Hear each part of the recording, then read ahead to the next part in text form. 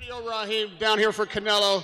As big as this fight is, as much anticipation as there has been, pundits and fans still will call for David Benavidez once this fight is done. Is that a fight that you can see happening before the end of your career? Look, I never say no to anything. We'll see later. But I'm focused 100% on this fight. You brought Boots Ennis into camp. A lot has been made of that. Can you tell us what he contributed to training for Terence Crawford and what stylistically you were able to work on? Always have great partners in the gym is good because you always want a good sparring partners there, good partners in the gyms and the gym. And we have history. His older brother Derek Ennis helped me when I fought Shane Mosley. So we have history there in the family, and I'm glad he come to the camp and give me some good work. Thank you. Go ahead, sir. Maru Kagopian with Ring Magazine. My first question is for Saul. Saul, a lot of people are saying you're past your prime, you can't knock out anyone, but Eddie Reynoso is saying this is the best you've looked in 20 years. What kind of a performance are you promising on Saturday night? No, my best performance. I'm gonna put everything I have there in this fight, and you're gonna see all my elements there in the fight. Eddie said it's going to be a knockout, so we have to ask, what round? Oh, you know, it's very difficult to say that. I prepare myself for everything, and you know, you have one of the best fighters facing one of the best fighters too. But I'm gonna put all my elements. If the knockout come, good. If not, I'm gonna show why I'm the best. And my question for Terence. Terence, we've seen Canelo get close scorecards. He got a draw against Mayweather. He got razor-thin decisions against Gennady Golovkin. How confident are you that you could get a decision if you clearly beat him? Listen, that's not my focus. My focus is go out there and do what I do best, and that's win the fight decisively, and that's what I'm looking forward to do come Saturday. We're on a global stage here on Netflix. A lot of people might not know your backstory, how you survived the shooting. How has that shaped your entire career and life after that? Listen, like I said before, I'm here for a reason, and God don't make no mistakes. And one last one for you, Dana. You're now officially promoting boxing shows. We have UFC lightweight champion Ilya Taporia saying he's going to knock out Terence Crawford. Can we expect some crossover boxing matches like you did with Mayweather and McGregor moving forward? I certainly hope not. Good evening, everybody. A couple questions for Dana. Dana, this fight, as you said earlier in the week, is set to be the third highest gate in combat sports history, the second biggest gate you've promoted alongside Mayweather and McGregor. The top 5 gates in combat sports history come in boxing, and they come in the last 10 years. So my question to you is, why then do you want to make sweeping changes to the Muhammad Ali Reform Act that is meant to protect fighters to bring about a business model that currently has your company already paid out $375 million in antitrust lawsuits and has 2 potential pending class action lawsuits on the way as well? Well, this is obviously a long discussion. If you want to talk to me about that, set up an interview. This isn't about me and my business. It's about these 2 guys on Saturday night. My follow-up, Dana. Earlier this week, the California State Athletic Commission had a hearing about TKO trying to bring those changes to the Ali Act, and it was postponed 3 months. Listen, I get it. You want to showboat right now. Set up an interview with me if this is really what you want to talk about. It's America, baby. If you have First Amendment. questions for these 2, ask them and you can set up an interview with me. Dana, my follow-up is, if TKO can't make those changes to the Ali Act, will you still invest in the sport of boxing? Will you compete in the market? Listen, if you want to be an asshole, let's do it in private and we can do an interview. Yes or no? If you want to showboat, I get it. If you have questions for these two that are fighting on Saturday, that's a different story. This isn't a discussion to have at a press conference for these two that are going to fight on Saturday, two legends. If you want to set up an interview with me and ask me these questions, let's do it one-on-one. Sounds and good. you can ask me anything you want. All right. Well, Terence and Saul, have a good fight. Yeah, you have a question for these two? No. No? Beat it. Go ahead. Who's next? We have a ring in the gym, buddy. What does greatness mean to you now? Greatness means everything to me now because I got something to do once again that no other fighter has ever done before, and that's become 3-time undisputed champion in the male division.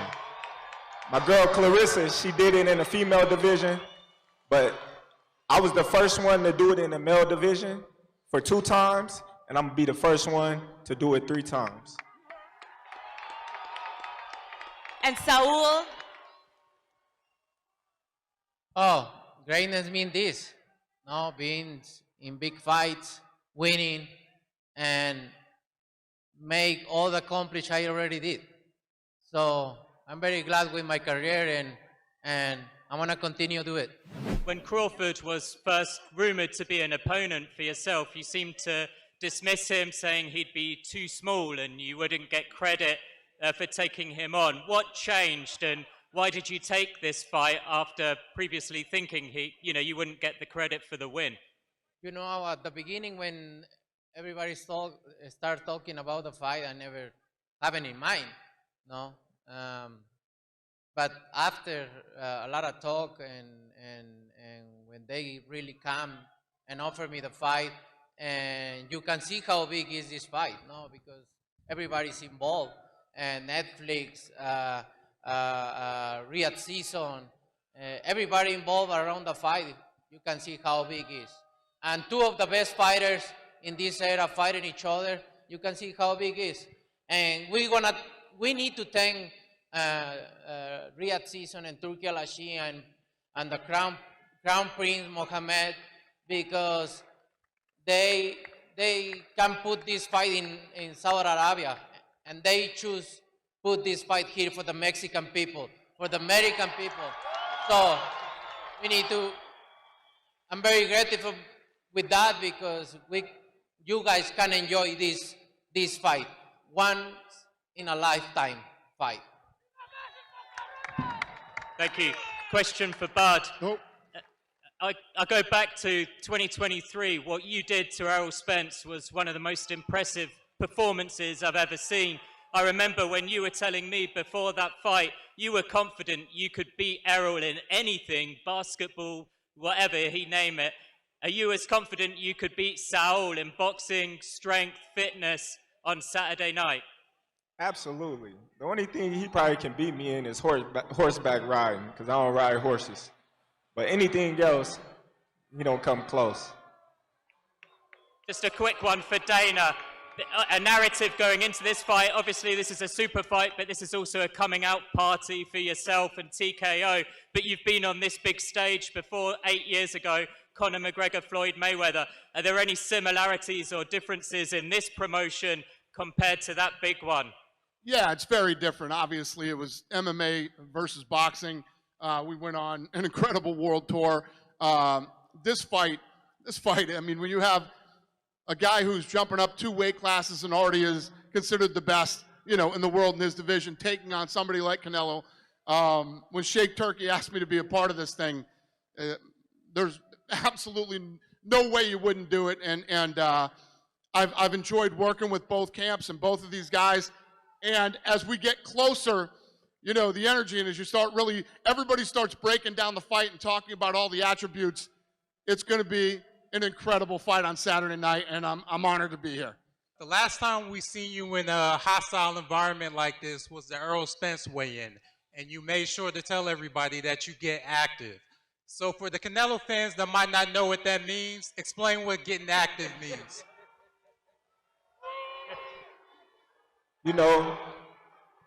It's crazy because where I'm from, they say BTA, belt the ass. But I tell them I'm the buckle. It hurt more. this is one of the last great fights that you both have? Well, we don't know. We don't know if it's going to be the last Spanish. big fight. No sabemos si va a ser la última. I don't know what's ahead. I can't speak. I mean, speaking myself personally, I don't know if this isn't the biggest fight. If not, great things lie ahead. I'll tell you what, I'm focused on this fight. All I care about is this fight right now, and I'm just enjoying this historic fight and this opportunity. I'm enjoying this one because we don't know about the future and what lies ahead. Terence? Well, really, I'm not focused on that right now. You know, I'm focused on the task at hand. I'm dialed in. You know, my only mission is Canelo. That's it. You can be on Saturday the historic person that will award Saul Canelo Alvarez for the first time a Mexican sports figure with a guaranteed purse of at least $100 million. How do you feel about that? No, you get the number wrong. The contract between us and Canelo, more than that. I see you, Shakur. Look, what does it feel like? A lot of boxing fans here. So I'm a boxing fan. I know what this feels like. It feels like your birthday or it's a holiday or something. You're about to open a present when you get a fight like this. Am I right? It feels so... Let me tell you why boxing might be entering a golden age right now, and this super fight, which is the biggest fight in a decade, might set it off. Because you all love boxing, right? I mean, especially Mexican and Mexican-American fans, you've been keeping boxing alive. And for the first time in so long, the people bringing you this present love boxing. Let me start with His Excellency, Turki Al-Sheikh. Let me start with him because if he's never born, none of us are here right now. This was his idea. And then Dana White. Dana White is the greatest combat sports promoter in my lifetime. He built an institution. You know why boxing's not as popular as it used to be anymore, right? UFC is really popular. That's because of Dana White. He built something like the NBA. Stop now, because he's about to do it for boxing again. For boxing now. You want an NBA or an NFL in boxing? Here it comes. Because he knows how to build an institution. And how do you do that? Hey, Max. Boxing is always bigger and big. Don't say boxing is not big enough. Boxing is big. You know how big is boxing. Should it get bigger, yes or no? Yeah. Should it get bigger, Canelo? Yeah, maybe it's gonna be bigger, but look, boxing is always big and bigger and bigger and bigger. We need to talk about that too. Boxing is boxing. I love Canelo in English, by the way. I love it. Boxing is boxing. No lies. No lies. So how do you do it? There. So how do you do it? You have someone like... My respect for all other sport. Great job, everything, but boxing is boxing. You have someone like Turki Al-Sheikh. You have someone like Dana White. And then you go out and get the most competent executive there is. That's Nick Khan. WWE's own Nick Khan. Guys, this is who's bringing you the event. This event will be the most watched boxing match. I mean, championship level boxing match. I see you, Lennox. Championship level boxing match in almost 50 years because of Netflix. More people will watch this than any fight since Muhammad Ali fought Leon Spinks in 1978. And what we have here are two of the all-time greats. Canelo Alvarez is not just one of the greatest fighters in the history of Mexico. He's one of the greatest fighters, period. And when you're being compared to Mexican legends like Julio Cesar Chavez and Salvador Sanchez, you know you've done something right. And Terence Crawford,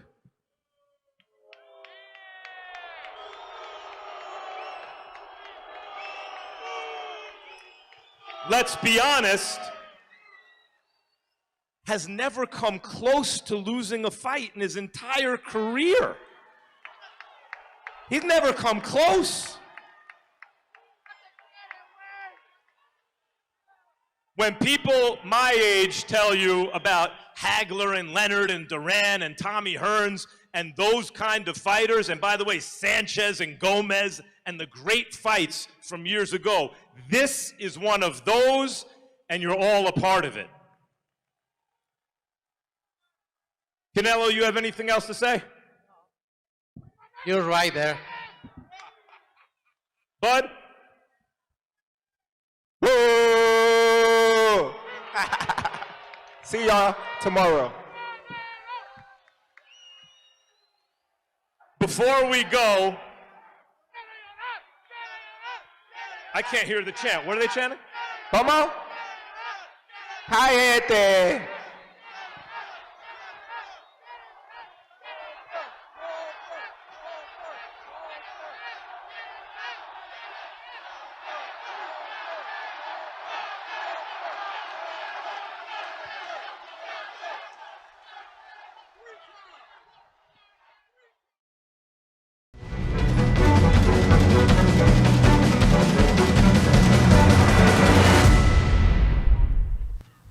Good evening and welcome to the official Seconds Out Watch Along. It is once in a lifetime, titled Once in a Lifetime because this is a once in a lifetime bout between two already legendary fighters, but who will cement their legacy tonight. Either one of them, whoever wins, of course. This is a big night, and a big night means we have big guests, big pundits, of course. So let me introduce them without further ado. First of all, to my right, we have, first time we've had him on here, lovely to meet you, Don Smith, worked with the likes of Conor Benn and Craig Richards, by, obviously a very respected coach.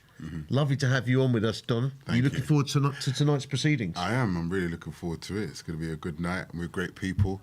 I get to watch the fight with some boxing royalty as well, so it's all good. Indeed, indeed. When you say great people, I'll take that as a compliment. Thank you very much. But let me say, when I say that we're here with the Don, it's not true. We are here with the Dons, but we're here with the big Don here. Of course, he is probably the most recognised trainer of the heavyweight division right now in the world. Boxing Trainer of the Year, top bloke, Mr. Don Charles. Don, welcome. Thank you for having me again. I always love being on this platform, Seconds Out Watch Along, and to have my brother from another mother, Don Smith. We are known as the two Dons. And you are. I feel a bit like the old one out here, actually. Maybe I should change my name to Don as well. You never know. Maybe by the end of the night, you might say to me, "You have passed the initiation ceremony." But look, it's a big night. It's a big night. It is indeed. And it's an honour to have you on, Don. I mean, we haven't spoken for a while. I have to say you're a great trainer, but you're not great at getting back to phone calls, but we won't talk about that.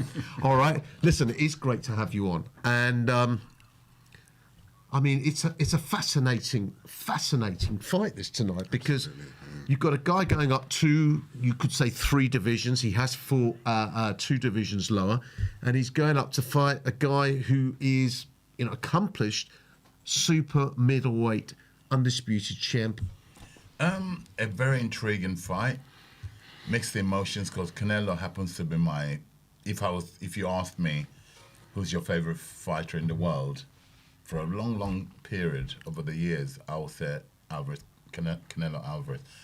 And now to be going against my guy Crawford, who also I'm a massive big fan of his, of what he's accomplished. And I love underdogs, yeah?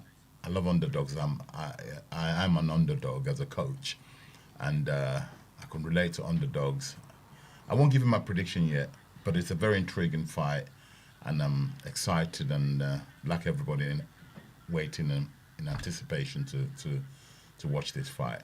It's been a long time since I've stayed up to watch a fight. It just happens we're working on this show, I've gone out of the habit of staying up. You know, the days of Mike Tyson. Lennox Lewis. This falls right into that category. In fact, you don't mind staying up to watch it. Well, it's very, very intriguing, and of course, this is what is building such suspense for this bout because we don't know what's going to happen. In fact, the suspense has just been increased tenfold because Don is keeping us in suspense about who he thinks is going to win. But we'll come back. We'll come back to that. We'll come back to that. We'll come back to that. Don Smith. I'm going to say Don Smith, Don Charles. Okay, but Don, are you excited? Are you as excited as Mr. Charles here? Oh yeah, very excited. It's almost like a fantasy matchup, you know. They're two different weight classes. You would never expect these two guys to meet naturally, but obviously Turki Alashek's brought it together.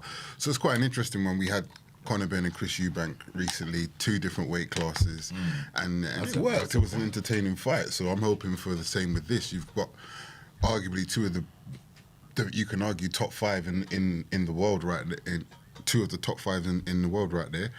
And pound for pound, pound, absolutely. And Don said Canelo's his favourite fight. I would echo that and say that Crawford and Canelo are my top picks in terms of who I would personally say in this current market of boxers. Those are my two favourites. Yeah. Well, look, I'm known for going against the grain. I like to be different, but not purposely, or maybe purposely, but then neither of them are my two favourite fights in the world. I would say my favourite is probably Shakur Stevenson, to be honest with you. Very good fight. Because I'm a big admirer of beautiful defensive skills and just technical, skillful boxing, the sweet science.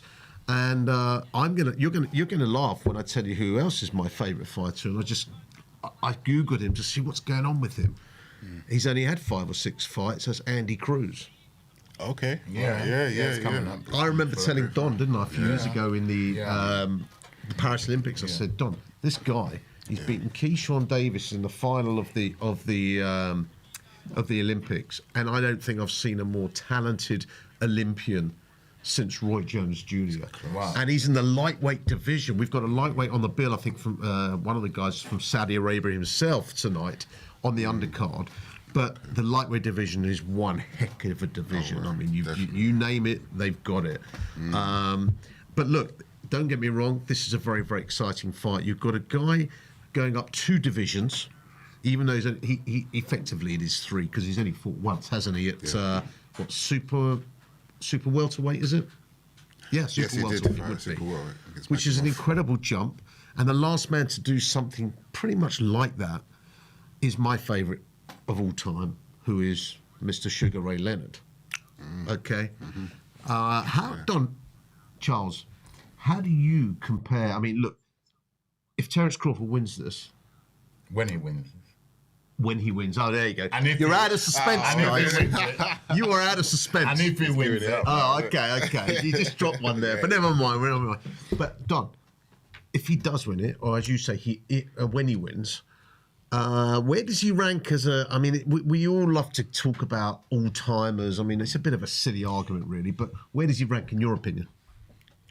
Overall, in the world. I'm talking about as a legend of the sport. Talking about across time? Talking about Terence Crawford. Yeah. Yeah. Look, I wouldn't start going as far as he's a great of his era. I wouldn't start placing him in the previous eras.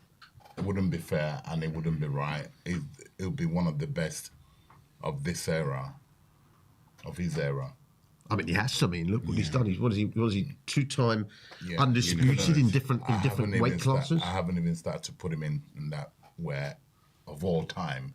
I think that word is loosely used these days, and I agree. Of all time, I think people have to be careful of when they start placing these current modern day fighters. Well, it's interesting you say that because I remember listening to your good friend a couple of years ago on his channel, Spencer Oliver, and one of the people wrote in and said, who would have won in their prime, Tyson Fury or Lennox Lewis? And I was shocked when he came out and said, I think Tyson Fury. Well, I say, no way, Jose. No way does a prime Tyson Fury come near to Lennox Lewis. But now he's saying the opposite. I think we get wrapped up in the moment too much. So when we watch something, we get wrapped up in the excitement of a player or a fighter. and we think, oh, he's already the greatest, and etc. And I think we get a bit obsessed with the greatest. Human beings, by nature, often look behind them or in front of them. They look in the past or the future. They don't enjoy the moment. Well, now we're here. We're going to be watching this at 4 a.m. We've got to enjoy the moment because this is a special night, right? Absolutely, yeah. I'm looking forward to this. 100%, 100%. Well, obviously, he is coming up from the super welterweight division, but people forget this. Canelo also was a welterweight. Absolutely. But he's, over the years, he's grown into these bigger weights. And, he started as a super welter, didn't he? Not as a welterweight, I think. As a welterweight, I think he fought Floyd Mayweather at welter. At welter, yeah. And the interesting thing is, when you look at the two of them size up, Terence Crawford is actually slightly taller, I think.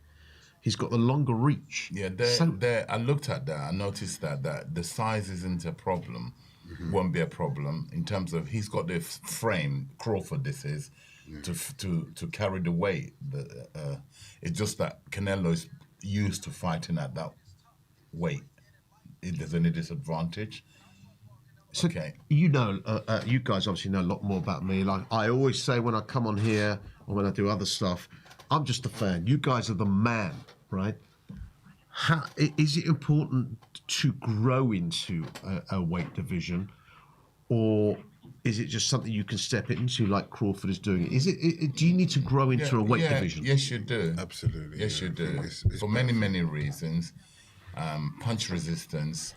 When you're like the disadvantages of Crawford coming up to potentially 3 weights is being hit by somebody who's naturally that way. You're definitely going to feel the difference. Absolutely. Yeah. And Canelo's a big puncher, isn't he? Yes, he is. He can stop guys at light heavy as well. Yeah, that's how big of a like puncher Kovalev. You saw what he did to Kovalev, who's a light heavy, isn't it? Kovalev, light heavy. Yeah. Well, look, as I said, I think it's going to be a fascinating matchup. Again, there is an element of them being, by nature, of similar size. So that's why I asked you, do you have to grow into the weight? And you've answered normally, yes, but if you look at the frame of Crawford and his body mechanics, the way he's made up, he looks very comfortable going through the weights, going through that to put the necessary weight on. And in terms of punch resistance, how do you get your punch resistance to that level? Can it be done in the gym, or is it something you can only be done on when you're on a proper bout? I think over time you can get used to the power. In the gym, you can obviously spar guys that are a bit heavier than you. Start getting used to that power. There's not really much that can prepare you for on the night power because it's a whole lot different to sparring power. And the gloves. The gloves are smaller, so you don't really know until you get in there, until you have a fight. But you can definitely prep for it. Make it a bit more easier. But I think when we're talking about punch resistance, my thing is Crawford. I believe because he's a lot smaller and lighter naturally, I believe that he's not going to be there to be hit so easily. Canelo's used to pinning down bigger guys that are a lot more slower than Crawford is, and he's going to be able to set his feet and get his shots off like he did with Belenga and those bigger guys. But this is Crawford now. He's a mover. He can punch on the move. So I don't see Canelo actually landing those big shots that's going to make won't a be there difference. to be hit. No, he won't be there to be hit, I don't believe. The other in the earlier rounds anyway. Yeah. I mean, the other talking point is the fact that Canelo has, he's had 60-odd plus fights or something. And some people are saying that he's perhaps a little battle-worn now. Yeah. Whereas, on the flip side of that, you have Terence Crawford, who's, 41-0, I think? Yeah. And he's 37 years old. And I know that heavyweights tend to mature later. To 37 for that kind of weight, you could say, where is he? He's not fought for over a year, by the way, Crawford, I believe. Correct. So these are other things to consider. How do you think that? First of all, let's talk about the sort of wear and tear of Canelo against the age of Crawford. How do those weigh up, in your opinion, guys? Don? I think they're very evenly balanced. If you ask me who's got less mileage on the clock, it's obviously Crawford. And he's younger, right? No, he's older. I think Canelo's 35, and I think Crawford is 37. He's been a pro. He's turned pro at 15. Canelo, something ridiculous. Yeah, he's so something that's why ridiculous, it seems like he's been around forever. Do you know what I mean? Yeah. So no, he's got more mileage on the clock, Canelo, because he turned pro so early. Yeah, I mean, look, that's what makes this fight so interesting, because they both cancel each other out in many ways. So yeah, that's what makes it very. When you start to compare their age, the length of time they've been a professional boxer, how many fights they've had, yeah, I'll definitely say there's more wear and so when you're jumping up and down weights like Canelo, it's not that help to keep going up and down weights.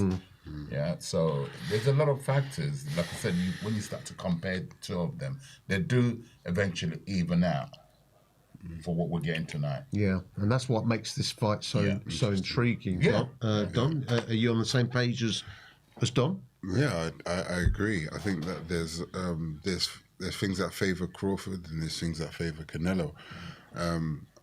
Ultimately, I think what we're going to see is more of a chess match, really. It's going to be, they're both experienced fighters. They've been in there, they've experienced all types of fighters. I believe it's going to be a real chess match. They're going to be trying to figure out each other and their boxing smarts and their experience is going to play. And they're going to see two guys having a tear up or things like that. It's going to be a real chess match in there. Yeah. So I think, age plays a part, mileage on how many big fights you've been in does play a factor also. But I think we're pretty evenly matched here, It's going to be a good fight.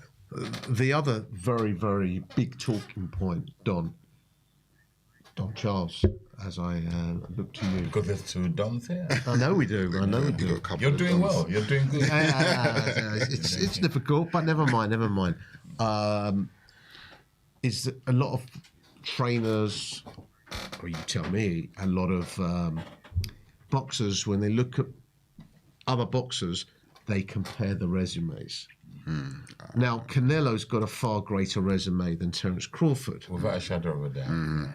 How does that determine the way you look at this fight? Because I would say, when you look at their resume, you think, well, Terence Crawford's not fought anyone the likes of Canelo, really. So therefore, perhaps this is Terence Crawford's biggest test. At the same time, you have Canelo. He's lost 2. He's drawn 1. I would argue he lost another 2, because in my humble opinion, he lost the first 2 Triple G fights. Okay? I believe that he lost both of those first 2. Yeah, he won the last, no question. The first 2, I think he lost both. Okay? And yes, higher resume. But I don't think, and also that some would argue that he was having trouble. I believe he was having trouble with Caleb Plant up until the 11th round. I think Caleb Plant was ahead on points. Lara. I even think Billy Joe Saunders was doing very well against him up until that 8th round. I know it's, he did what he had to do. Yeah. But that's the thing, Canelo. He's dangerous. He'll pin you. He'll be patient as well. Yeah. He's a hunter. He's gonna test this, test that first. For 5 rounds, he could be testing you, seeing which way you're going, and once he gets his opportunity to strike, he hits you with that one shot, and that's it. Exactly what he did to Kovalev. So I mean, the one shot, and also the other thing, I think Canelo's favour. We don't know if he manages to hit Crawford flush, how Crawford takes that. Whereas we know that Canelo's got an unbelievable level of durability. Against Triple G, he took some shots and he didn't go. He wasn't going anywhere. That's got to be a factor, right? Most definitely, it's got a chin on him. Definitely got a chin on him. And but like I said, as I'm listening to you, I've looked at this fight in so many ways. Oh, this is a very interesting match coming up. Jermaine Franklin, do you remember him? He fought Dylan White, he fought Joshua. I do. Gave them both a torrid time. It'll be very interesting because they're talking about him fighting Moses Atuma. He's one of the potential opponents for Moses. It'll be interesting to see how he does against the Russian. Yeah, so going back to that's what makes this fight, Canelo and Crawford, it's such an intriguing fight. I keep not changing my mind. I believe I know who I believe is going to win, but it's not clear cut. You know, there's so many factors, so many. Well, I'm going to tell you who variables. I thought was going to win before I changed my mind, and then I changed my mind back again. I was convinced that Crawford is going to win us on points. But at the same time, I think it could well be a draw. And then you see a rematch. And you know what? A few people have been saying that. A lot of people are saying draw. Very interested. Obviously, the two Dons were very interested in heavyweights. I would like to pay attention to this. Jermaine Franco. See he's a really nice kid, you know. I met him when he came here to fight Joshua, when he came to the UK. A couple of them I got. Actually, Courtney and Harry Armstrong, they sparred him. Yeah, in London, in Tower Bridge. Yeah, they did. In I Birmingham. wasn't there for that spar. He was away. That's Tom right. looked after my fighter for me at the time. Yeah, and they did really well. The two boys, they did really well against him. I love it. Talking about the heavyweights, Don, obviously we're not going to talk about a few weeks ago, and I get that. It's still fairly sort of fresh in the mind and raw, what have you. But of course, you're a man in demand. You're probably the man of the moment as a trainer in boxing, I would say. I don't know, but I'm sure that's opinions. the case. If that's your opinion, that's your opinion. Well, maybe I'm biased. Maybe. But anyway, the point is, Don, is that you know, you keep looking down in the future. You've got a man who's making his long-awaited comeback, and that's a heavyweight, Mr. Jordan Thompson. Yeah. In November, how's training going with him? And what do you see lies ahead for him? Yeah, Jordan's a tremendous prospect, tremendous athlete. As you know, we'd worked together previously, and we had a gap, a 3-year gap. He changed trainers, and he's back. We've been working together now for the last 6 months, and this will be our first fight together. He was unbeaten under me whilst I was training him before we parted company. But like I said, he's back. And yeah, he's looking really good. Training's going really well. It's like, he's not a new fighter to me. I know him, he knows me. So we have and he's a good trainer, isn't he? He's an athlete. He's a tremendous athlete. And he's moved up also in weight. He's now campaigning as a heavyweight. Which I wanted to ask you, how did you always see him as a heavyweight? No. Although he's high, you know, he was extremely tall. He's 6'7", and but I'm glad he's done it that way around, because he's not, irrespective of the height.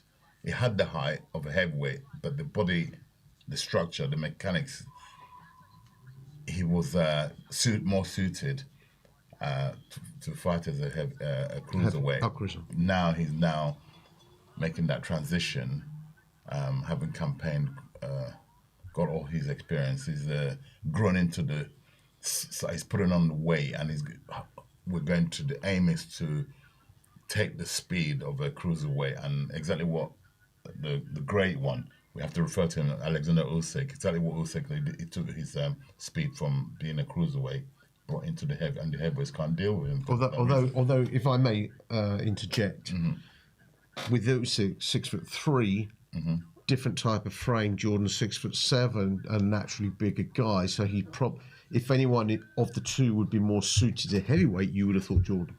Well, of course, Yeah. but Usyk has done tremendous. I think if everybody's honest, including me, I was asked. I said, no, he won't survive as a heavyweight. This is Usyk. When he fought Ches Witherspoon, I believe was his first heavyweight. When he made the transition, I said, "No, this guy is not going to survive as a heavyweight." How wrong was I? And how wrong was a lot of people? You know, he not only is he surviving as a heavyweight, he's 2-time undisputed as a heavyweight. Incredible. Now, when you're talking about going down as an all-time great, then I will put my name behind and say he is an all-time great.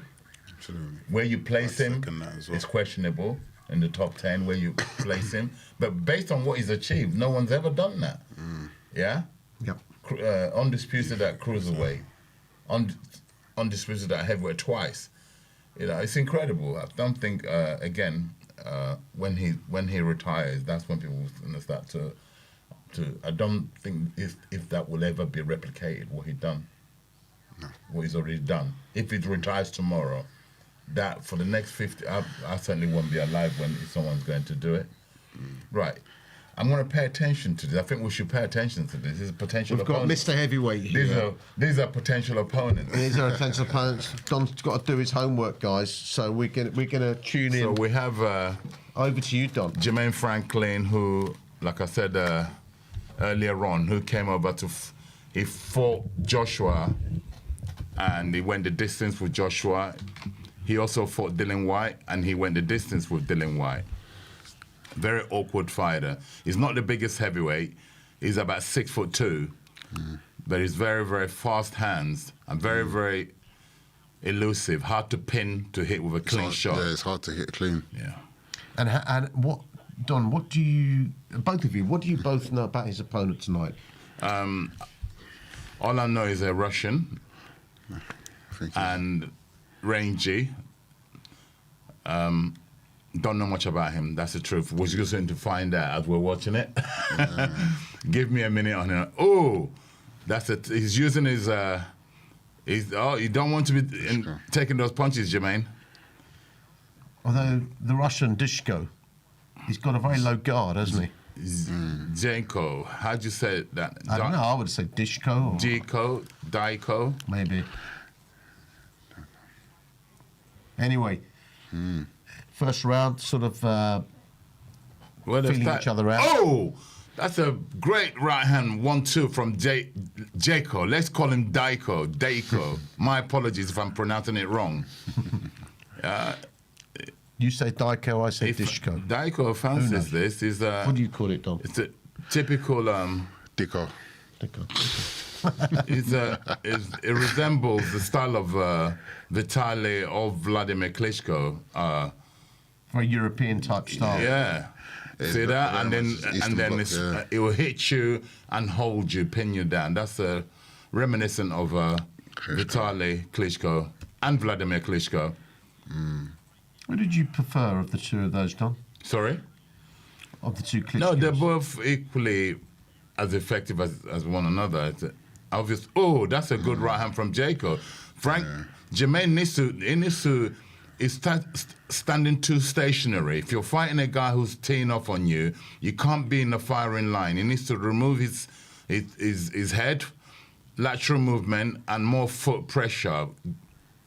If you're going to be standing there with look at that. Yeah, it does remind me of Vladimir Klitschko. Nah. You know, the way he has his hands in front of him, working off the jab. Jermaine needs to increase the pace. That's right. He needs to double your jab. Back him up. He needs to get into range. If he stays on the end of the Jekyll's jab, I'm afraid it's not advisable. It's going to be a long night. Or a short one. Let me ask you this question, just going off tangent a little bit. Jermaine Franklin's been around the block a bit. Is it a bit soul destroying? I do a bit of entertaining and stuff. But if someone said to me to entertain one person, I couldn't do it. If I'm entertaining a big crowd, I can do it. When you go when you're low down on the card and you go into an empty massive arena stadium, how much does that affect your performance? Well, it's one of those things. You just got to concentrate on the job ahead. We've been there. We've all been there. You've been there with your fighter, Don. Yeah. And we went against each other in an empty stadium. Craig Richards in Cardiff. And Frank Buglioni. Yeah. I was in Craig Richards' corner. He was in Buglioni's. And we won. Yeah. In fact, that was I love Craig. That was Craig. He took it on a short notice. Right? To that fight. That was Craig's first loss. Yeah, Frank Leone, my guy, is relentless, and fair credit to Craig. He took it on a very short. Was it 2 weeks? And he stepped up from super middleweight to light heavy. It was his first fight at light heavy. So it was a hard fight. It was like a very hard fight. You know. Very hard fight. There was no one in the stadium. That was the Millennium Stadium in Cardiff. It was empty. That's right. It was Joshua toward the bill. It was actually fighting Parker. I think it was Takam. Takam, It was Takam. I remember. Now, you asked us a question. What does it feel? You zone out. You don't. You're not aware of it. You know it's an empty stadium venue, but you're so concentrated on the job ahead that you don't actually notice it. Yeah. Yeah.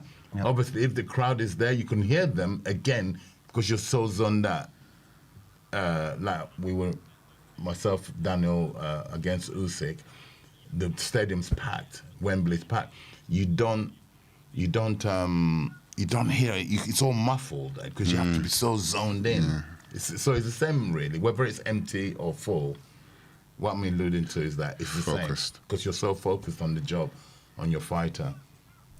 But it must have an effect on the fighter. If you're fighting on you'd hope it wouldn't. You'd hope it wouldn't. I mean, no, I'm saying. Like, I don't know because I've never boxed in front of all these people. I think some fighters. And what I'm saying is if you're a look, there are some boxers like Tyson Fury. I don't think Tyson Fury would like to box in an open in an empty arena. Yeah, but he has done. Everybody has to. On the way up. Yes. Yeah, yes. Yes, everybody goes through this. You know, it's not everybody unless you're Anthony Joshua, you're an Olympic gold medalist, then you're not going to be put out. You start straight away with the venue will be practically full. During lockdown when we had to box in empty, everyone was boxing with no crowds, you know. But I'm saying that must be hard. If you're in the entertainment business, that's what it is. Sport is the entertainment business. Absolutely, yeah. And if you're not entertaining to a crowd, it must be harder. Of course, a little bit soul destroying. But you get depends where you are in your career. Your focus is on the fight. It's not on the crowd. Your focus has to be and should be on the fight. Absolutely. On your opponent. Franklin seems to be he's struggling to get into range. Yeah, he's being more aware of the backhand now. Yeah, he is. This round, you know, he's moving away from the backhand. I'm surprised that you say, Don, that he's been touted as a future opponent for Moses Itauma because they're already talking about Moses Itauma fighting very soon for the WBO title if that's vacated or if Joseph Parker wins it. Yeah. Yeah. Everything is possible with that young man at the moment. He's the top of the world. Tremendous talent, you know. But you know, I still think they shouldn't race him. He's already up there. He beat Dylan White with ease the other day, but I don't think people should get carried away. He's young, okay? Because once you go up there, you have to stay up there. That's the only danger in promoting. It's hard to match. Yeah. But if is he hard to match? If you're good enough, not really, because where he is at the moment is not hard to match. No, it's not hard to match at all. Opponents.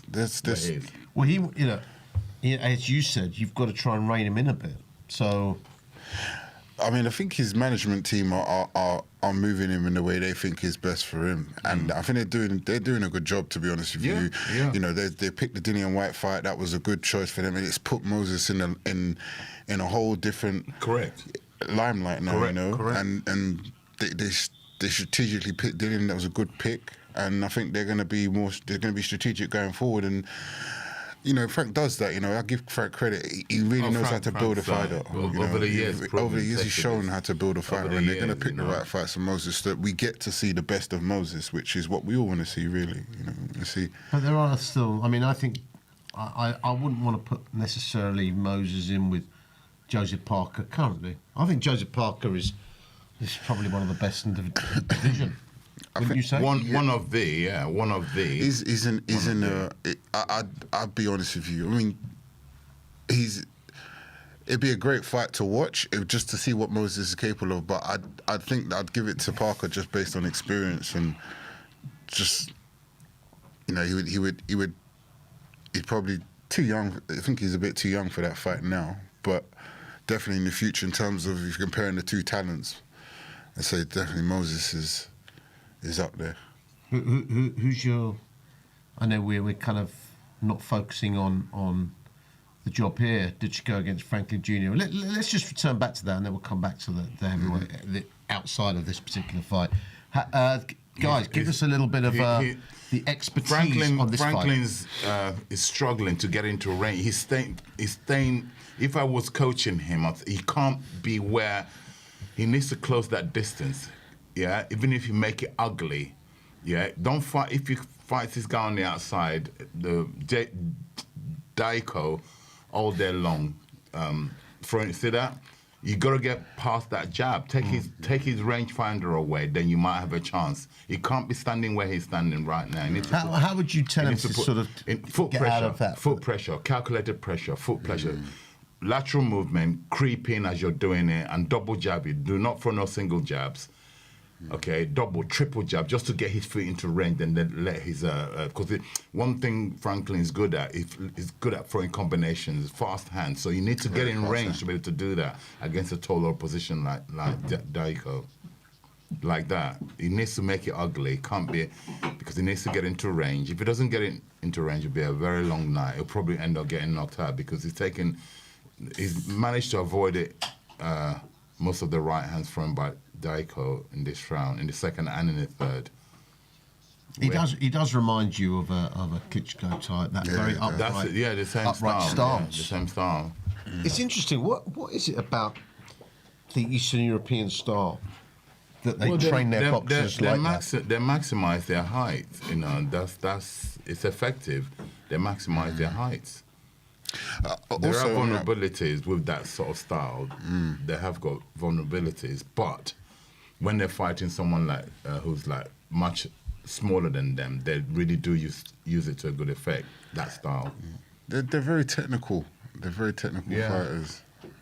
But I guess if you've got the reach, if you've got lemons, make lemon juice. If you've got the reach, why not use your jab? Yeah, of course. Yeah. I mean, it's just common sense, isn't it? Yeah. Coming back to what we were saying, obviously there's another big fight. I can't remember the date of that, which has just been announced. Joseph Parker and Fabio Wardley. I know I take very, very favourably in that fight, which is Joseph Parker. I think Joseph would be too skillful for Fabio Wardley. Well, but Fabio has a tendency. Come on, man. He's got an equaliser. Yeah, it's not right, Fabio. Got an equaliser. Like I said, you've got to be perfect for 12 rounds. You know. Would that be a 10-round fight or a 12-round fight? No, it'd be a 12-round fight. Right. I don't know how Fabio keeps doing it, but I love his story, man. Yeah, I like Fabio. I'm just rooting for him, you know. I really want him to do it. You know, we would say this is the best version of Parker he's fighting, though. You know, see, Parker's sort of been rejuvenated since he's gone to Andy Lee as a trainer, and he's been looking a lot better. And I'm actually excited to see what Parker can do, because even him stopping Bacoli, it was, you know, and he's stopping Deontay Wilder, you know, it's you know, there's a resurgence in him. Let's see what he can really do. Zhilei Zhang as well. Yeah, exactly. Well, they did get knocked down against Zhilei Zhang, didn't they? Yeah, but he got up. He got up and he won, you know. And won the fight, you know, so that's remarkable. No, he's definitely grown, you know, and he's still young, you know, because he's been about for a while. He's been about for a while. Ex-world champion, you know, so, no, he's doing really well with Andy. But again, as you said, I mean, Fabio Wardley is an amazing story. I mean, the first fight where you thought, oh, that's interesting, when he beat David Adelaide. He beat Fraser Clark twice, was it? Twice, I believe. Yeah, he did. Or was the first one a draw? I can't remember. Draw. Was it a draw? That was a draw. He keeps doing it, and what I like actually seeing the build-up. They're both good guys. I mean, Joseph Parker, I've met him a few times. A very nice guy. He is. He's a gentleman, and it's lovely to see somebody like that carry the torch for a sport. Well, let's face it. There's been a lot of. It comes with a lot of nonsense. I mean, Tyson Fury's antics, I don't like, and there's plenty of other boxers who have carried those types of antics around. You got kids watching. Watch Joseph Parker. This guy carries himself very, very well, doesn't he? Yeah, he does. You know, it's. I think it's good to have variety in the sport. You know, we've got a lot of characters, but it's also good to have a few gentlemen. Yeah, You know, look, characters is one thing, but then when it goes into, like, for example, when you saw it, when Fabio Wardley was originally going to fight, was it Jarrell Miller he was going to fight? Correct. And he had all Miller that pulled out. nonsense. I mean, it's just who wants to see that? I personally don't. Do you? No. It puts bums on seats. That's what I'll say. You know, it keeps. There's a certain. I think boxing's fan base is starting to expand, and it's like this new generation, the younger fans. They like the controversy. They like the gimmicks, the games and stuff. Me personally, it's not a fan of it. No, me either. We're from a different generation where it's. I'm pleased you said that. Yeah. Did you say we? Did you say we? Well, very nice of you to say that. This fight is warming up. Jermaine's getting his rhythm. He's being first. He's before he was waiting too long before entrance. Now he's taking initiative, and. What I liked about Jermaine as well is when he's working the combinations sections there. When he's entering, he's making sure after he uses his jab to get in, he's defensive after. Yeah. So he's not leaving himself stranded after his work. And he's starting to actually get to. He's starting to get to Dicko. Dicko. Yeah, he's starting to You get say to. Dicko, he says Dicko, I say Dicko. That's probably the only round I've scored, and Dicko looks like he looks like he's tank. He's struggling a little bit. Start to feel sorry for himself. He started really well. Jermaine's come back into it, and let's see. Very It's interesting. that pressure. It looks like Jermaine's making him work more than what he wants Correct. to. You know, he wants to keep it clean, Correct. hands in front, use the jab, dictate the pace. But Jermaine's using his jab to disrupt him, being defensive after, making him work. Yeah, like I said earlier, it's about closing that distance, and he's started to do that now. So I think the fight will turn, or it started to turn in his favour. But this guy's still very dangerous with that 1-2. He's throwing that typical Eastern European 1-2. It's interesting always when I'm on these watch-alongs talking to the experts, listening to the tactical analysis, and I just find it very interesting listening to how you kind of analyse the different styles and how they. Because that's what we do every day. Of course. You have to have that eye to see. That's what we do for a job. Right, there you go. There. Combinations. That's the only chance he has to beat a guy like this. You can't throw singles. There. One of the things. Once again, Jermaine's back on with the pressure again. Like, he's making Dicko work a lot more than what he wants to. Correct, but I don't like. Dicko hasn't really switched up his. You know, he's using the same double jab backhand, and Jermaine seems to be dealing with it quite well. See the jab and defense Well, it's again. hard to read it. I would like Jermaine to use this fit more in that situation in a hold. Don't let him hold you. Spin off and come with a left hook. Like now, spin to his right. There. Let's work in the spin to his section, right, and then throw a left hook. He'll catch him blindly. You're waiting too long, Jermaine. Yeah. Like there, he's got to be. Use his feet. Don't let him lean on you. He's gonna sap your energy. How tall is Dicko? I don't. 6'9". How much? 6'9". He looks 6'9". Yeah, Wow. yeah. I remember having the discussion with Jordan on one of the watch-alongs we did. What, Thompson? Yeah, I mean, and one of the things he was saying is one of the reasons why a tall fighter doesn't like a particularly small fighter is because you're hitting down, so you're exposing yourself more. That's a fair point. There is that, but you need to. You got to use your advantages. If you're a tall fighter and you're fighting a smaller fight, your advantage is that don't let that small fighter come into range. Absolutely. Keep him away with the jab, and that's tee them up, uppercut over right hands. So it's like typical example is what we're watching. Yeah, a taller man, a tall guy fighting a shorter guy. If Jacob manages to not let Jermaine smother the distance, he'll win. But Jermaine's worked it out. He can't be there. See his entrance. You have to get in. You have to take do what it takes to get in. Don't be on the end of Jekyll's jab, because that big right hand will come crashing like that. It can't be there.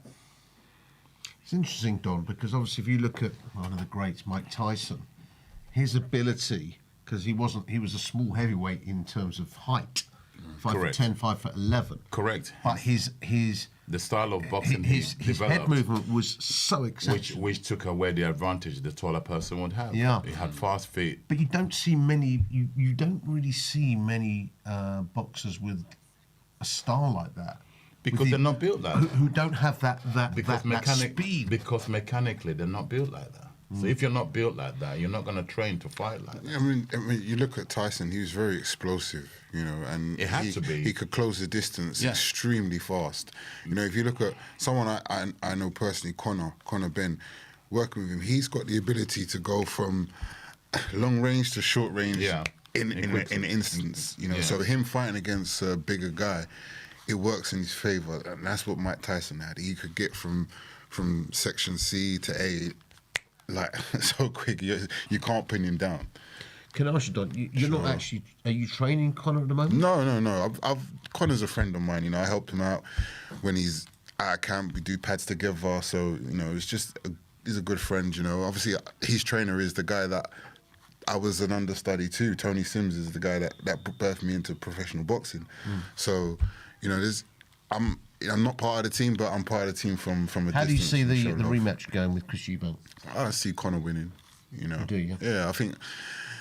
You know, he took a loss in the first fight, and I definitely think he'll go back and watch it. Very close fight. Yeah, close fight. I think, you know, and also it's his first fight in a long while. He'd been out for a bit of a time, and I think this time he'll be better. I don't think Chris will be better in the next fight. I think Chris we've seen. I've got a level with you. Sure. I don't want to see it. I personally, look, Don, Mr. Charles knows a little bit about my thoughts behind this kind of stuff. I don't really like this rehydration clause. The idea that Chris Eubank was in a hospital for 48 hours because he was dehydrated. In my opinion, this is dangerous.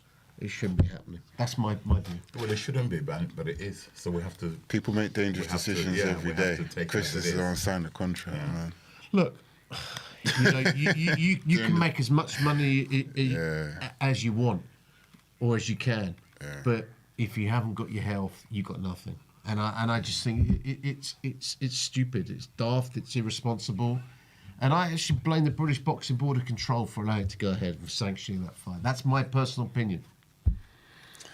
Well, no comment. The people who they're signed for it. I think they agreed to sign the fight. You know, and the public, the general public, wants they to want see to see the fight. I think. Yeah. Did you enjoy that fight? No. It was exciting. Yes or no? All right. But I have to tell you. No. You answered me. I said, did you enjoy the fight? I did. There you go. So end of story. But that doesn't mean I want to see it again. Because I don't. Yeah, you don't have to. I tell you what, don't tune in. I'll probably be sitting here. Yeah, millions will. I'm going to tune in. But one thing I would say, Don, and that is this. One of the things that I think I did the watch along with Jordan, and I think Derek Sweet D. Yeah. Williams. Derek Williams. I said on the night that no one knew whether Cristini was turning up, and I said if he turns up, right, Eubank wins the fight because of most definitely. Sport is about margins. Of that course, extra margin. His dad turned up. I think that got him over the line. If you want my honest opinion. That would have definitely. But the second fight, you're not going to have that drama in that way. Yeah. It's gone. Yeah, it was. I just think. Here we go. Yeah. Franklin is definitely Jermaine. It's definitely found. I just want to see Jermaine work in that section there when they get close a bit more. There's a lot of time. Yeah, the guy Jayco's tying him up. Referee's doing a terrible job. To be fair, he should warn Jayco for doing that. He should warn Jayco for doing that because that's what's spoiling the fight. But Jermaine definitely he took the last three. He lost the first three, in my opinion. He took the last 3, and it's over 10. Jericho is getting tired. His work rate is dramatically dropped. So I see. It's still dangerous with the big right, occasional big rise. But Jermaine's closing the distance like he should have been from round 1. I'm interested to know, because you're talking about point scoring, and it's all very subjective. And I remember the first Bivol Beterbiev fight, which was it a draw? I think it was. Was it a draw? The first one? Or did Beterbiev won? I think Beterbiev won. Didn't he, the first fight? He did. Beterbiev won the first one, Bivol won the Or was it a draw? I forget. No, Beterbiev won the first one. But Beterbiev won. And I think Bivol won it. I thought Bivol won the first one. I thought he won the and first I think one he as won well. the second one as well. And I just think that for me, and again, about to you guys, boxing is about hitting and not getting hit, which means there's 2 sides of the story. It's about hitting, but the other side of the story is about not getting hit. And Bivol showed tremendous defensive qualities in that first fight, but he wasn't scored. They were scoring Beterbiev because he was having a good last 30 seconds in the round. I just think the scoring system needs looking at. Most definitely. I mean, Well, definitely. they've got this new AI. AI, again, what does it look for, though? How is it programmed? Well, to be honest with you, we kind of look at what, VAR has done in football. Obviously, beautiful right by Jimmy Franklin. Technology is there to Beautiful help us, I believe. So I think Jericho is looking really tired. he is. Yeah, Jermaine's really starting to find a press- home can for really these press punches it, yeah. now. Look, He his should body really- language looks like he should press the yeah, fight now. he is. But according to the judges' scorecards or the pundit scorecards on Netflix, I don't know who's scoring it, I think Franklin has lost pretty much every round on the judges' scorecards. I don't know which judges are judging. Again, we're talking about the Subjectivity, judging. Yeah. So from what I'm watching here, as a boxing coach with a finely tuned eye, Jericho took the first 3 rounds. Franklin, he's coming Franklin's on now. coming up. Then he should close the distance again. Don't do that. Move in for second phase. I'm trying to coach him from here. He can't hear me because I know him. Ooh. Yeah, see, look. Beautiful. He's getting closer and closer, He's getting Jermaine. good, but he I needs think he knows second he's got to try and stop him. Second phase attacks. I believe I heard the commentator say that Jermaine was a last-minute replacement for this fight. Okay. But Okay. I could be wrong, but I thought I he's heard doing Andre well. Wood say He's doing something well. like that.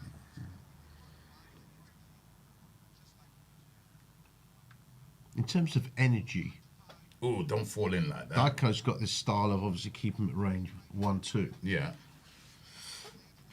That's not the that because you're talking about him getting tired.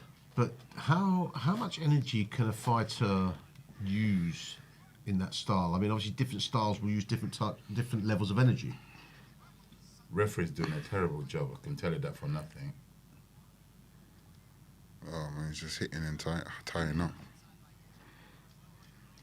We're into round 7 here. The last 8 seconds of the round.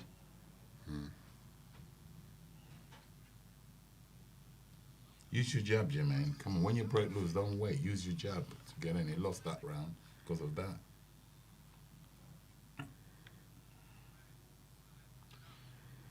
Be interested to see what they're saying in the corner to him. Beautiful right hand by Defense Jermaine. right after, yeah. Look.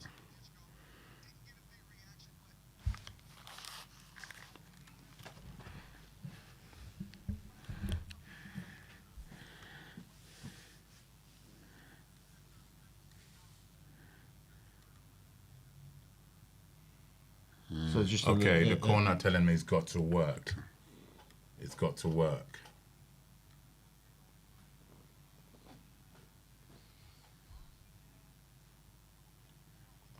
Just while we're in between rounds, Don, I know that you train another top heavyweight, Tony Yoka, yeah? So I'm just trying to see what they're saying in the corner. sorry. Yeah, they're giving him the right instructions in the corner. Good advice. It's you need to win these rounds. Yeah, let your hands go. Basically, don't stand off. They want to use his jab a lot more and boxing. Oh my God, They they've want to box. really He's the home fighter then. That's No, what he is. Yeah, Daiko that's came why. out. He's the undefeated fighter. Yeah.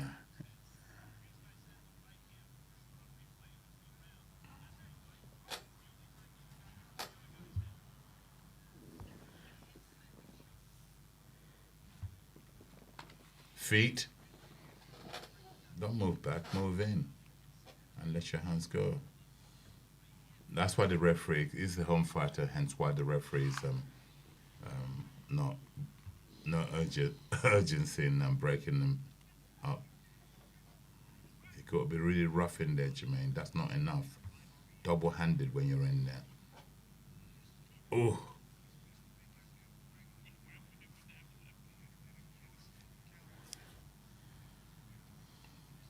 Good. Go again, second phase. Well, it looks like he needs a knockout, Jermaine Franklin. Well, according to the score. Oh, good. he might get it. There. He might get it. See the referee. He might get it. Go, turn and go. That Jermaine. overhand right is there. Come on, double your jab up now. Singles is not good enough. He's countering it there. Yeah, pressuring now. Come on. No.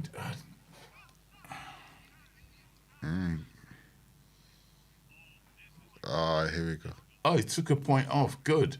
Because I told you now he's going to be, he should have done that rounds and rounds ago, referee. But better late than never. You look at Daiko, he does look a bit, he looks tired.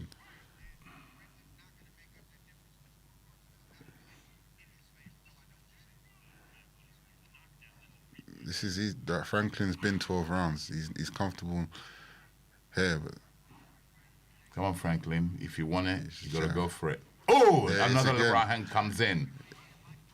He's doing well, but he needs to press it, take advantage. He needs to press it. You got to be aggressive. You got to make. I'd like to see Franklin throw more to the body when he's in close. Right there, like working that, your sections like right that. there. He's looking for. He's not done that at all. There we go. There, he heard you. He must have heard me all the way from Vegas. Double. Oh, good left to check legs too. But there's not enough there you of go. that. Now work in there. Stay in the section and work, man. Let's go, champ. If you want it.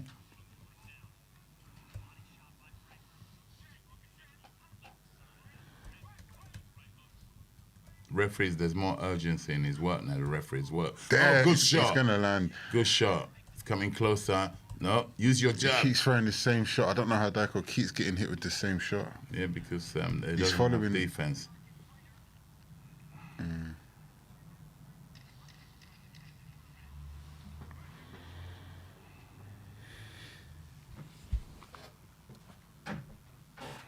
He's still doing it. The referee took a point. He's still doing it. He only knows one way. That is the way. Beautiful right hand. Oof. The same right hand. Yeah. Same right hand. And that's when you're talking about tall fighters punching down. Yeah. That's where you are at a slight disadvantage as a tall fighter. If you're following the fighter's head, if they go low, your hand might naturally go low and you leave yourself exposed. And that's what Franklin's banking on. Daiko's got to keep his hand up. There's a bit of panic in that Daiko's corner. He's getting hit with that right hand too often for the coaches like him. But I can't understand Russian, but I should imagine he's telling him, keep your hands up, young man. The corner is telling him he's got to win the last 2 rounds. Yeah. Or he's lost the fight.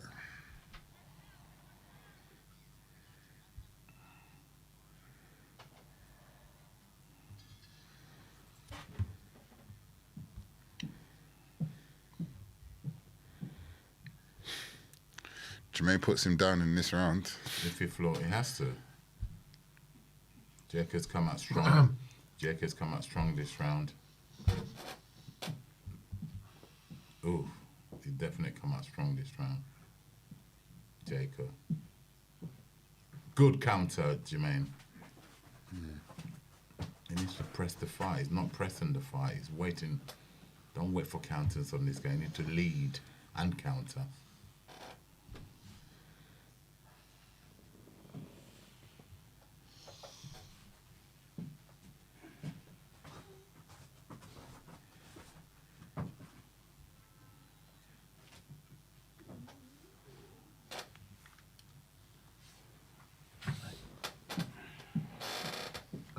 mine. That's mine. It's yours.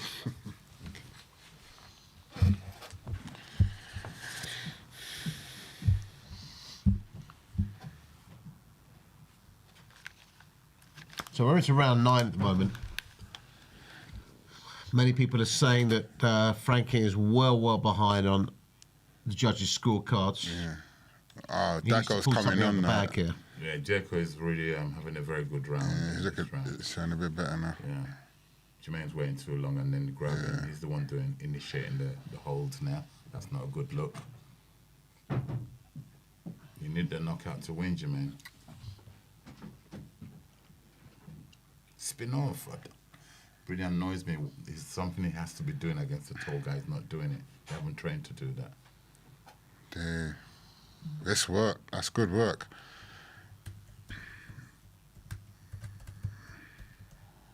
You start. Oh. That's it. You got to be rough in there.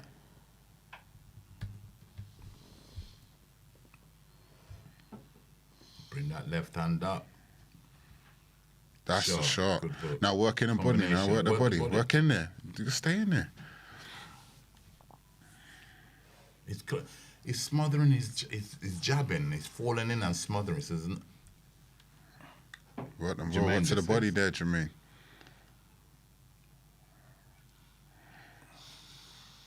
It's just not throwing to the body, is he? He gets close. Oh, unlucky. That almost came off for Jermaine. He tried the Philly roll.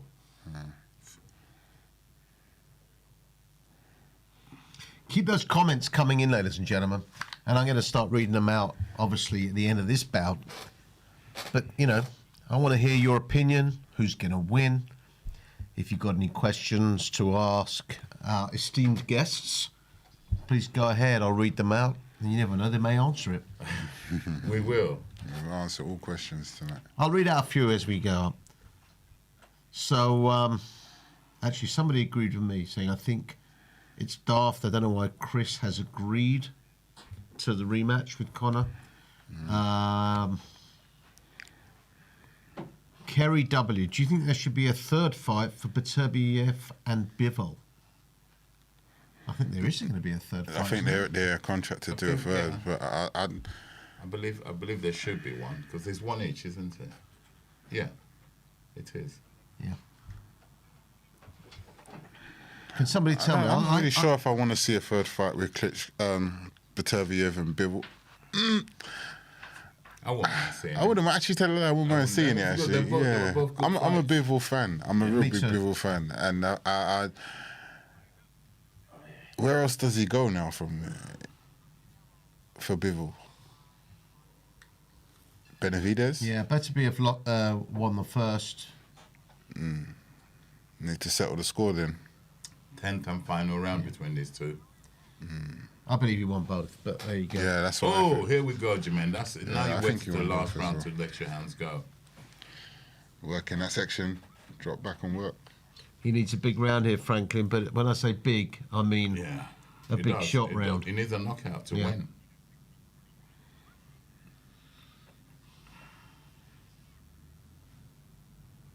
There, that's it. Combination. Go again. Second phase. No, not like that.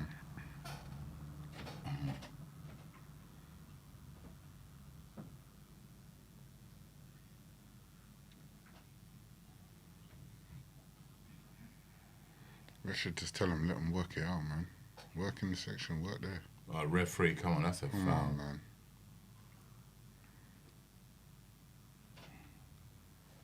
Again.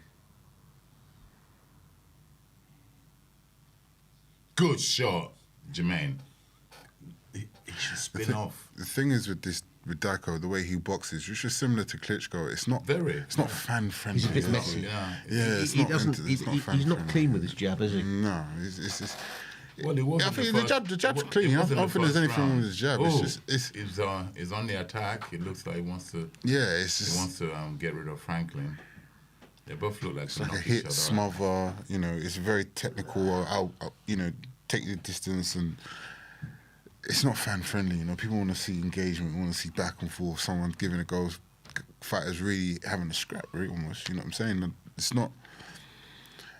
as coaches, I'll look at it and think, yeah, it's effective, it works, you know. But for the general public, It's not fan friendly. No, absolutely. I don't think they would enjoy it. No. Well, I say it on here every time. For me, what's fan friendly, believe it or not, is not what's friendly to my eye. Actually, I don't like. I'm not into seeing the scraps. I like to see the sweet science. You said Shakur is your favorite. Is your favorite fighter, so you like the clean work and. I also there's a also, couple of other. I like Bam Rodriguez. Good fighter. But believe it or not, there's one guy. He's British actually, whose style goes completely against what I like, and yet I think he's great. Nick Bull. Oh, okay. He's the mini Tyson. Isn't he? Yeah. His style is, based Very on- exciting to watch, and I don't like that style generally, but I just think he's brilliant. Sweet Oh, you people. kept them quiet, Don. There you go. Lovely. Thank you. A bit of sugar. Man needs sustenance. So my fan here, she always comes on. I believe it's a she. Big Chungus, good old Keith. Thank you very much. Anyway, the fight is over. It looks like Jermaine Franklin has lost. He's not on my cards. They call him Ditchko. Ditchko, yeah. Ditchko. We're going to make some announcements once we know the score of this fight. But I think we know.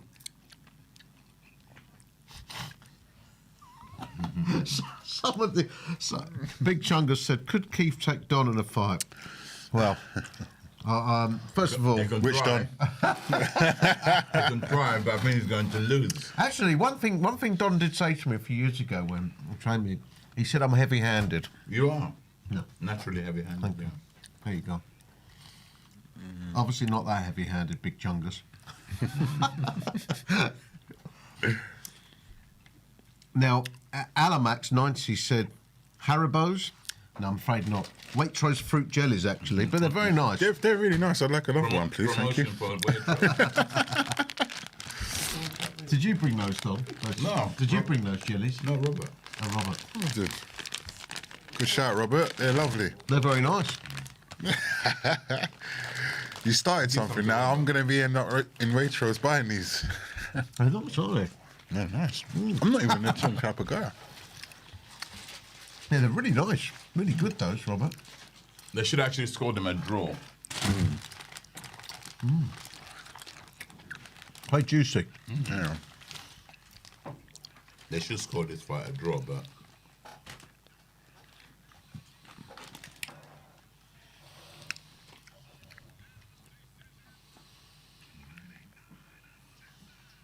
Yes. Whoa! I told you. Because the other guy who was scoring on my scorecard, Jimmy, I had him in he as lost well. 3. I mean, came there you back have on, it. And then... There you have Fantastic. subjectivity in action there, don't Yeah. you? All the pundits in the Netflix studio or wherever they're from said that Jermaine Franklin was a million miles behind in that Because fight. I don't know who's scoring. Because they don't know boxing, in my opinion. If you know boxing... Well, I think in the studio you've got I forgot the name of the guy. The guy was The in scorecard. Rocky 6 or whatever. It doesn't or matter Rocky what- 5. what was Rocky- what's doesn't his name? What's the name of the guy who was in Rocky 6? Rocky 6. Rocky Balboa, and he ended up fighting Rocky. And he's a professional boxer. He was a professional boxer. Tava. What's his name? Tava. That's it. Antonio Tava, right? Maybe he's one of the guys scoring it. Who scored that? I don't think so. I think so, to be honest with you. He is part of the punditry team. He needs to go to Specsavers. Another plug. And he's not a coach. We've been we in the last 5 minutes, ladies and gentlemen, we've done a plug for Waitrose and Specsavers. There you go. Neither of us are paying us a They have to. Boychuk. So I'll tell you a story. I train a Ukrainian fighter. Oh yeah. He's he's not too known about, but he's known amongst the Ukrainian guys. So when the war in Ukraine started, he was 17 years old. He'd had 150 amateur fights. He won 144. And I've been training him quietly for the last 3 years. You're training a guy who's got a record of 144 out of 100. Yeah. What weight is he? He's he's light heavyweight. He's a phenomenal fighter. And I've learned so much How many about... professional bouts has he had? Well, he's just turned 21, so we're going to... He's just turned 20, sorry, so we're turning him professional now. We struggled for... Nobody in the country would fight him at the amateur level. Really? Yeah. What's his name? Vlad Masic. Vlad Masic. Yeah, phenomenal fighter. I presume Vlad is short for Vladimir? Vladislav. Oh, Vladislav, I beg your pardon. And I've been learning a bit of Ukrainian as Have you? well. Yeah, absolutely. Russian? Well, Ukrainian, there's 2 different languages. Is it? Russian, Is it? yeah, I they didn't know speak. that. There's 2 different languages.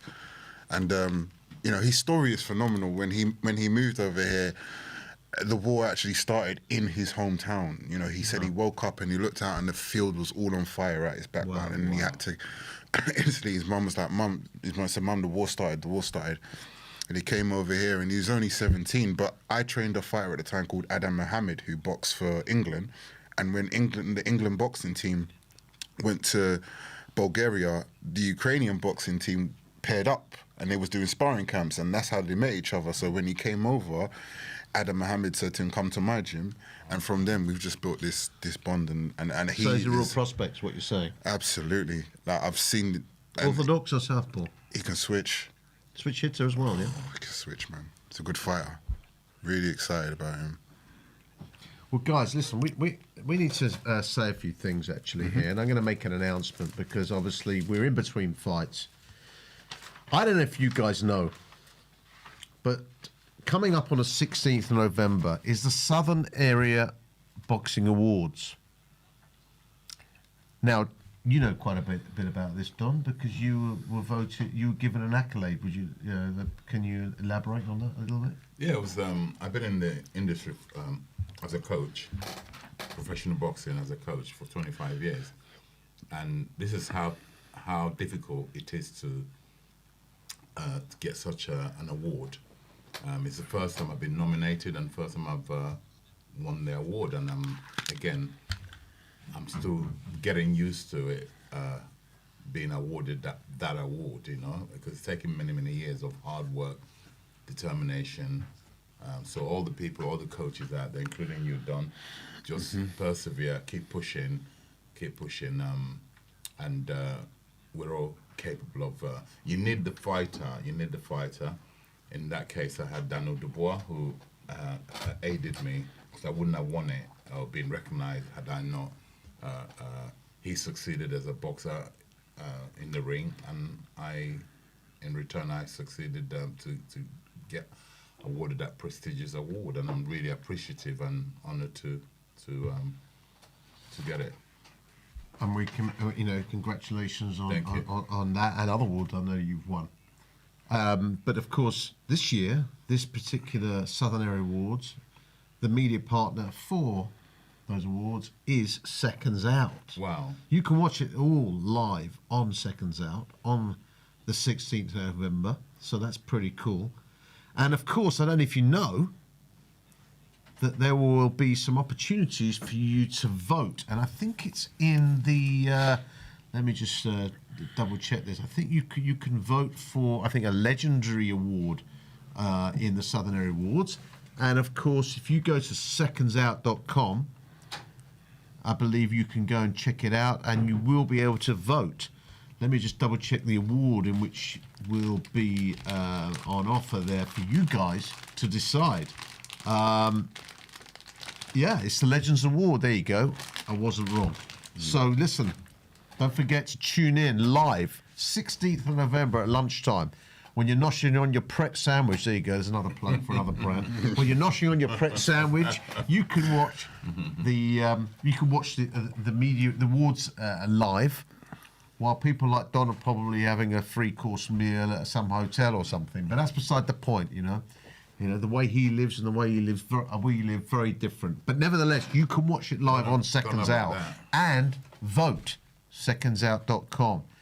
Now we have another thing. I have to point out, one of the founders original backers and founders of Seconds Out. Somebody I knew pretty well, a very close friend of a relation of mine, is Malcolm Block. Now, unfortunately, he died not long ago. Tomorrow, actually, is a special ceremony where they're unveiling the stone for Malcolm. Huge boxing fan. Big supporter of the channel, of course, because he was behind the whole setting up of the channel. And interesting enough, he actually quite liked me, which is, you know, a rarity, I'll probably say. He actually liked me, and he liked the way I interview and have a bit of fun. Anyway, for those obviously connected with Malcolm, for all those people behind the channel who love the channel, we want to pay homage to Malcolm and thank him for all he did for the channel. And again, I've known him for many years. He's connected to my family. And yeah, our thoughts go out to all his family. So that's Malcolm Block, who will be commemorated tomorrow. Yeah, anyway, it was an extraordinary. If you look on the screens, you'll see a picture of Malcolm. He loved his boxing. He did indeed. You know, it was, I had the privilege of knowing this man for many years. I first encountered Malcolm dating back to like 2009. Wow. He alerted me because Derek Chisora was preparing to fight Malik Scott. And Malcolm, Robert brought him down to our gym. That's the first time I met Malcolm. He says to me, I hear you're preparing your guy to fight Malik Scott. Yeah. And I said, correct. He said, what on earth are you doing to he'll box Derek's? Because he has a deep knowledge in boxing. He knew of Malik. I knew very little of Malik Scott back then. And he alerted me, said, no, this guy will box Derek's head off. He doesn't, he's Lennox Lewis's sparring partner. He's a technician. That's not the right fight for Derek. I said, look, I appreciate the information, and but we had to take the fight for lots of reasons. And guess what? We won. Derek stopped him in 5 rounds. Derek inflicted the. Malik Scott was 36-0 when he came to the UK to fight Derek Chisora, and Derek inflicted his first loss. Amazing. To him. Yeah. Not a lot of people know. Amazing story. But the story is that Malcolm, he knows his boxing. He goes to all the gyms in America and the US, and he knows he's not just a guy who attends the fights. He's a guy who actually goes to the gyms to watch these guys train. You know, it's a really deep. He really did knowledge. love his boxing. Yeah, he did. He actually loved American football as well. And I also believe, like myself, he was an Arsenal supporter. And that can't be bad. But yeah, he was a huge boxing fan. So I think it's only right that we pay homage to him. And he was also a big fan of jazz, by the way. Correct. He used to, Yeah, we spoke he used to about go this on as well. cruises That's right. with my cousin, actually. Okay. Which Right. I ended up going on. Right. I went on. I know we're veering off the subject here. So my cousin and Malcolm used to go on these jazz cruises, and then one year. I know he liked his music. Yeah, one year he couldn't go, and he'd already the cabin was already there, so I ended up going. Okay. Yeah. Interesting. But anyway. Yeah. So anyway, Rest in we pay our peace. respects to Malcolm. to him to beyond the grave, and hoping you're enjoying the coverage, Malcolm. Yes, he will be. Now, there's another fight coming up. This but young man here resembles Mayweather. The way he carries looks a bit himself is a bigger version of Mayweather. The guy he's fighting is Boachuk. He's the one that fought Ishmael Davis. Oh, right. And he beat Ishmael Davis. I think he stopped Ishmael. I'm sure. Right. I'm sure it's the same one. It is. And he beat must Virgil be Ortiz good. as well. No, Boachuk is a very good fighter. That's what brought me onto the Ukrainian that I was training, because we often talk about Boachuk as a fighter. He's a phenomenal fighter. Good fighter. in the light heavyweight division, we've got some tremendous. I mean, we've got some tremendous boxers in the light heavyweight division. I mean, you've got obviously Anthony Yarde, who's fighting. 20 yard. Who's you? Benavidez. Benavidez, yeah. He's still got Joshua Buatsi, Callum Smith in the division. You've also got a very interesting fight with a guy who I know. He's a good guy. Ezra Taylor. Who's going up against Lewis Edmondson. That's a good fight. Yeah. It's a good fight. I mean, Lewis Edmondson lost his last fight to Daniel Lapin. That's right. I think Daniel Lapin's Russian, I believe. Very tall and rangy, enormous for the weight. He's Ukrainian. He's Ukrainian. Enormous for his weight. I think he's something like 6'6", and he's a light heavyweight. Yeah. And he beat Lewis Edmondson. That's right. But Lewis Edmondson next is fighting Ezra Taylor. You know Ezra. Who do you fancy in that one, Don? Ezra, all day long. Yeah. All day long. I'm gonna go with my friend Lou. So, Lewis is a friend of mine. Right. Okay. He's I've known Lewis for years. You know, in the start of his career. I think it's gonna be a good fight.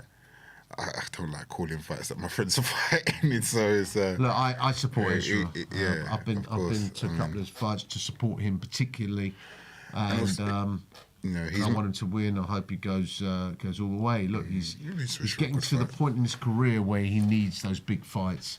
He's getting to the point in his career where he needs to start being in the mix for the titles. Agreed. Yeah. So now's his time. His time is now. Yeah. And if he beats Lewis Edmondson.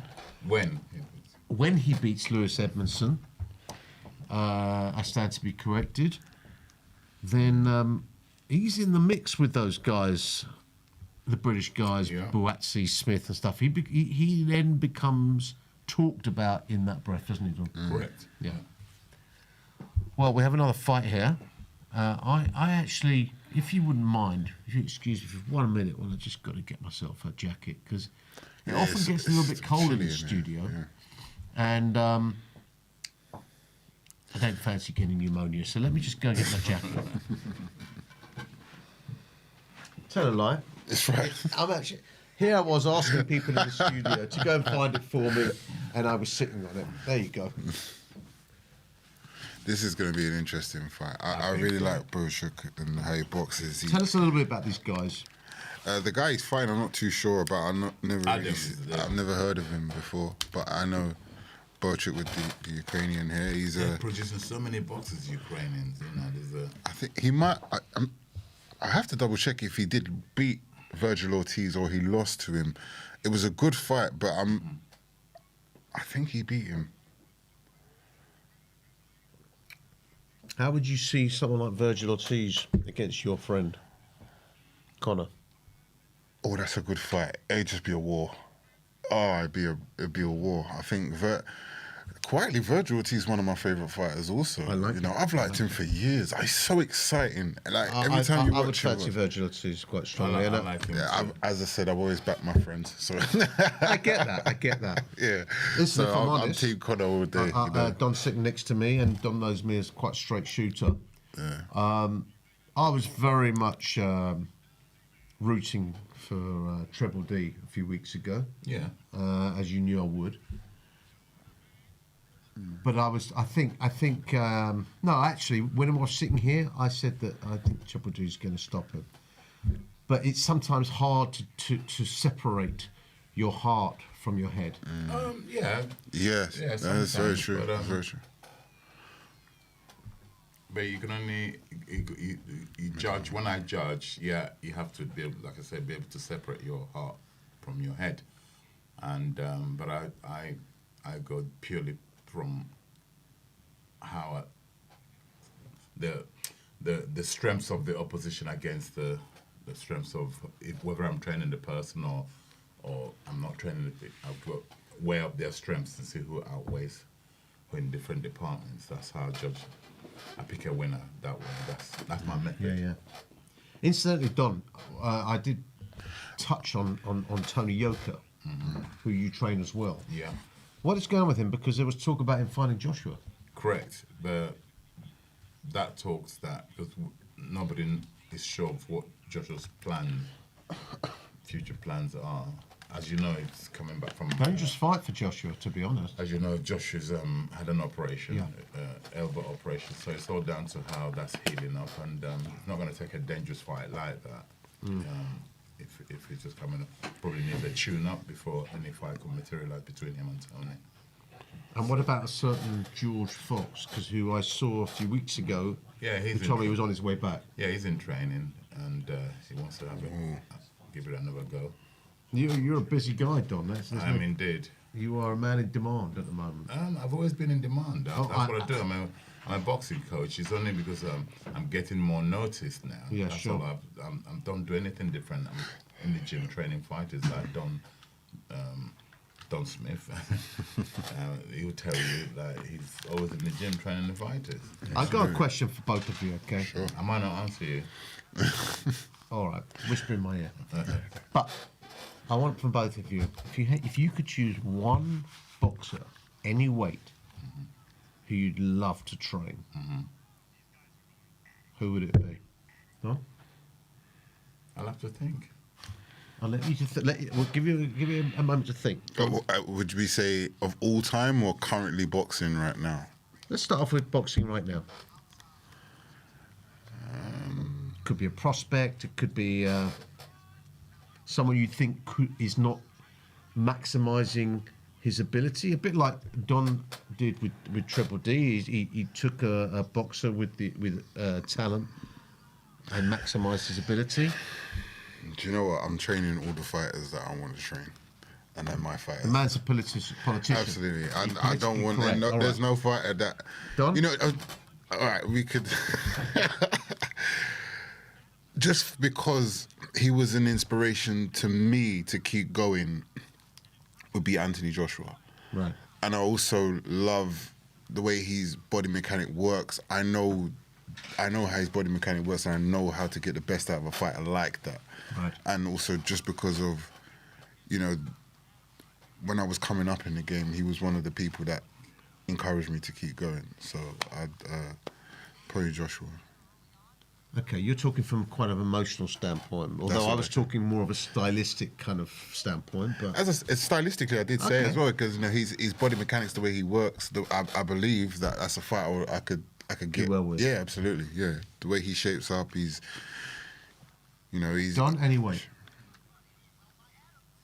You haven't decided yet, have you? No. I keep it to myself. All right. Should we just say then going back in time then? Yeah. Going back in time. Roy Jones Jr., the greatest of all time. He's not the greatest of all time. He's actually Roy Jones is my second favourite boxer of all time. Really? After He's my favourite, man. He's my favourite boxer. Muhammad Ali, the greatest. There you go. Sugar Robinson, that's a good one. And I'll tell you a story about Don. So, first time I met Don was at I think a charity dinner, and I told Don. It was a charity dinner. Was it a boxing dinner? Yeah, it was a boxing dinner. Anyway, I told Don, and he still is my favourite all-time British boxer. This guy. I told him my favourite all-time British boxer is Harold Bomber Graham. I was always a big fan. I loved how slippery he was. I loved that style. And so Don said to me, "Oh, well, okay." He comes down to the gym quite regularly. Give me a number. When he comes in, I'll get him to call you. A week later, I got a call, and it was him. Yeah. Do you remember that? Yeah. That was a really nice touch, Don. Thank you for that, because I was always a huge fan. And I'll tell you another story. I was once, many, many years ago, in central London at a nightclub. And I was literally just about to come out of the door to leave. I see Johnny Nelson. I said to Johnny, Johnny, I'm a big fan of your stablemate. He goes, oh, he's up there. He's up there. He goes, I'll take you to meet him. So he took me all the way back up the stairs to the very back of the club. There was some sort of VIP section or something to introduce me. Nice that. That's nice touch, yeah. That's nice. And whenever I've seen Johnny, I've always reminded him of that, because I think that was really nice of him. Yeah, that's nice. So they're doing it again, right? in their scoring, the Adams is absolutely. It's a very competitive fight, but Adams is doing a lot of damage to, and they've got the other guy, I think these two. Bohachuk in front. I did hear them say something. This might be their second fight, and I think maybe the first one they had a good one. Yeah, the Adams is absolutely teeing off some really horrible body shots. Inside work is nice. Do you remember the charity dinner that you met Don at? Because that's quite interesting. Because that was the first place I met Don, at a charity boxing event. Wayne Bridge was fighting. Yeah, it was. I think it was Norwood actually. Wayne Bridge was fighting. Wayne Bridge was fighting. Wayne Bridge, what, the footballer? Yeah, Wayne Bridge, the footballer. Seriously? Yeah. It was a white collar thing. And then I saw Don there. We should have been fighting John And Terry. he's very, very good. John Terry. I know. We won't say why. No, but he's very good. He was training at my gym for that fight. Spencer Oliver was training him. Yeah. Where was he training Finchley? Mill Hill. Yeah. Yeah, I got a photo of me and Wayne Bridge that night, and me and Don as well. I don't know if he remembers me, but I do. You remember me? Yeah, I approached him. Yeah, I spoke to you there. Remember that story about Hellground when you phoned me up? Of course, yeah. Yeah, it was very nice. I was very appreciative actually. Well, Bohachuk is coming. It's coming back into this. Landed some significant power shots. Toe-to-toe stuff. They both don't like each other. It's one of those fan-friendly, not rap. This is what we call fan-friendly fight. Yeah. Yeah? Yeah, stand toe-to-toe. Yeah. Phone booth stuff. Oh, beautiful. That third shot to the body. Yeah. Adams, yeah. Good work. It's funny you talk about phone booth. I've trained in taekwondo for many years. Beautiful combination, Adams. I've done taekwondo for many years, and I used to go to a martial arts shop in near Kentish Town. It's not there anymore. And the guy who used to own the shop was a very funny bloke. And I always had, because I always loved Bruce Lee. I said to him, "What about Wing Chun?" He goes, "Wing Chun's very good for fighting in a phone box," which is what you just said. Yeah. Because if you can learn to fight in a phone box, it's very good style to learn. Wing Chun, yeah. To be able to hurt somebody within close proximity. But I mean, as much as Wing Chun is obviously a very unique style because they punch like that. Right, Wing Chun, strike with these knuckles and like a. I think I've seen. Yeah, I know what you mean. Yeah. And someone I know who does boxing now, he used to train Wing Chun many years. He said when he first sparred with the boxer was very taken aback by his style because of the way he was the way using Wing Chun style. Really? Yeah. It's interesting.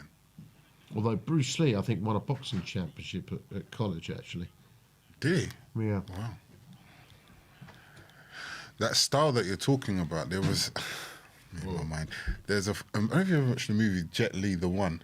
Do you know, it's funny. I love my martial arts movies, but I haven't actually ever watched any Jet Li movies. Really? No. There's a scene in there where I'm sure it's Wing Chun he's doing. He's in a prison cell, and all the shots that he's doing are like from that distance. Maybe. So it could be.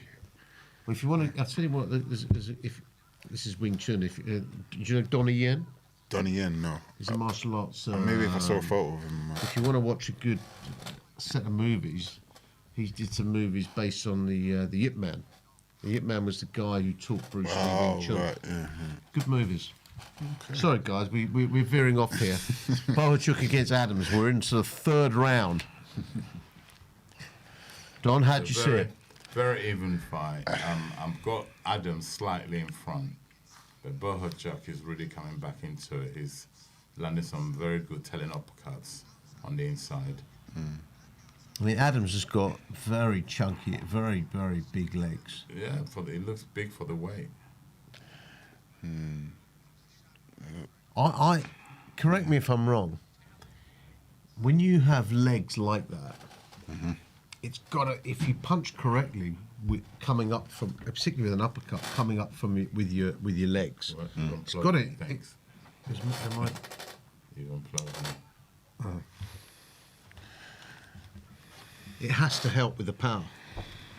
In some ways, yeah. You can, if you've got strong legs, it's and yet you it's look at a base. fighter like Deontay Wilder, whose legs are really thin, and yet you could generate that power.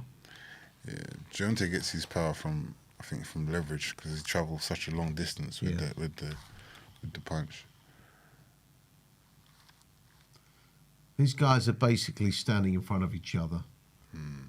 Phone box. This is a phone box. Having said that, all of you youngsters out there probably won't know what a phone box is because everyone uses a mobile phone these days, but never mind. Someone just asked whether we watched Donovan v. Crocker. No, I didn't. I know it was early, and I think it was a very close one from my understanding. Well, these two guys are really hitting each other there. No one wants to take a step back. Ooh, I like what Adams is doing. Yeah, doing some good work. Yeah. Very good technically, yeah. Yeah. The Mayweather look-alike. Chunky Mayweather. Going back to what you said before, Keith, about big legs, there was an interview that Jim Lapley did with Joe Rogan, and I saw it the other day, where he spoke about Canelo would ride his horses right before he would do his workout sessions. And then Jim Lapley used to live next to him, maybe in Vegas, I think it was, and said to him, you know, why would you ride the horse which strengthens your legs right before you're about to do a workout? And he says, well, my upper body's working in the gym, my lower body's just as important. And that's it. Jim Lapley attributed Does it work on that. your legs, is it, horse riding? Yeah, apparently it does. And he said that is what gives him his solid base, and which is why he's never been put down, he's never been knocked out. And he apparently Canelo attributes that to his physical strength. That's interesting. That's very interesting. I have heard a few people mention that horse riding is actually quite good for you. I always heard it was good for the butt. All right, not wanting to go into too much detail, but apparently ladies who do horse riding quite firm in that area. But we're not going to lower the tone of the conversation. Apparently with horse riding. That actually starts making some sense to me now in a few. You know when you can draw the lines. Yeah. So we won't say no more. Next time you see a pair of jodhpurs, remember what I said. Yeah. No problem.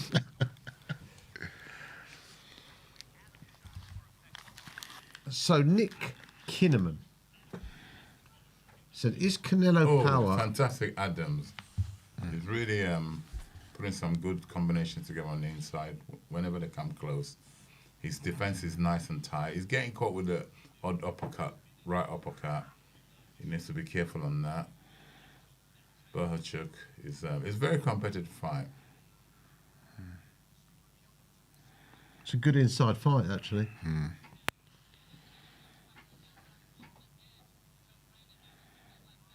Who you got ahead, Don? I got Adams ahead. He's doing the cleaner work. His defense is pretty tight. A lot of the shots Berchuk is throwing are landing on the arms, on the gloves of Adams. Adams is more accurate, more penetrative, like that. He puts combinations together and he's on target there. He's targeting the stomach area. Very good, grueling fight. You don't want to have too many fights like this. This is it's not good for you like that.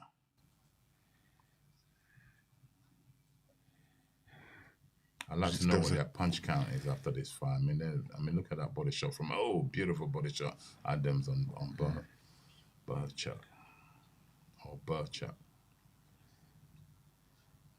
Don, you were saying that? No, you was asking a question. What was you said? Someone asked a question. We'll wait to the end of this round. Indeed, yeah. Someone did. All right. Well, listen, we're virtually. That's a beautiful combination by Adams. Every shot landing through four punch combination, they all landing on target. Pop. This is sprawl. All of Berchuk's fights tend to be like this. Really? Yeah. His match, Adams is that. As I said, look at Adams' legs. He's so strong when they're close quarters. He's physically out, pushing him back. Look, got a tighter defence, hasn't he? Yeah, that's good. He's throwing combinations, beautiful, punishing, whipping body shot. Oh, I tell you, Bochuk is done well to still be standing. He's been hit with some tremendous shots from Adam. Yeah. Coming back to Nick Kinnaman's question, is Canelo's power overrated? Canelo couldn't KO Mangia. It's hard for me to read this. But Sorachi could. Canelo couldn't KO Belanga, but Shiraz could. You want to answer that? I don't think so. No, it's not overrated at all. To get that power, let's not do that. Look, styles make fights, innit? You know, maybe Belingo opened up a lot more against Shiraz because he maybe believed he could win it, and he was more cautious with Canelo, so he wasn't engaging. So, you know, styles make fights. Air Max 90 said, I just put money on the draw for Canelo Crawford. Well, if it is a draw, Air Max 90, you'll have to split the winnings with me because you heard me talk earlier.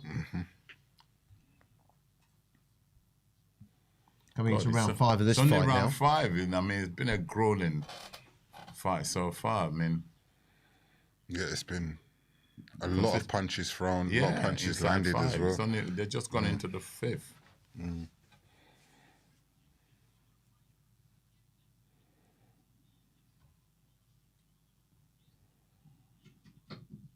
It's an interesting scrap, actually, this, isn't it? Yeah. It's a grueling fight.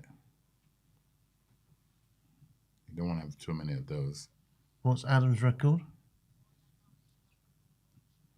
I think he was 24-4, maybe. Unbeaten. No, he's been beaten. He's not 24-4. He's lost 4 fights. How was he? Jeez.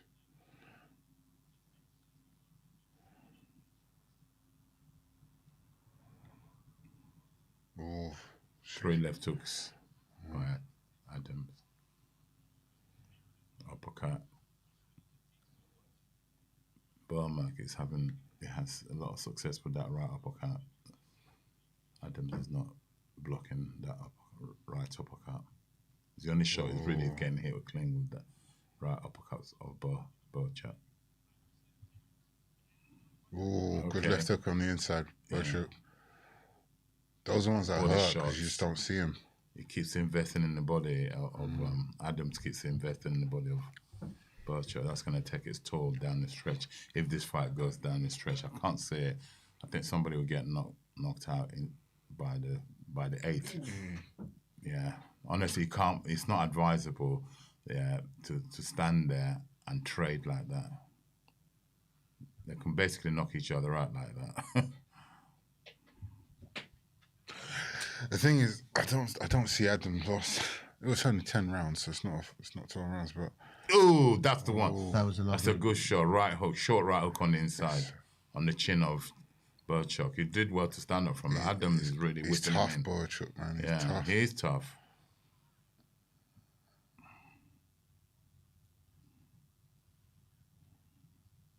Okay, that's good combination by Bochuk. Adams comes back some horrible sickness. That's a beautiful left uppercut by Adams on Bochuk's chin. He took it well, but he shouldn't be there. He go for a little taking a lot walk. of shots, big shots. You know, it's there too long. His coaches said, "Come away," because obviously Adams is the stronger of the two. To be standing there is doing Adams a favor. He should like that. He should move. Let Adams can't walk onto shots. The fact Adams is open to an uppercut, walk him onto it. Jeez, what a fight. There's a lot of punches being thrown. A lot of punches. Look at his face, Bochuk's face. He's had a lot. It's only the 5 rounds is gone. Crazy.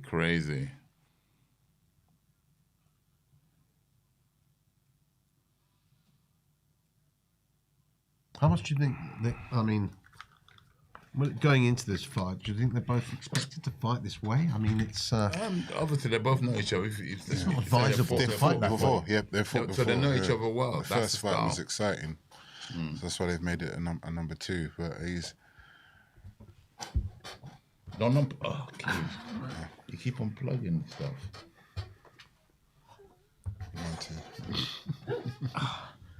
It's like technical hitch here, guys. In the break, we'll do it in the break. That belongs to someone. If we I've can got have no some sound. help here from the technical team. In the break. We'll do it in the break. It's not. Going into round 6, I believe now. Well, Adams just raised his arm. Yes, they've got him in front. But, he's really, I think he'll stop both. If Bochuk doesn't change his style, you can't be in there. The guy's stronger than you. I'm surprised his coaches are not telling him that. You're fighting the other guy's fight. Don't be too macho. Don't be too macho. Surely be able to box going back and pick him off, let him come on to shots, but he's not doing that. So he's going to get stopped. If he stays there, he's going to get stopped. But the punches don't seem to be registering. They are registering. It keeps taking. It takes its toll because they're registering. Yeah. They keep chipping away. I mean, it's tough. I give him credit that it's chosen to stand there. I think it's the wrong tactics, but.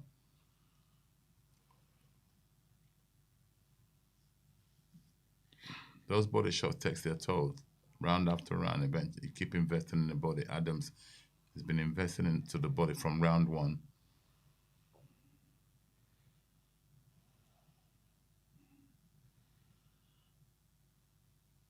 Oh, beautiful technique, Adams. On the chin of Bochuk, he takes it well. Full credit to both guys. They've both been hit with tremendous shots and they're taking it. Coming back. Good inside fighter, isn't he, Adams?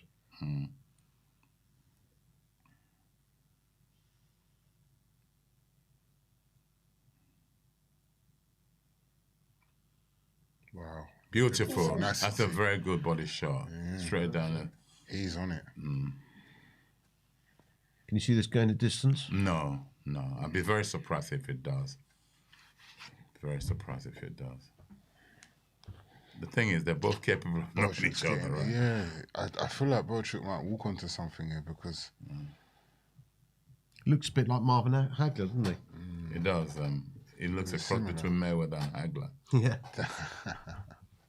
Oh, man, Adams is really... it does look like Adams is winning. Selections are good.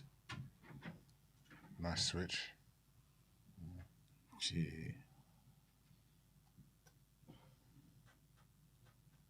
Bochuk, he's got heart. He's a fighter, he's a warrior.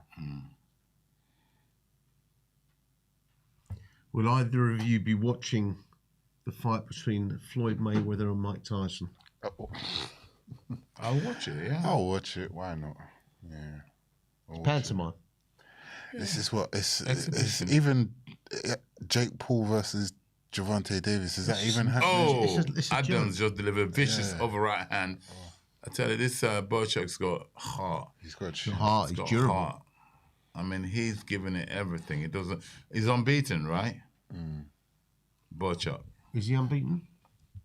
No, he's not unbeaten. Is he not? Sorry, I made a mistake. I said that he won against Virgil Ortiz. He actually lost, but I know he put Virgil Ortiz down. Okay. In that fight.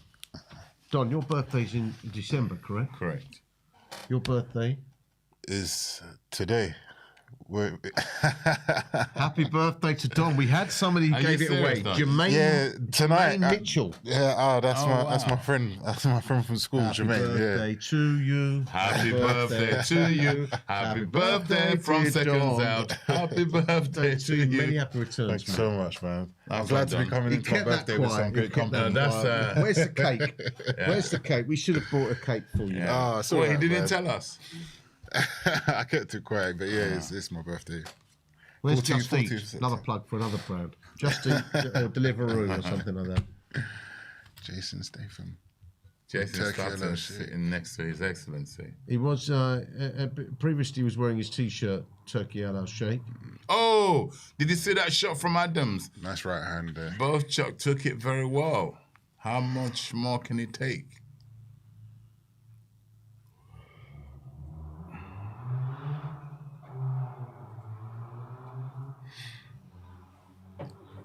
Good shot again, Adams.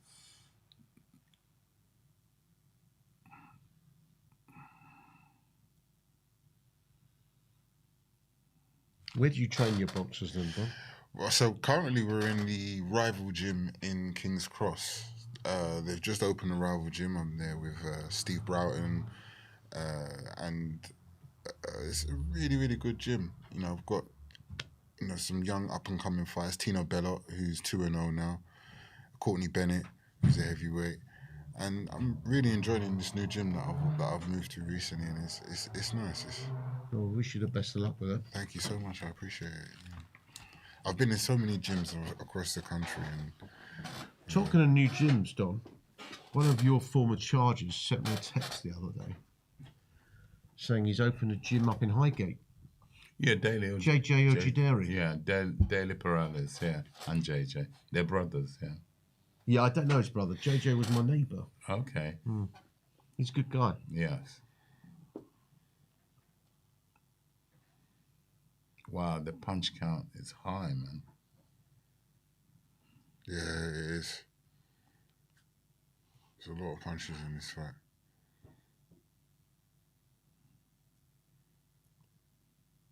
Well, we're into round 7. No one would have thought it would have gone this far. At this rate, Don. I said 8. It could well go all the way. Yeah, it could. Ooh, good body shots in there.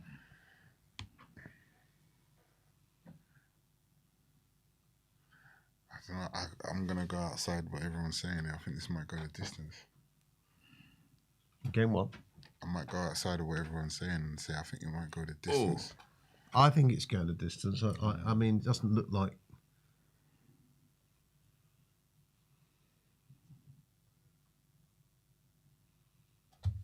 So was any of your guys at the Barham Box Cup last weekend? Barham Box Cup? No. No. Sorry to disappoint you, UK 88Q. Some of the names on here, interesting. Oh my days. Adams is, I love his, that's a bit low. Referee was there. Wobbled him a little there. You got to give it to this guy, Burchuk. Burchuk is a warrior. Warrior, man. Warrior. He's a fighter. Wow. I mean, Adams, I love his punch. Adams a warrior too. Look at him. Yeah, he's smiling in there. Look at him. He loves it. Likes a tear. Yeah. You guys just love to fight. Big Chunga says, is Keith still taken? I'm sorry to disappoint you, but yes, I am. But keep the compliments coming in. They're always warranted. They're always accepted warmly.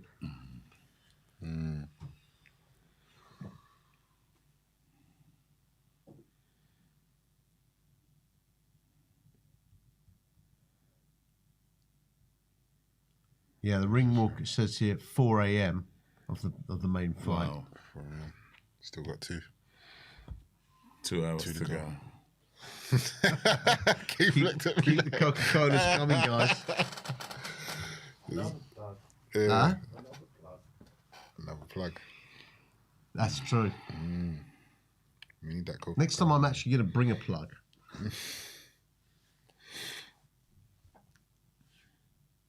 We're into round 8 here. Wow.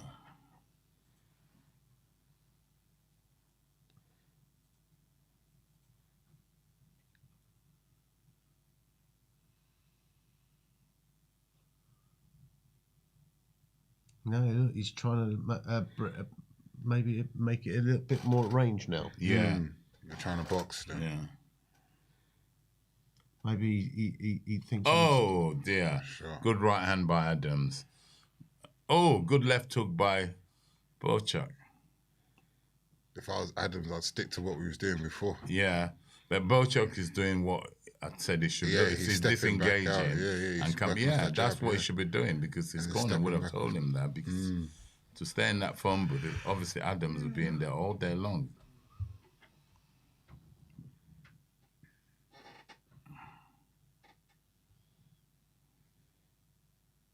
Beautiful, Adams. Good shot. Punch selections. He can do everything, this Adams. He can do everything. He can box. He can defend. Beautiful Oh, style. big right hand. Yeah. Oh, Double lovely. left hook. Double- Body I shot, love- beautiful. I love these body shots from Yeah, Adam. he whips throws them in it- he beautifully. does, Uppercuts yeah. to the solar plexus. Love his defense. Bojack needs to step back and work on his jab. He should. Yeah, Yeah, he shouldn't but be, staying he shouldn't be there too long. staying in the pocket. Too way stubborn. long. Doesn't look like he's going to be changing his tactics now. Yeah, does he? stick to that jab and work that backhand behind that. But he constantly double guards up and leans over his front leg. And you play into Adam's game. Sure. Good shot there, Adam. Gee. I don't think Bojack could help himself. Loves it. Oh.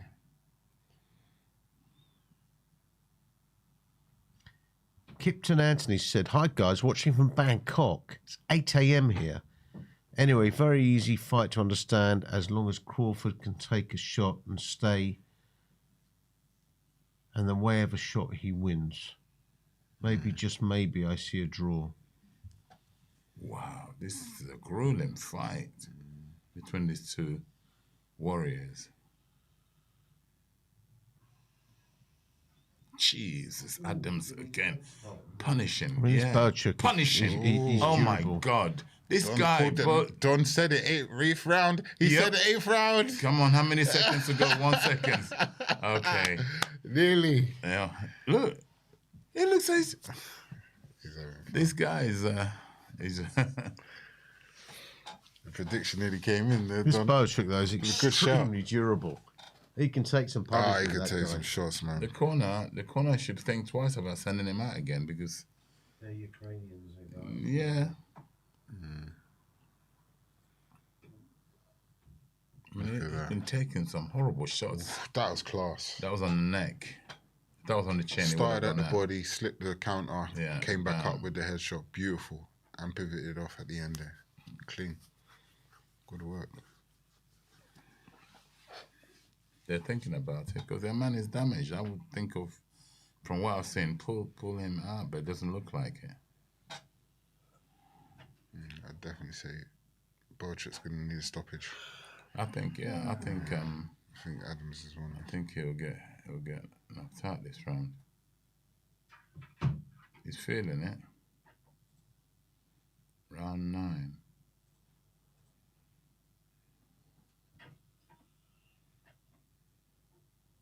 You should jab. Smart. Beautiful boxing. I love Beating that. that long now as well. Yeah, he can do everything. Yeah. Look at that. Rides it, comes back, combination. Fight, you know. Yeah, it looks yeah. like him as well, except for Hagler's a southpaw. That's the only difference. Shot. Body snatching.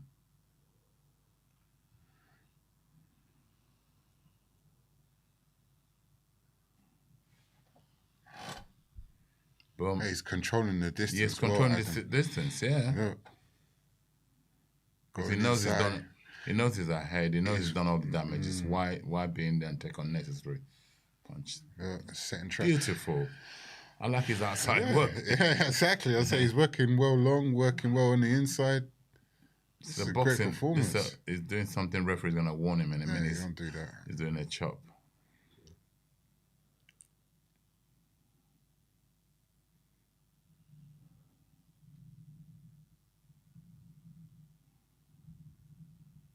Gee. It's class. Oh. I love how I like his style. Very rounded boxer, fighter. He can box and he can fight. Yeah. It's might be one of these late bloomers where it's on the list. Oh dear, Whoa. beautiful combinations by Adams, and both Chuck still takes it and comes fighting back. Full credit. He deserves to do the distance. Put such a gallant effort.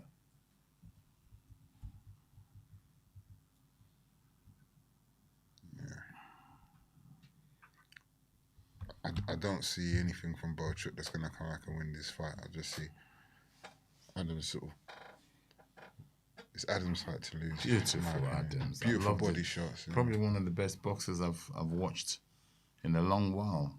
To have that variety, he can do everything. He can defend. He can box. He's got IQ. He's got IQ. What's his record? I know he's won 16. He's lost 4, something like that. Sorry, yeah? I know he's lost like 4 fights. He's won either 14 or 16. Interesting, isn't it? As you said, he's got so much variety, and yet... Yeah, he can do everything. Yeah, he lost 4 fights. He can do everything. Maybe he lost them earlier on in his career. Wow. I like watching him.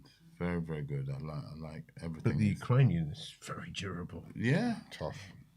Too tough for his own good, because he's going to feel it tomorrow and day after.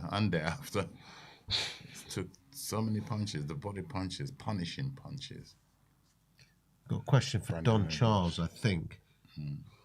What's the best compassionate stoppage he's witnessed in boxing?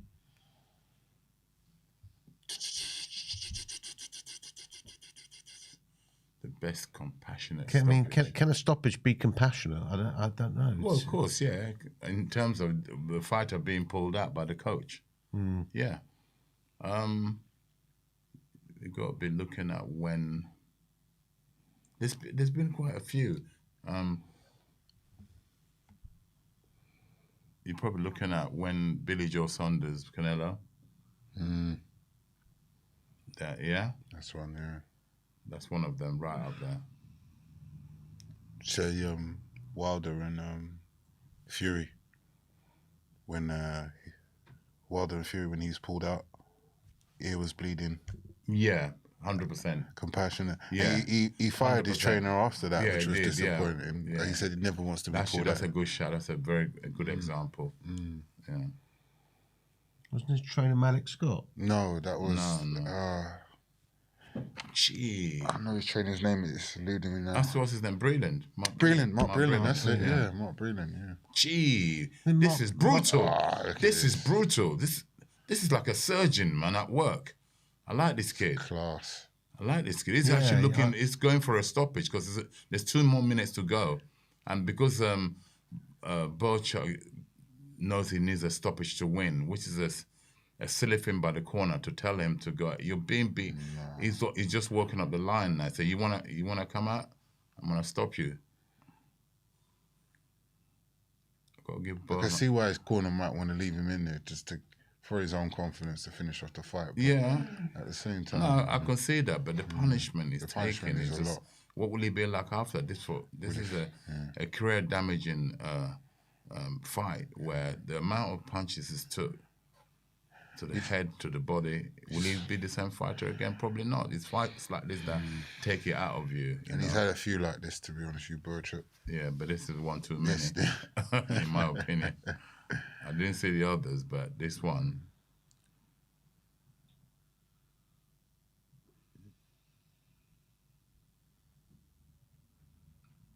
No, he's just second. When they're close. Gee. He comes back with it. It takes too long to last minute. Gee, this is incredible. Yeah. He's on it.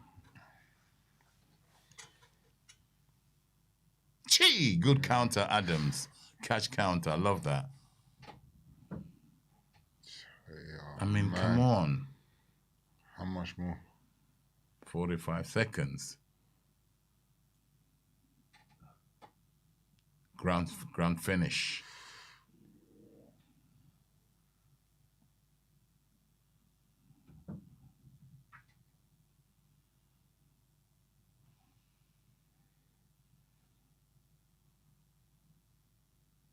Jeez, this is X-rated stuff.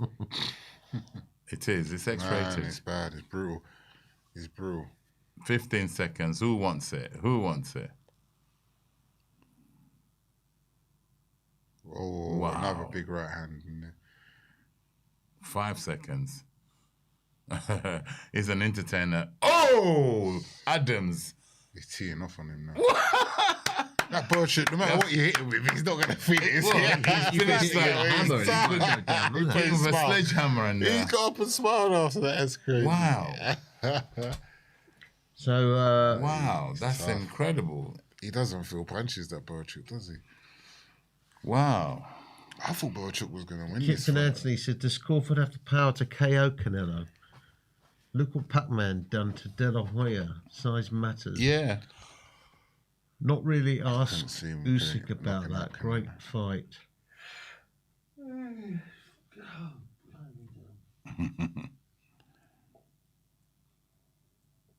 Just seen a tremendous bout. Yeah. I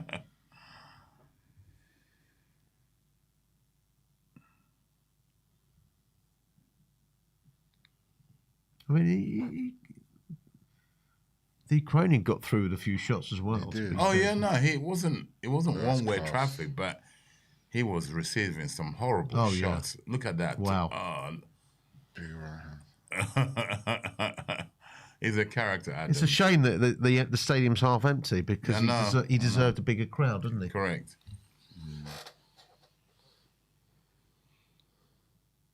You never know. If they want to do a robbery here, they'll give it to the other guy. I've seen it happen if it's the home fighter. Why would he be the home fighter, though, if he's from Ukraine? Doesn't matter. It depends on who they're backing to take forward.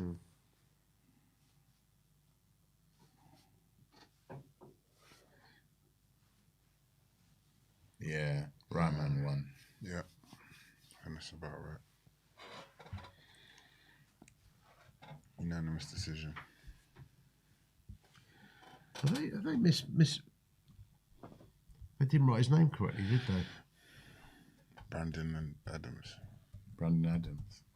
It's Brandon. They put the name wrong up there. Okay. He's 36. Wow. Yeah. Rolling back the years.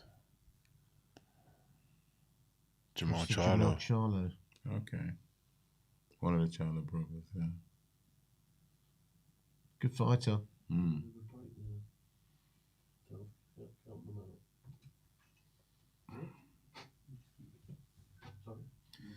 Well, ladies and gentlemen, we're going to play some highlights for you now, and we will be back after those highlights. Do not go away. Down here for Canelo, as big as this fight is, as much anticipation as there has been, pundits and fans still will call for David Benavidez once this fight is done. Is that a fight that you can see happening before the end of your career? Look, I never say no to anything. We'll see later. But I'm focused 100% on this fight. You brought Boots Ennis into camp. A lot has been made of that. Can you tell us what he contributed to training for Terence Crawford and what stylistically you were able to work on? Always have great partners in the gym is good because you always want a good sparring partners there, good partners in the gyms and the gym. And we have history. His older brother Derek Ennis helped me when I fought Shane Mosley. So we have history there in the family, and I'm glad he come to the camp and give me some good work. Thank you. Go ahead, sir. Maru Kakopian with Ring Magazine. My first question is for Saul. Saul, a lot of people are saying you're past your prime, you can't knock out anyone, but Eddie Reynoso is saying this is the best you've looked in 20 years. What kind of a performance are you promising on Saturday night? No, my best performance. I'm gonna put everything I have there in this fight, and you're gonna see all my elements there in the fight. Eddie said it's going to be a knockout, so we have to ask, what round? Oh, it's very difficult to say that. I prepare myself for everything, and you have one of the best fighters facing one of the best fighters too. But I'm gonna put all my elements. If the knockout come, good. If not, I'm gonna show why I'm the best. And my question for Terence. Terence, we've seen Canelo get close scorecards. He got a draw against Mayweather. He got razor-thin decisions against Gennady Golovkin. How confident are you that you could get a decision if you clearly beat him?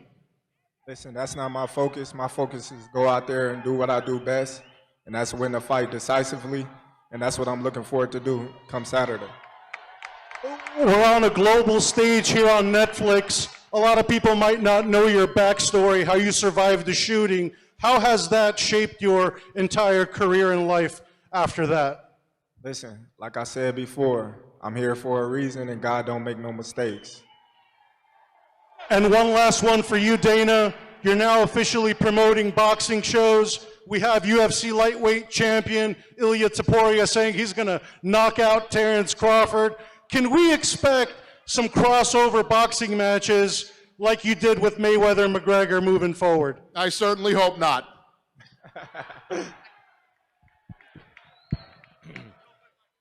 Good evening, everybody. A couple questions for Dana.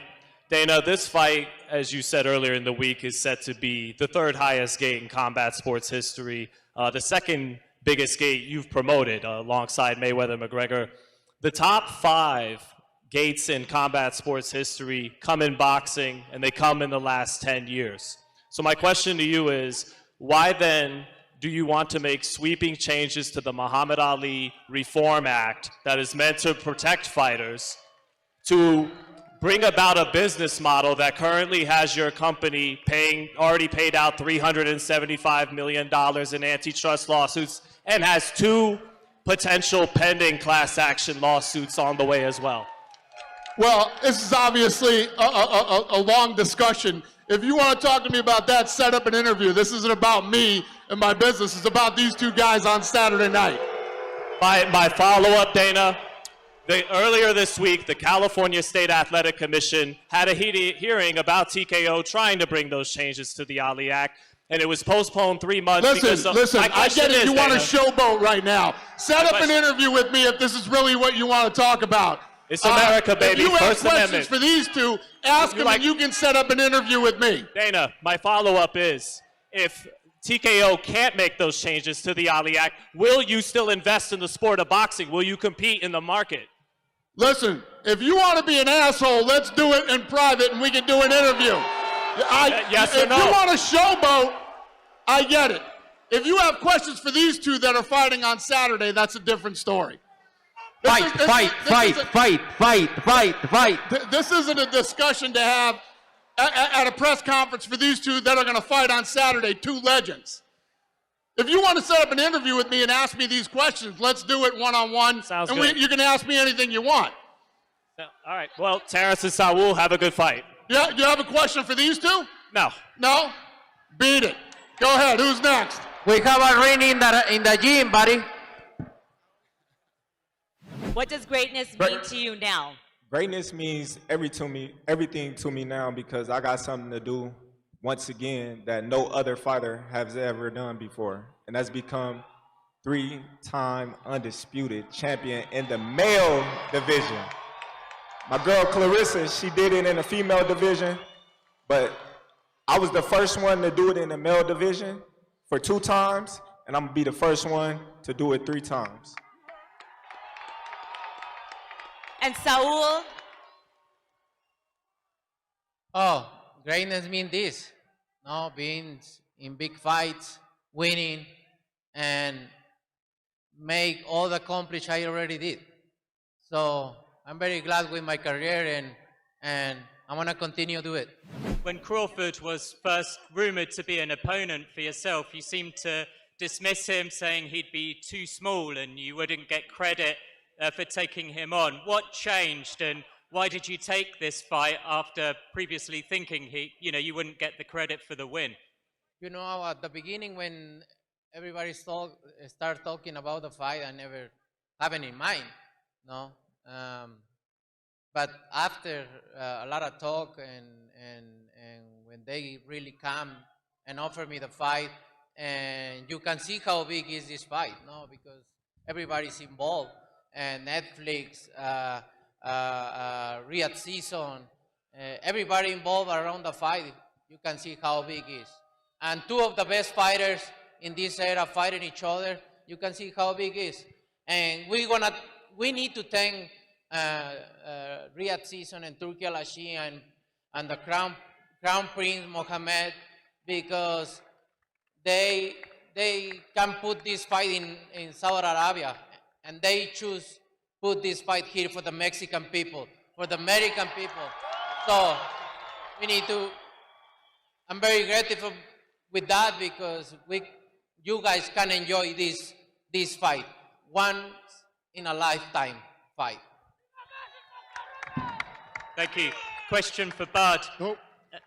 I go back to 2023. What you did to Errol Spence was one of the most impressive performances I've ever seen.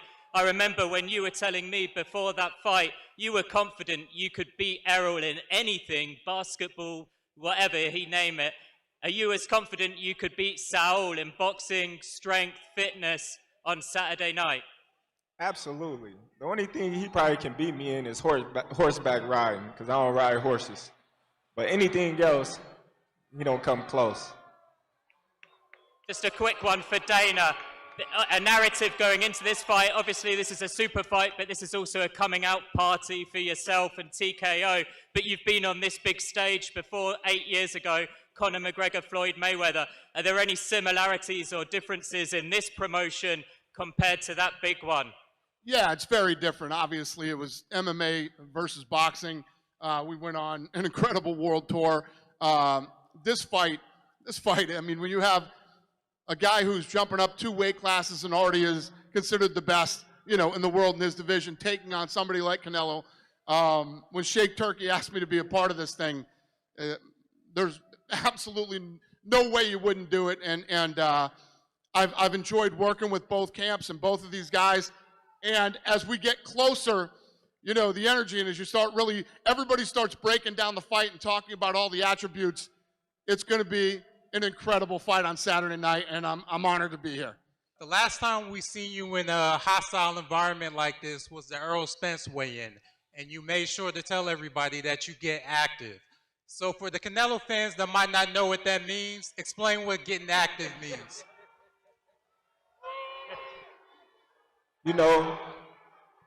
It's crazy because where I'm from, they say BTA, belt the ass. But I tell them I'm the buckle. It hurt more. This is one of the last great fights that you both have. Well, we don't know. We don't know if it's going to be the last big fight. No sabemos si va a ser la última. I don't know what's ahead. I can't speak. I mean, speaking myself personally, I don't know if this isn't the biggest fight. If not great things lie ahead. I'll tell you what. I'm focused on this fight. All I care about is this fight right now, and I'm just enjoying this historic fight and this opportunity. I'm enjoying this one because we don't know about the future and what lies ahead. Terence? Well, really, I'm not focused on that right now. I'm focused on the task at hand. I'm dialed in. My only mission is Canelo. That's it. You can be on Saturday the historic person that will award Saul Canelo Alvarez for the first time a Mexican sports figure with a guaranteed purse of at least $100 million. How do you feel about that? No, you get the number wrong. The contract between us and Canelo, more than that. I see you, Shakur. Look, what's it feel like? A lot of boxing fans here. So I'm a boxing fan. I know what this feels like. It feels like your birthday or it's a holiday or something. You're about to open a present when you get a fight like this. Am I right? It feels so... Let me tell you why boxing might be entering a golden age right now, and this super fight, which is the biggest fight in a decade, might set it off. Because you all love boxing, right? I mean, especially Mexican and Mexican-American fans, you've been keeping boxing alive. And for the first time in so long, the people bringing you this present love boxing. Let me start with His Excellency, Turkey Al-Sheikh. Let me start with him because if he's never born, none of us are here right now. This was his idea. And then Dana White. Dana White is the greatest combat sports promoter in my lifetime. He built an institution. You know why boxing's not as popular as it used to be anymore, right? UFC is really popular. That's because of Dana White. He built something like the NBA. Stop now, because he's about to do it for boxing again. For boxing now. You want an NBA or an NFL in boxing? Here it comes. Because he knows how to build an institution. And how do you do that? Hey, Max. Boxing is always bigger and big. Don't say boxing is not big enough. Boxing is big.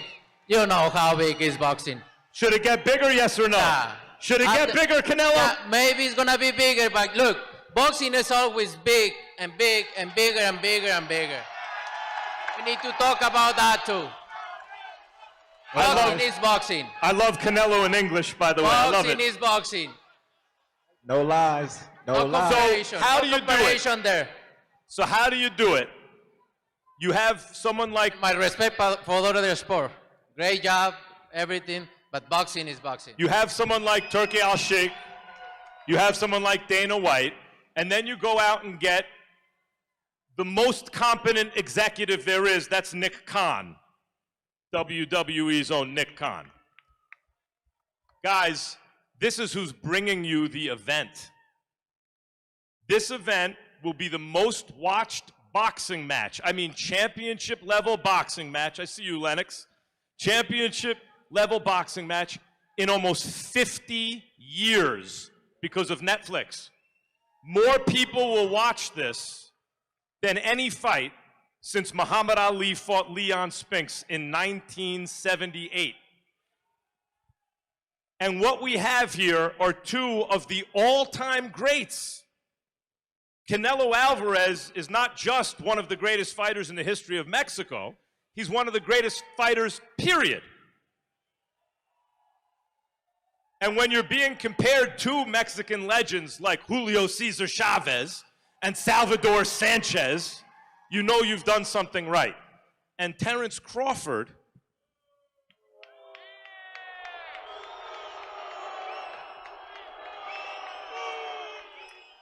let's be honest,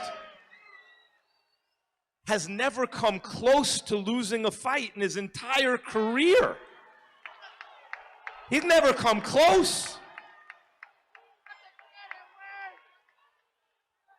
When people my age tell you about Hagler and Leonard and Duran and Tommy Hearns and those kind of fighters, and by the way, Sanchez and Gomez and the great fights from years ago, this is one of those, and you're all a part of it. Canelo, you have anything else to say? You're right there. Bud? Woo! See y'all tomorrow. Before we go, I can't hear the chant. What are they chanting? ¿Cómo? Cállate.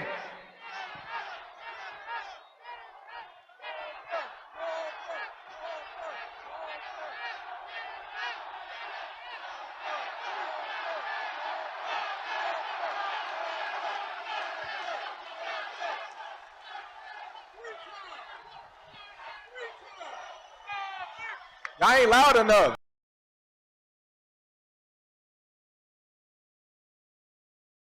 Netflix Saturday night, and we begin with one half of the co-main event in the super welterweight division, the undefeated Fernando Vargas Jr. 153, the official weight for Fernando Vargas Jr.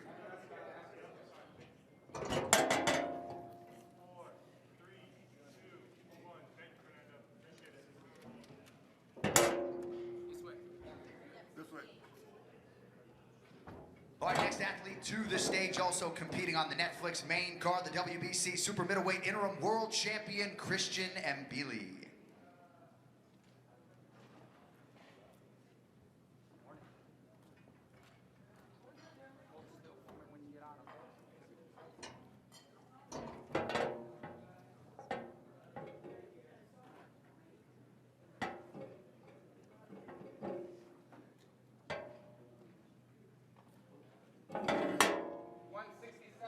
167, the official weight for Christian Mbili.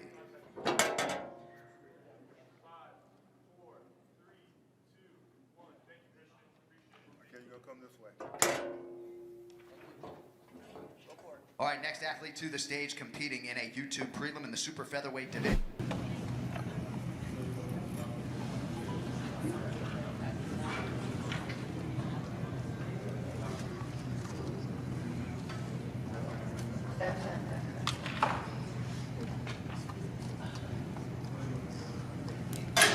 $129.5. 129.5, the official weight for Reino Tsutsumi.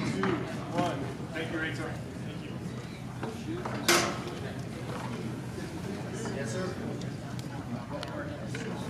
All right, next fighter to the scale, competing in the feature prelim live on YouTube in the middleweight division, Serhiy Bohachuk.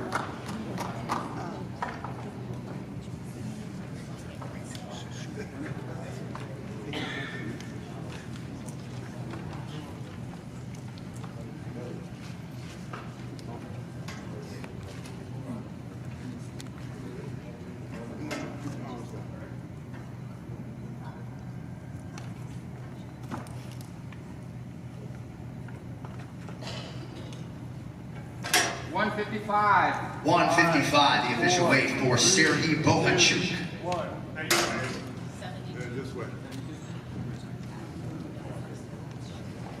All right, next fighter to the scale, competing in the light heavyweight division, Steven Nelson. So cold.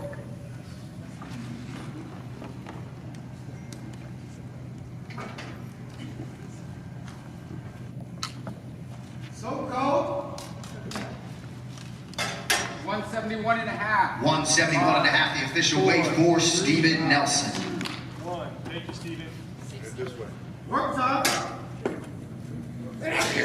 All right, next fighter to weigh in this morning, competing on the Netflix main card, undefeated out of Guatemala, Lester Martinez.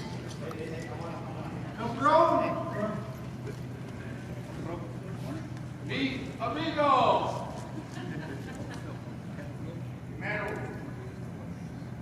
Amigo.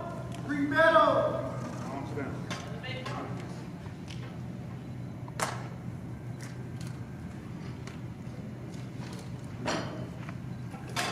167. 167, the official weight for Lester Martinez. Thank you, Lester. This way. All right, next fighter to the stage, the other half of the co-main event live on Netflix in the super welterweight division, King Callum Walsh.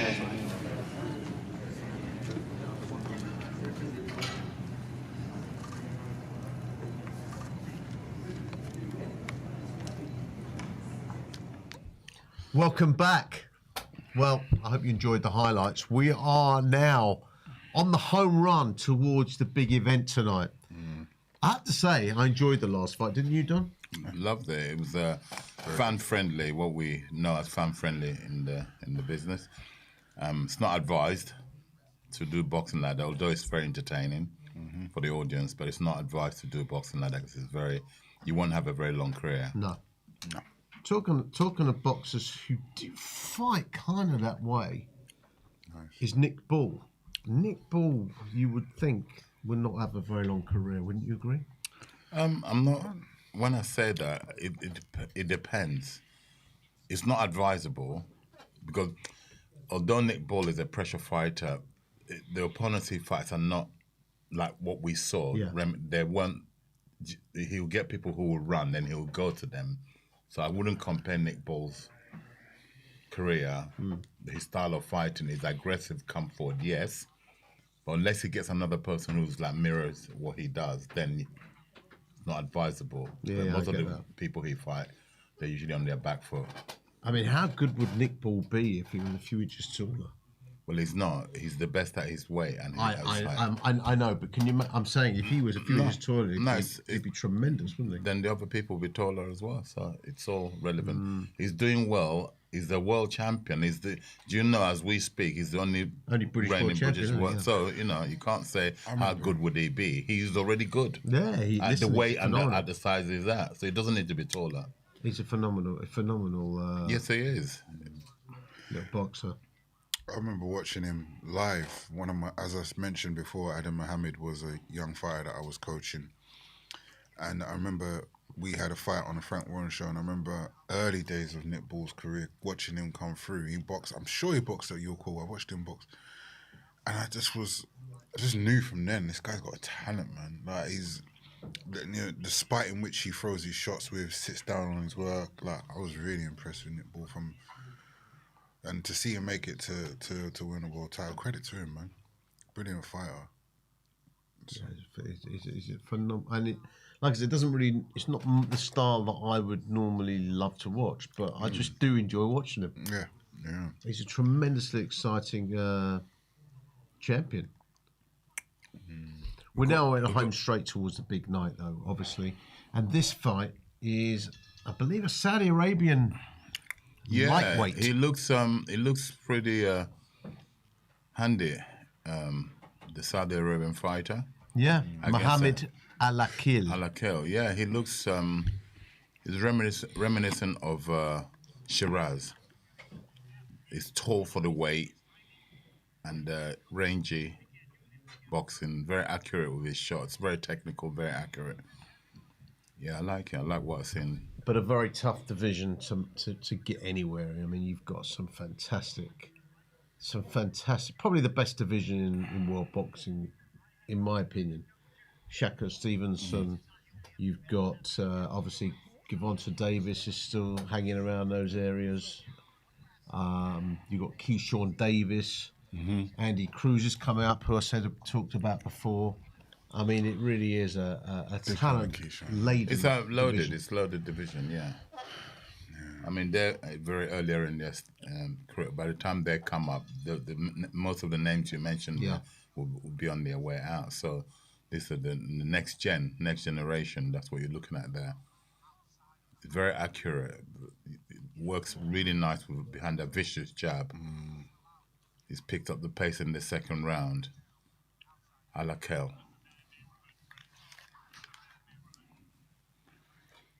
Is there a chap named Crawford? Hit it. No. John on. Oh, why does it say Crawford? I thought the guy who's fighting is John Ornelas. I think they've got that wrong. Yeah, it looks a Mexican. I don't know any Mexicans called Crawford. Yeah, they've got that Crawford. wrong. They've got that No, wrong. he's got Crawford on his shorts. Has he? Yeah, on the He back of has, his shorts. but That's I Crawford. had it down as John Ornelas. Yeah, that's more like it. Where does it sure say? it says Crawford on the back of his On the back of his shorts. I think you're right. Oh no, it's Ornelas. They've got the heading wrong. It does say Crawford on the back of his shorts, but I No, got it doesn't. John Yeah, it Ornelas. does. Ornelas. That says Crawford.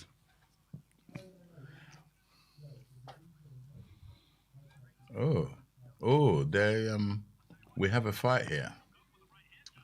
Okay. Yeah, I would say it is Crawford. Yeah. Okay. Yeah. I actually like Crawford's his movement. I like what he's doing now. He's pressing. Ooh, lovely right hand. Al-Akil, come on, do something here, baby. His Excellency is watching. I'm sure.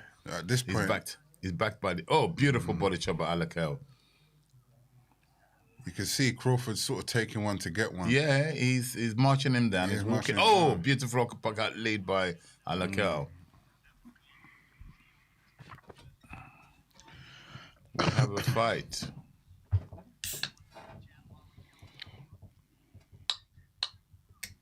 I was reading up on Terence Crawford's nickname, Bud.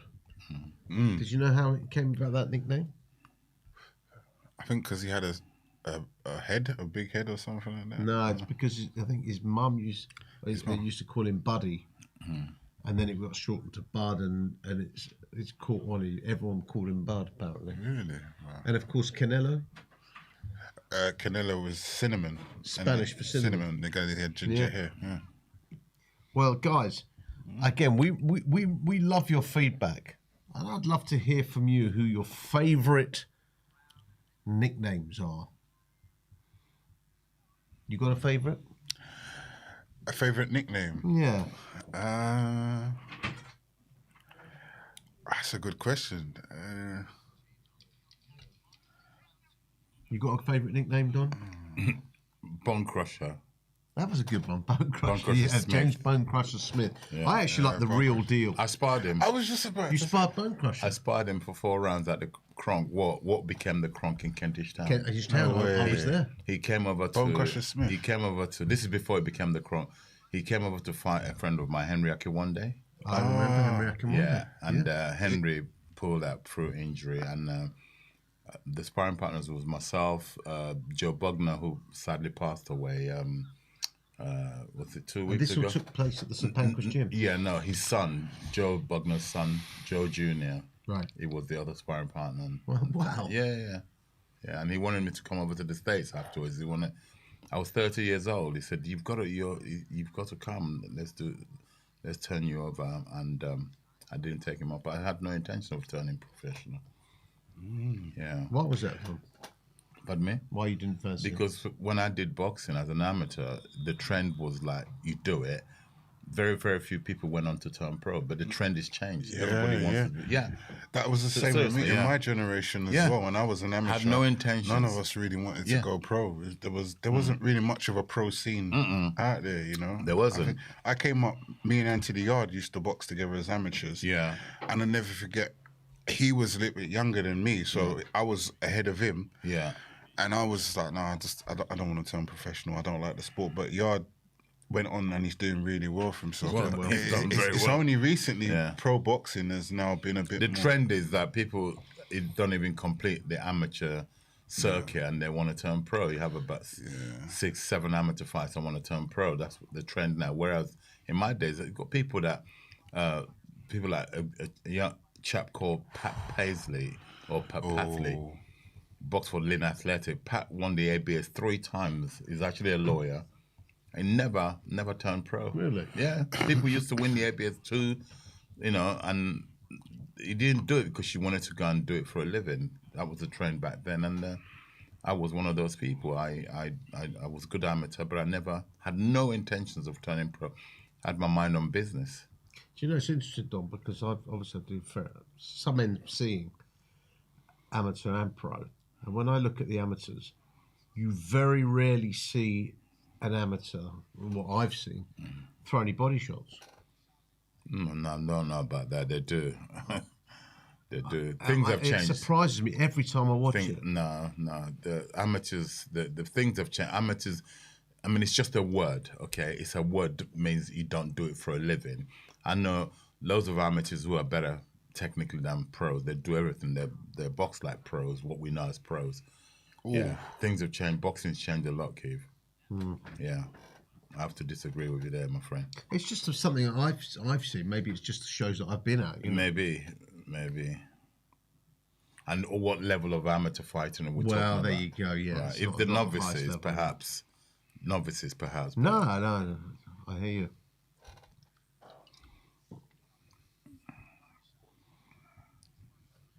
So my favourite nickname, I think, has got to be the Real Deal.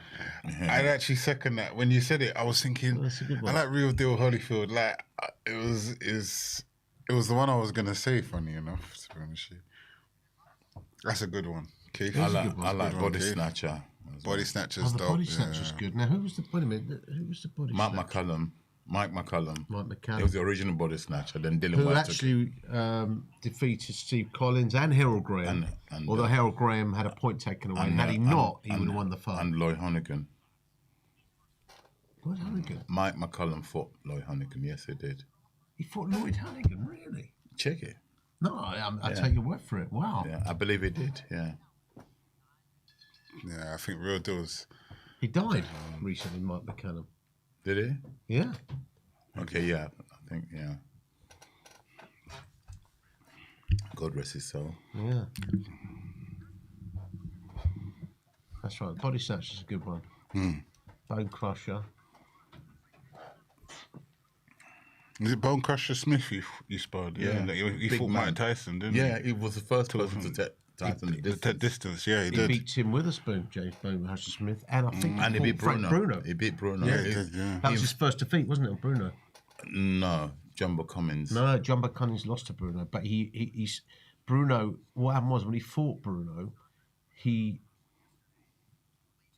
punched him, and Bruno was out on his feet. It was the end of the round, I think. Don, do you spar your fighters growing up then? I used to. Did hear that, you know. I Someone used I to. only heard that last week. Someone told me that I never knew that he did that. Who? That you used to spar your Yeah, I fighters? used to because I never got it out of my system. Because I never turned over, and I'm training these guys. And sometimes I couldn't get sparring. For this earlier on in Derek's career, I couldn't get sparring, so I'd glove up. We'll go for real. And Derek, you know how mad he is. He'll witness this. He couldn't understand it in the beginning. Then there was a couple of times, or the first time he said, "Right, no bells." Yeah. No, I said, I was like, I was panicking. He said, no bells, no rounds, basically. Yeah. So last man standing. He's nuts. I reluctantly said, okay, let's do it. So you used to spar with Derek, yeah? Hmm? You used to spar with Derek? Yeah, he's sparring, yeah. Yeah. Love that. And, Love that, man. We did it twice where there was no bells, and I'm not going to say who stopped first, but there was no bells. I like that. What's going on with Derek? I mean, he's supposedly got one more fight to have. That's right, his 50th fight, yeah. Which could be a world title fight. Yeah, he's IBF number one. Mandatory.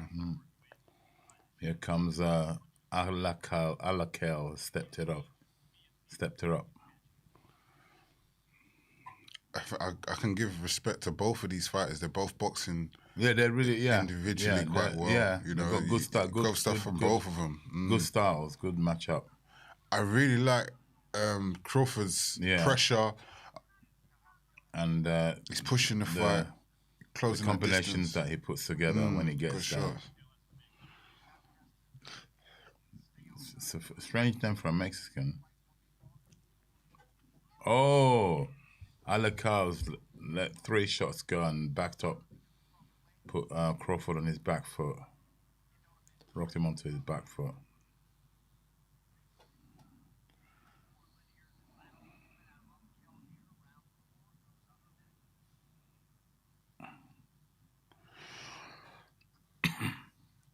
Gee. He's a good technician, Alakal. Oh, shots. Very accurate. I think Alakel's trained by, is it Triple G's okay. a former coach? Abel Sanchez. I don't see Abel there, unless he's not here presently.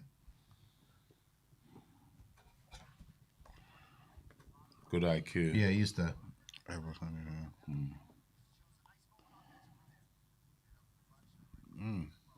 Interesting.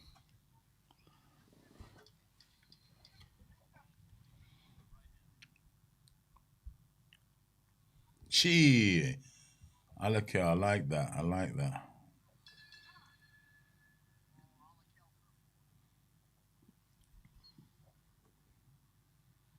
But they're a bit slow with this stuff. It is able. It is able, yeah. It is, it's Abel Sanchez. I worked with him on a fight.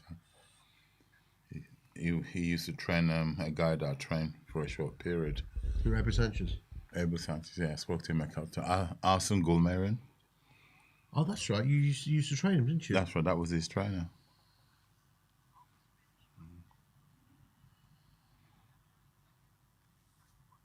Funny enough, I was in the steam room of the David Lloyd, sitting next to Arsene Gulmarian. And I think Aldo, my friend. And I think George was there. I think Crawford just entered the venue. Crawford's just arrived. Looks very relaxed, Terence Crawford. Been there, done it. Yeah.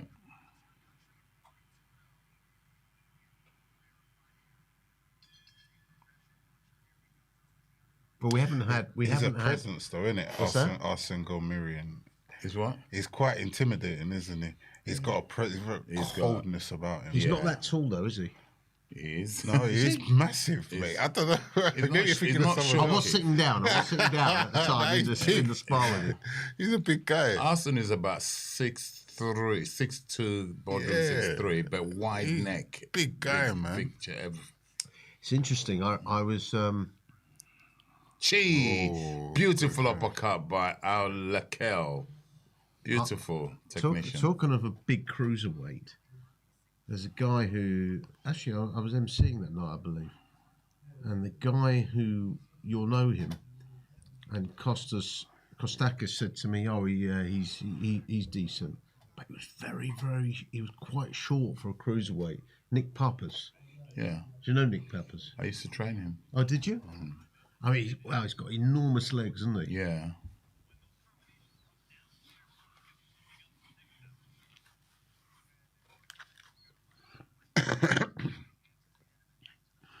All the undercard fights are 10 rounds. Yeah. Very strange. So we're into round 5 here. Alakal. Oh, Alakal, I like it. He's a good boxer, this Good Alakal. boxer, He does some good things. One for the future, present and future, because this kid's going to develop into something special, I can say it. Jimmy Ariaza, full of wisdom, this guy. He says, hello. Say that again? Jimmy Ariaza says hello. Jimmy. Hello, Jimmy. Jimmy, Hello, Jimmy. hi. How are you? What's up, How Jimmy? would you like to ask questions from the Dons? Couple of dons. Couple of dons. Come on, guys. We want to have your questions here.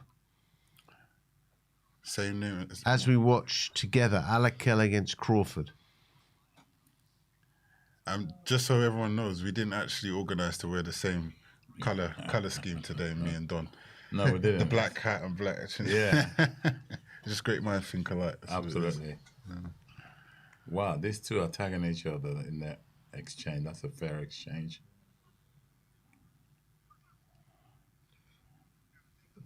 Don, you've intimated that obviously you fancy Terence Crawford for the up-and-coming big fight. Right. Well, you've intimated that. Well, by saying- yeah. Now I can tell you, that's my I was back underdog, so I am an underdog myself, so I was back underdogs. It's interesting. I think, for me, you know who I think is a tremendous pundit? It's Duke McKenzie. Oh yeah, he hardly gets it wrong. What He's did funny, he say? actually. He's very softly spoken. He kind of goes like, I think that Terence Crawford's going to win this fight somehow. He's got a very softly Has spoken. he gone for Terence? He's gone for Terence. Yeah, big time. he is like myself. He goes for underdogs. But I think he's a very good pundit, Duke McKenzie. He is exceptional.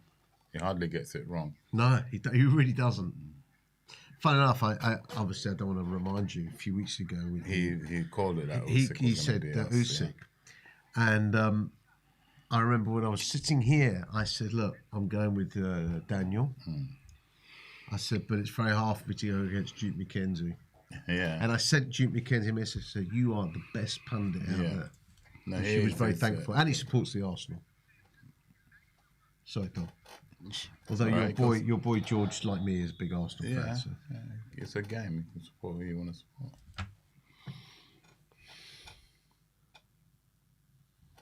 We're going into round 6 of 10.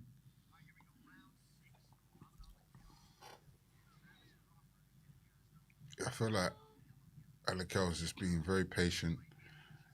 He's not wasting too much energy. He's picking his shots. Oh, Class. dear. And he's picking Beautiful. some good shots here, man. I'd be interested to know how long Alakal's actually been boxing from start, because obviously the level of promotion in Saudi Arabia for boxing has only been, the last 2-3 years, maybe? Maybe a bit longer. So I wonder how long he's been boxing. For a tall guy to lead with that left uppercut to the body, it's a very hard skill to do, but he does it well. Being a rangy fighter to do that.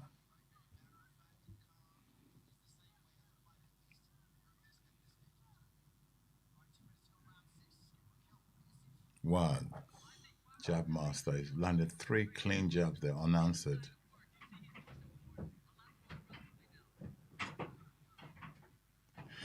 I just feel like Crawford is following. He's walking him down. He's walking him down, but he don't seem cutting off the ring, sort of cornering him. Just following him. Yeah, he's just following him around.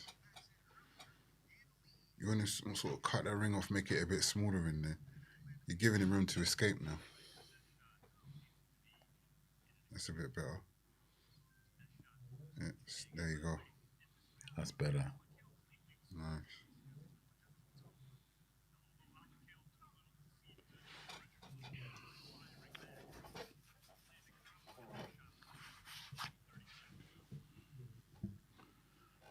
Gee, Alakel, bang on target. It's got that beautiful, educated jab, Alakel.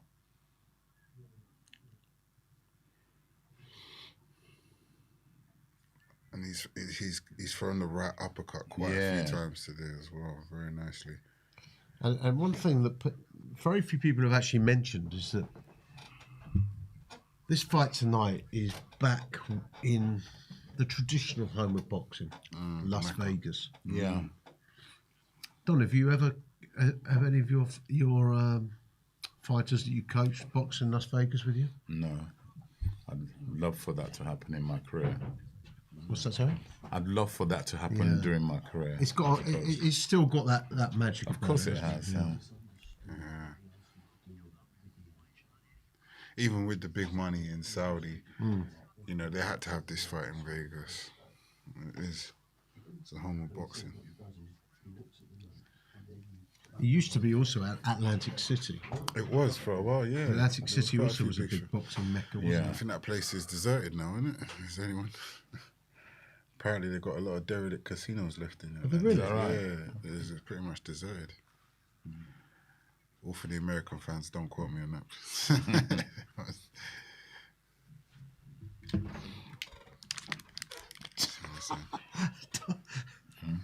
So Big Chungus asked, does Don Charles watch Love Island? No, I don't. I know, he doesn't. He's a man of class. Like, I'm afraid to say I don't watch that. And I really, Why would I ask that, I wonder? I really couldn't possibly lower my intelligence by watching that. No, you can't say that. Because Oh, come on. Come on, what? It's not you're an older generation. It's for the younger people. I think it's a very good program for them. I don't know. I just think that as a program, Things of are- what when I've turned it on, I thought, Yeah, people that's for you. watch It's this for crap. you. For you. No, it's not. That's you. It's for different generation. Maybe. My parents would have thought the same of certain programs that I would have watched. Maybe. I hear you. Yeah, that's all it is.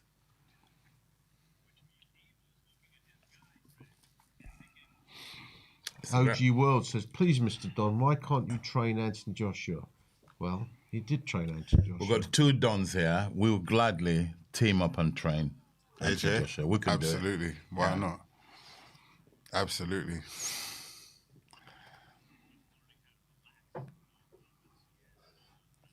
I kind of think that Anthony That Joshua... would be a story, though, wouldn't it? You know, Yeah, the two Dons. Yeah, Joshua going to Don Charles after. Yeah, that would be. Or Don Smith. Isn't that what Lennox Lewis did with? Yeah, Emmanuel Stewart when the Emmanuel Klitschko. Stewart. Yeah. No, Emmanuel Stewart beat him with Oliver McCall. Correct, and then he went That's and right, switched. Yeah. But then the fight when he lost to Oliver McCall, the referee stopped it too early and he probably would have come back and won it, to be fair. Pardon? When he lost to Oliver McCall. No, Lewis. Lewis Yeah. got knocked stopped out. out badly. What, against Oliver McCall? Yeah. Wasn't that the fight when he got up? No, I think the thing could have Hassim Rahman. You think of Hassim Rahman? No, both even fights he both- got knocked he was out. man. No, but in Oliver McCall fight, he stood Nah, up. he pretty was much done. straight He away, was didn't cooked, man. I don't. Sorry, Keith, you have to go and watch it again, man. Sorry. Don't want to fight It you. was a long time ago. Exactly, yeah. We No, have you to need pull to. out the evidence for that one there, man. Yeah. I'm gonna have to What look I it up remember now. correctly, like. You cannot be serious. No, he man. stopped him. He stopped him badly. It was a He big. stopped him badly. It was a big right hand. He slipped his jab and came with a right hand. I'm sure. Are you sure about that? And we're positive. I can see it as like Oliver it was McCall yesterday. won. Oliver McCall won. That's the Yeah, one. knocked Lewis out. Couldn't have carried on. Even Lewis would tell you himself. Yeah, it was a beautiful knockout as well by McCall. But so that's how great Lewis was. He came back and avenged it with the brutal knockouts on both of them. Well, in the second fight, Actually, I don't think it was a brutal knockout. The second fight. The second fight, I think Oliver McCall started crying, and the referee. Yeah, stopped it, I think. he was battling a lot at the time. He was going through it, yeah.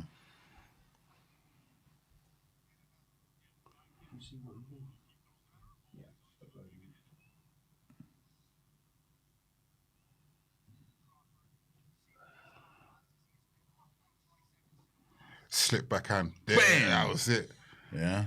Yeah, but he got up. Got up, but what? I don't know what you want. Yeah. Got up. Look, you got up. Yeah. You're gonna let that carry on.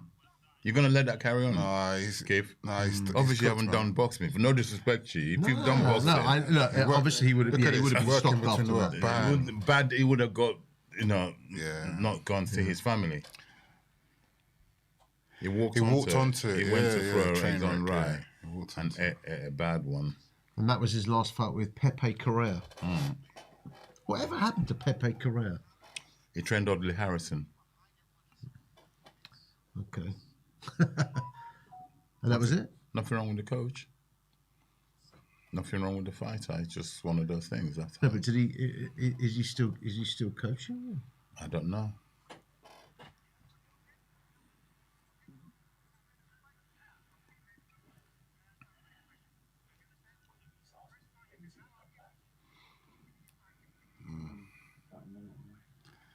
That'd be a story, though. What's that? That'd be a story if Joshua was now to go back to Don. That'd be really interesting. Well, Joshua's trainer, Ben Davidson, he got a lot of criticism, didn't he, after that fight? But I remember, I do remember chatting to you, Don. You were so confident before that Joshua fight. The confidence is based on a lot of factors. Yeah, but so I you told me the factors, and it just, you just knew, because obviously it was like inside knowledge in a way, wasn't it? Because it's a combination of a lot of and you factors. knew his psyche. I remember A combination of a lot of factors. Oh my God! He walked onto that. He's been landing that uppercut clinically all night. I like it. But I don't really think Joshua's believed. We haven't had any stoppages whilst we've been watching all these fights. They've all been 10-rounders. Yeah. Bless you. Muhammad Al-Akal.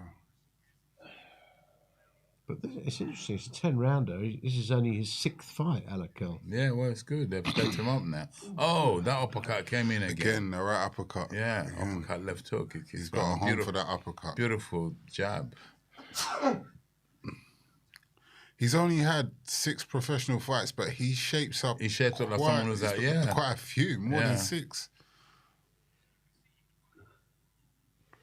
His ring IQ is good. Beautiful defense. Beautiful comeback counter. You got that jab, man. I love that jab. Pop. Good right hand. I like how.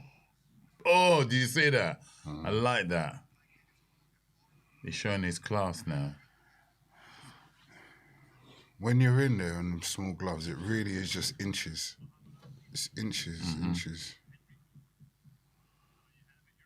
And Alakal was just making Crawford miss just by that slight inch to counter him, working between his work. Beautiful. He's working in between his work.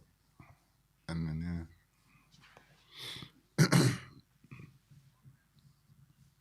Pop, pop. I love it. Beautiful, intelligent boxing.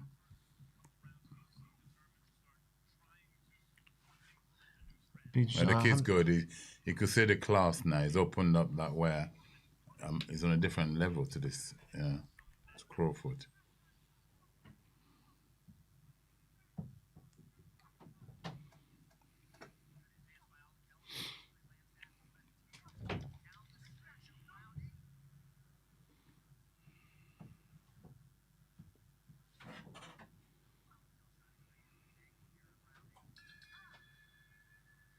His Excellency is clapping for him. He must like him.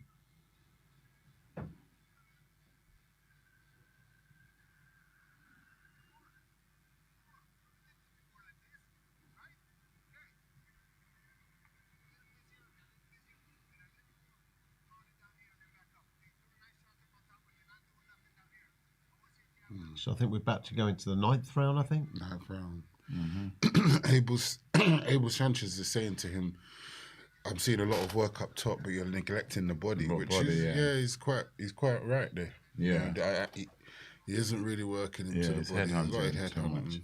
Yeah. Here's Canelo is in the building. Canelo's, yeah. And there's a roar in the stadium.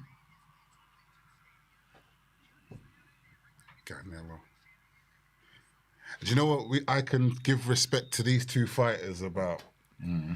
Is they're both with the same trainers they came in the game with. Correct. And yeah. we'd love to see that. I noticed as that the trainers. other day actually when I was We'd watching. love to see that as trainers. I was watching on Netflix the 24/7 version. There's two men who It's are called trainers. Countdown. Two dons. Look, I'm in all sports. I mean, I'm a big tennis fan, football fan, but you take tennis for example. You know Emma Raducanu, right? No, I don't. Sorry. I've heard of her. Emma Raducanu was 18, British girl, won the US Open, came through the qualifiers, won the US Open. Ever since, she's had umpteen coaches.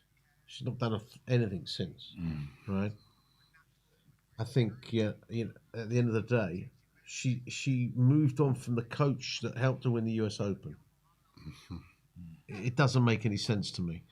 Even Premier League football clubs, they lose a couple of games, they sack a manager. I mean, it's ridiculous. Unfortunately, with boxing, with football, it's the footballers are protected. You can't just get around Cristiano Ronaldo. You can't just get around. I watched football back in the day, Wayne Rooney, these big names, Mo Salah, let's say. It's not that easy to get in their ears and whisper to them. With boxing, fighters are exposed.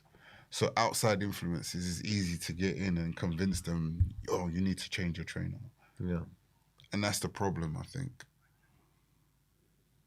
They're easy. Boxers can be easily influenced. Someone can just rock up to your gym and just say to you, oh yeah, I'm a millionaire. You should leave your trainer. But then, correct. Yeah. And that's the sad part. I guess about there is boxing. a problem with access. Yeah. Yeah, and also loyalty. They're fighters, though. They're loyal to themselves. And in some ways, they kind of have to be. They're the ones fighting, It's just, I think sometimes some fighters are misinformed, man. I think that's the problem. I make you right, Don. Yeah. Look, and I'm not dismissing the man at all, but nobody knew Turkey al-Sheikh from nowhere, but the man's just turned up and he's come with the bag, and now he's the biggest man in boxing. Yeah, because of the dollar. But what he's done in this short space of time, it's been good. Yeah, it's been phenomenal. That but normally takes about 5-10 years to materialize. Sometimes they don't ever materialize. Yeah, and the man is making it happen, literally month after month. It's got to be good. Yeah, definitely. Boxing is because they've got a bottomless pit of money. Yeah, that's what it's about. They bought no disrespect, they bought their way into the sport. You can do. That's another way of That's exactly what I said. And that's how a fighter might be convinced to leave training, because money talks in boxing. Yeah. Man. Money talks, man. Crawford is coming back here. Crawford is coming back here. This would be so unfair if Crawford comes and turns this around. And he's going to come out in the last round now. That is going to give him a bit of hope. He's going to come out in the 10th round. He don't look good. He's going to come out in the 10th round. He looks a bit deflated. What? Why hasn't Crawford done all previous rounds? He's going to come out in this round absolutely throw the kitchen sink. He has to, because he's lost practically every round.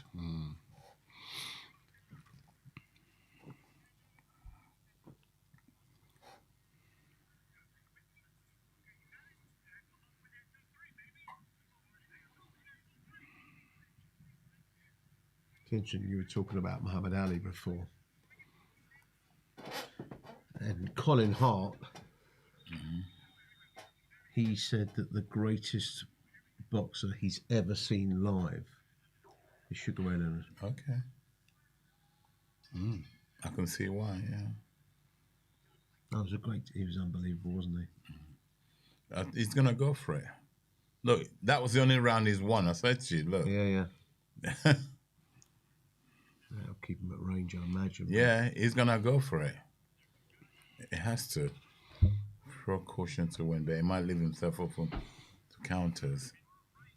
As long as Alakel's recovered, he'll be fine.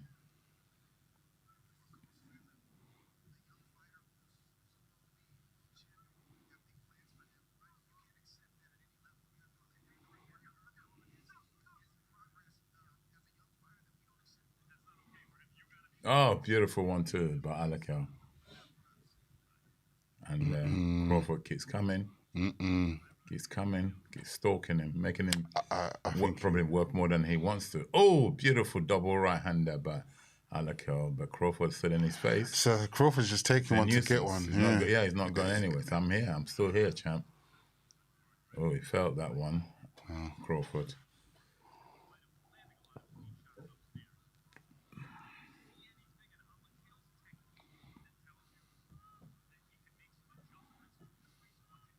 I'll tell you what, though, the undercard so far been pretty good, hasn't it?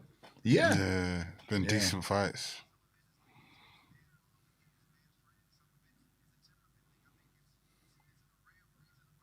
See, now that Turkey Al-Sheikh has teamed up with Dana White, you do wonder if they're going to muscle out the likes of Matchroom and Queensbury, to be honest. I don't think so. You don't think so? No, It just expanded. Oh, His Excellency, what he's done is just expanded. These guys they're too strong in the game. Turkey and Dana. I feel like they're new kids on the block, but it's like Eddie and Frank. They got legs in the game, man. You can't beat experiences, the relationships they've built over the years. I don't see it. And the stock, they've got the fighters. They've got the fighters, man. They got them. Yeah, but as we've just said, these fighters, you showed them a few quid. They jumped ship at the press of the button. Not when you're onto a contract. No, not when you're in a contract. But I'm saying, it's a bit like boxer. So now they lost the Sky. They lost the Sky contract. They're on BBC iPlayer now. They're on BBC. BBC are not going to be paying them anywhere near what Sky paying.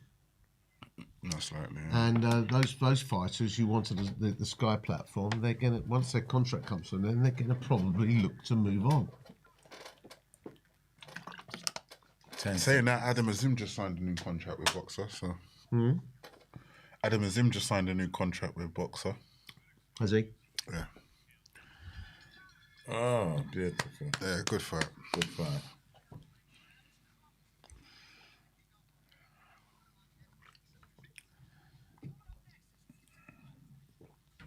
Me personally, as a coach that's in the game, more promoters, please. It's better for us. The more promoters, because then it's like opportunities. Yeah, right now, having said that, though, Don, the more promoters you have, as Frank Warren was saying, you already heard, unless you've got a contract with a platform like Sky, like DAZN, you can't compete. The small time promoters, like, was it GBM? Is it? Yeah, top tier as well. Yeah, there are other promoters out there, but they can't pay the fighters the money they want. For me personally, without the big TV deal, that's what I'm saying. Without the TV deal, but that's always been the case, anyway. Yeah, so it weakens their stock. Yeah. I'm an advocate for fighters getting paid because fighters get paid, we get paid as well. And the misconception is everybody's heard Turkey Al-Sheikh's been in the game, and it's great for the handful that are already making money. But if you actually keep an eye on the ground of boxing, the grassroots right now, there's a problem in British boxing right now that so many fighters are not fighting. There's not many shows happening as much. Back in the day, Queensbury and Matchroom were doing about 10, 15 shows a year, and at one point. Now the numbers have dropped significantly. So because they're only going for the marquee type of events. Exactly, they're only into the big time now, and that's what's so now. Certain fighters that maybe were at a certain level 5 years ago could get on TV. Now in this market, you got to fight 50-50s on small hall shows and selling tickets before you even get on TV. Yeah. Because at the end of the day, the fighters, they're not going to want to fight. They're not going to want to box on the shows when they're not getting a purse. No, everyone wants to get paid. Yeah. He's from Riyadh. Wow.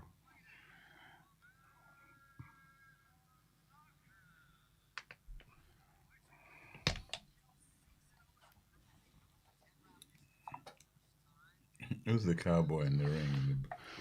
He's in every fight. Every fight, this guy is. Who is this guy? Who is he? I don't know. He's probably rich. I said money tongues.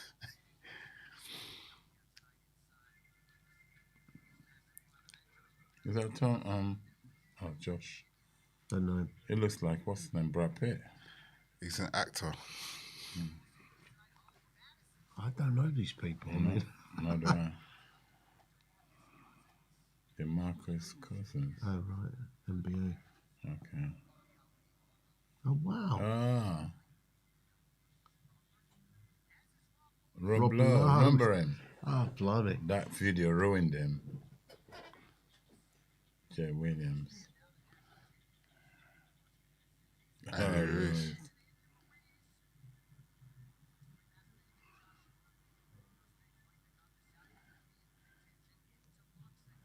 JC Morgan. Who was it who Andy Ruiz lost to recently? Say that again? Andy Ruiz. Who did he lose recently? No, to Miller. To Miller. Actually, I'll tell you a funny Was it a story. draw? That was a draw, wasn't it? They drew, didn't they? Was it a draw? Yeah. Sorry, mate. Oh no, it's terrible. No, do, it was a draw. do you know who? Funny enough, I was in New York recently. Went to a wedding, and I was on the SkyTrain. Takes you to the airport. And who did I bump into on the SkyTrain? Sugar Shane Mosley. Okay. Yeah. Of all the places, you know. Yeah.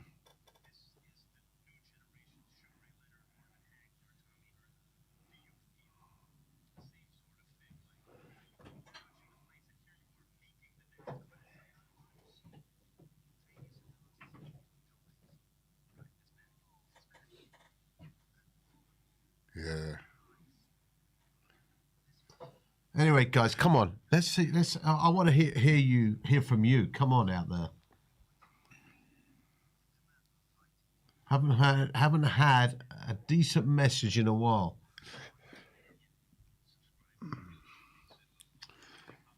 We do have to give Turkey a shake his praise though, because he is 100%.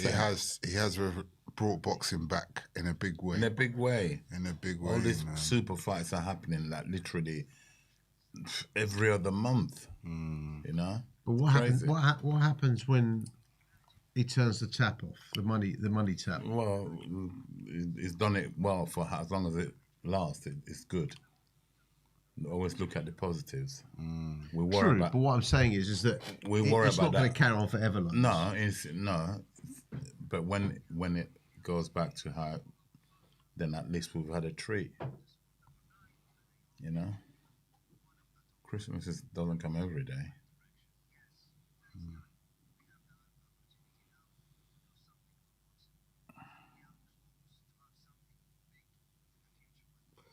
Before this fight was made, I know there was obviously a lot of talk for a while. No one really thought it was going to get made, really, did we? You kind of thought, nah, it's not going to happen, is it? Yeah. Next fight on is Christian Mbili. Super middleweight. 29-0. 24 KOs. Yeah. He can obviously bang this guy. It looks it. I think he's Canadian, Against Lester Martinez. Okay. Argentinian. Wow. Unbeaten. 19-0. And is Mbele unbeaten as well? I didn't read his record. Mbele's unbeaten, 29-0. So somebody's he's got to He's go. got to go, exactly.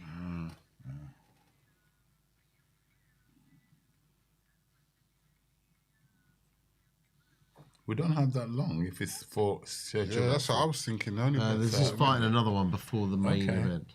There's two more fights. There's Callum Walsh as well and Fernando Vargas. So that's 2 big fights.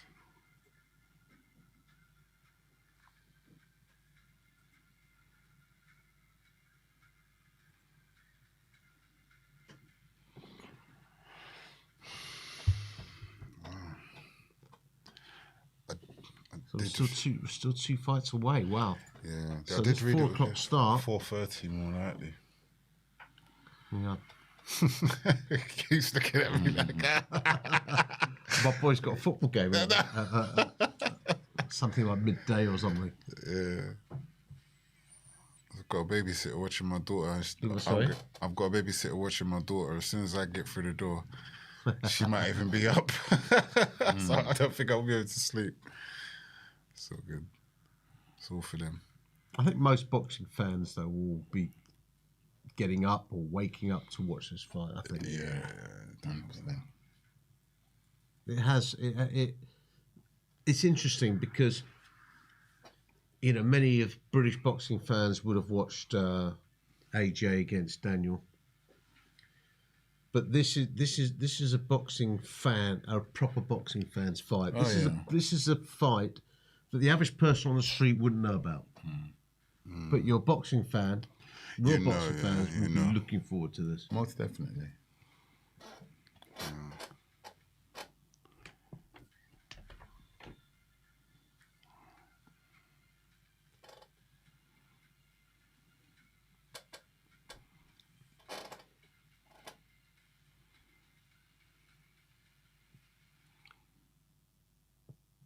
So I believe that this next fight is the WBC interim super middleweight title.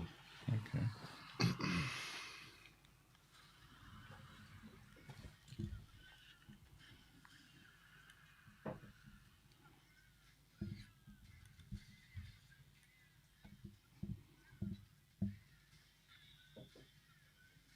So guys, you haven't written him for a little while. Don't tell me you've gone to bed. We don't want that. I think they're all sleeping. We need your help. Set their alarms. Mind you, I'm not far behind them. Yeah. This is way past my bedtime. It's true. I don't normally go to bed this late, I have to tell you. Or this early, I should say. What time is the ring walk? Jay, you may well ask. At this rate, and there's been no knockouts that we've seen. Everything. You never know. Maybe if we get a knockout, early knockout, the next one and the one after that. That's what we're praying for. You never know. This next fight. At this rate, though, it'll be 9 o'clock in the morning, the rim walk. This Christian and BT's a bit of a puncher, so hopefully. Actually, this is the reason why perhaps also big fights are not going to Vegas. I know the money's in Saudi, but the viewing time is more accessible to European. Absolutely, yeah.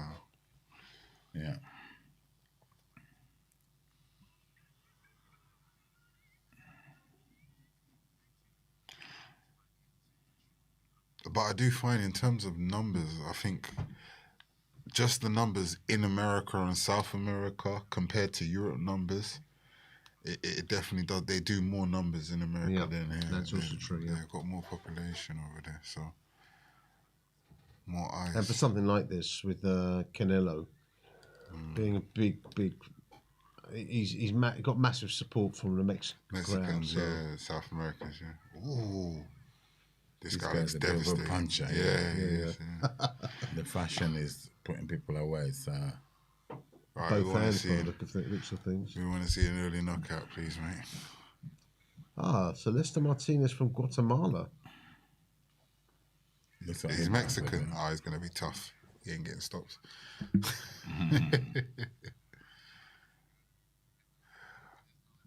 He trains at Crawford's gym. Okay. Yeah, Bomax training him. Yeah. Okay.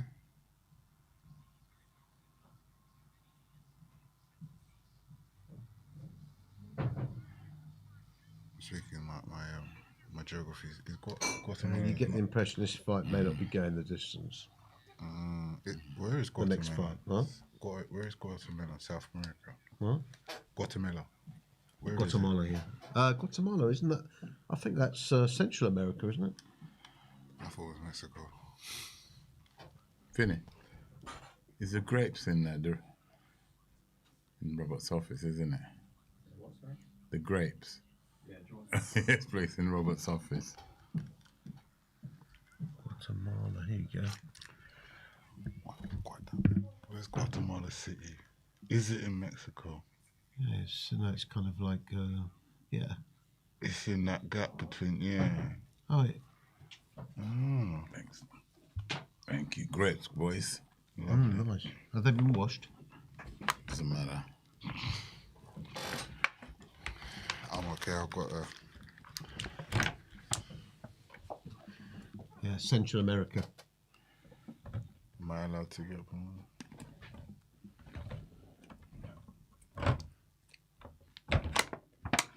I'm fine. I'm alright, I don't want the grapes.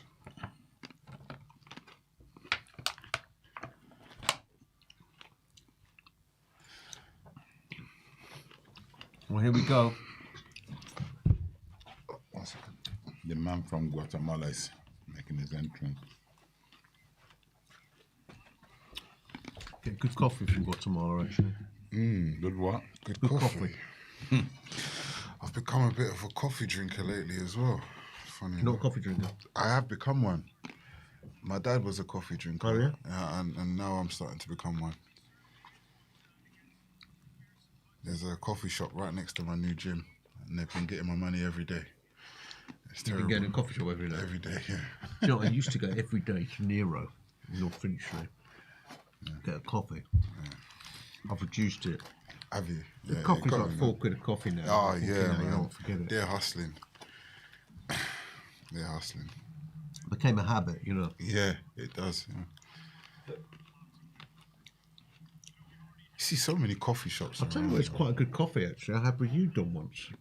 The one opposite the gym. Yeah. That was a nice coffee, that. Yeah. You know, diagonally opposite Yeah. where your gym is. What, the pub gym?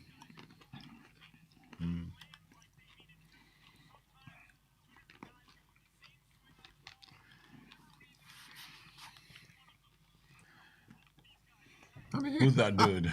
Could somebody, if you get it right in, tell us who this guy is. He's a character. He was watching. We want to know who this guy is. He's a character. Who is it? I don't think it's a part of the show. Yeah. He's just a character they've employed him. Maybe. To play that role. To just look, we've noticed him, so it works. I just need to get something from my bag. Excuse me. He's probably a character from one of the casinos.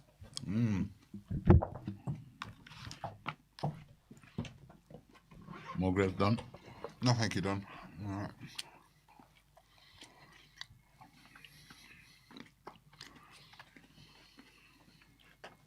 It's for a bell.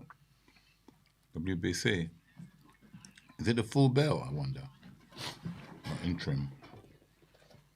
Oh, you dummy. He's done it again, isn't it? Don't tell me that. Yeah. You have. There we go. There you go.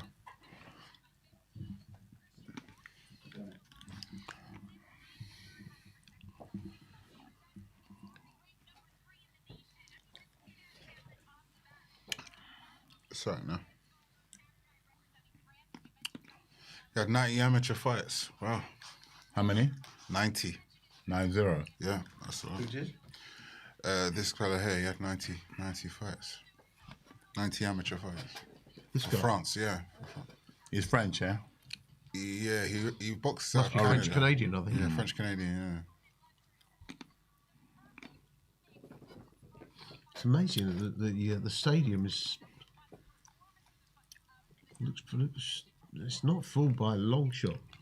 It will be. Thing is, I don't know how much the tickets are, but if you pay that much for a ticket, it looks like it's filling up. and you've got a good undercard, It's filling out. I'm so disappointed. got to the quarterfinals of the Olympics in 2016. Where were the Olympics in 2016? Rio. Rio, yeah. Rio, yeah. Cordino boxed at the Olympics. Akoli, Boatsi. Was it Rio? That's Rio, one. Yeah, that's one. Tony Yoka won it. Uh-huh. The super heavyweight gold against George Joyce. 2016. I thought that was 2016. Joshua won it in 2012. Yoka 216. 2020 was. That was the most recent one. A Russian, right? I don't know if we.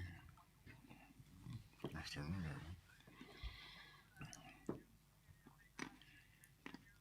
No, this guy has to be somebody. He's been in the ring for everything.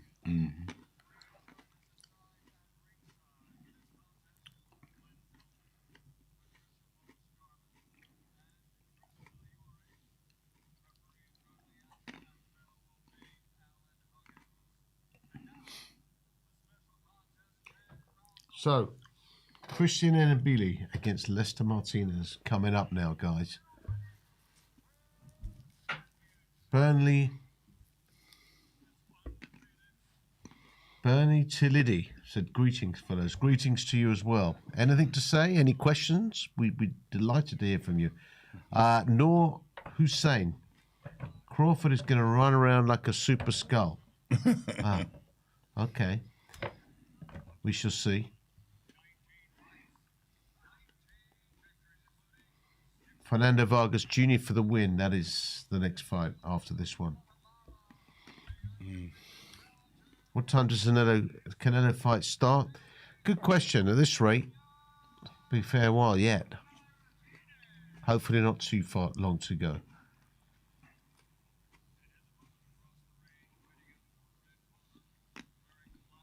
Yeah, it must be for the full belt. It must be for the full belt. Yeah, it has.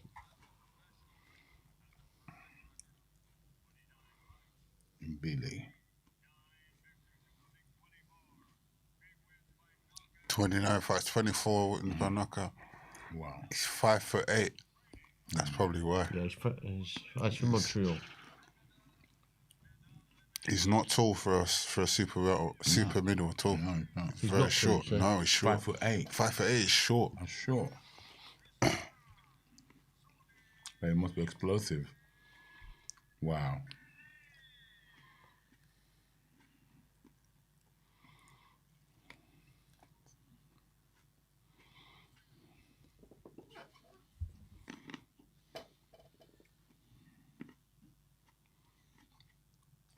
Ridyush asks, are you all in the UK? Yes, we are. I think they're both the same height by the looks of it. This will be a fight. On paper, this looks like it's going to be a good fight. Fight of the night. They're both going to go down, try and knock each other out.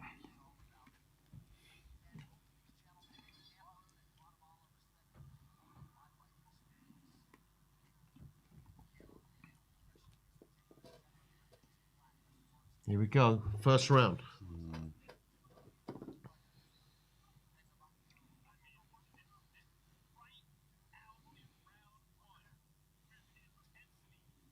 An interesting style.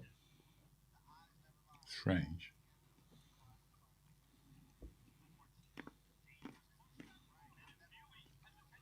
It's interesting what you were saying before, Don, about Mike Tyson. Well, this guy's not the tallest of light heavies, and the way he comes in to close down the range, he comes in with a fair amount of I think he's going to get upper knocked body out. movement. He's going to get knocked out. Billy's going to get knocked out. They both can bang. That's the They thing. can both bang, I know. But I think in Billy, looking at boxing ability, Martinez has got more savvy. Yeah, definitely. Looks like the better boxer. Yeah, Billy he's just is got a good strong, defense as well. throwing lots of punches, but our guy was one-dimensional and Billy's one-dimensional. Oh. Yeah, hasn't got. Yeah, he'll get knocked out.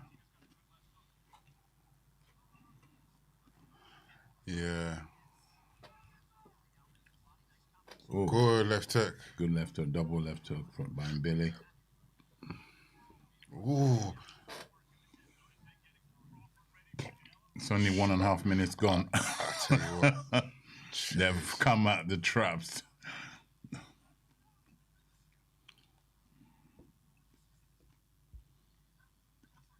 This resembles our man Adams and. Oh, good left hook on the inside. He's hurt him. He's hurt him. This fight's not going past No way. 3 rounds. 3 You rounds can at see best. he looks like the better Fox of Martinez to me. He does. It's class. Look, he's beautiful. picking his shots well. Yeah, defending well as well. Now he'll knock this kid out. Yeah, maximum 3 Look at rounds. Class. Little subtleties, yeah. It's a subtle work. That's really doing it.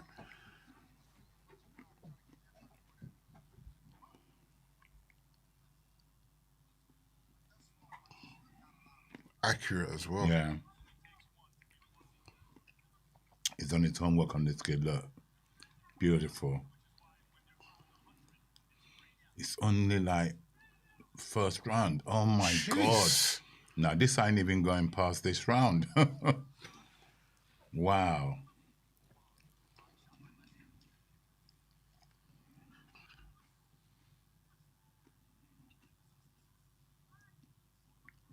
Wow, this guy's crude. Whoa! And Billy throws a late one, and Martinez replies with interest. Yeah. He's so crude, and Billy. That was only 1 round. I mean, gosh, there's more action in that. So you don't think it's going to go past 3, Don? No, this will not go past 3. Yeah. My personal opinion is I can see in Billy getting stopped. Yeah. I feel like he's gonna load and throw. Yeah. Get caught Gonna in walk between his onto, work. yeah. Yeah. I think he's gonna get caught in between his work there. That style of fighting. Yeah. It doesn't really seem like there's much system or strategy to his work. He's just absolutely big, strong, and busy. But he's been overwhelming the previous opponents. Yeah, before. which can help. It's going to get you so far until you get a guy who's technical, clean, he's going to pick you apart. Levels, which is what's happening. This is what's happening now. Leicester is, I like him. Yeah, see, look there, slipping that shot tight. I mean, the chance I give to Billy because he can bang, so it only takes 1 shot.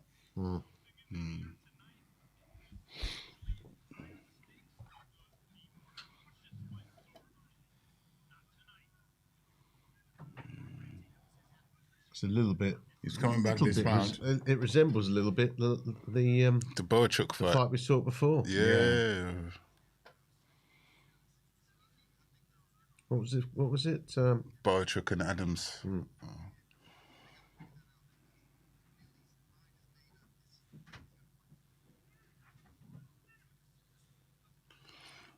Wow. Wow, this is and a Billy fight. goes to the body so well, though. We have a fight. There. We have a fight. We have a fight. You know, he looks a little bit like Lester Martinez. He looks a little bit like Robin Reed. He does, yeah.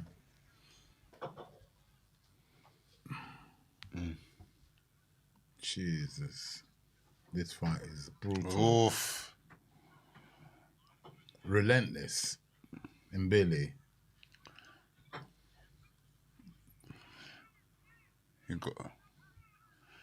With him, Billy, you have to hit him while he's working, man. Yeah. He brings that double guard right back up straight away.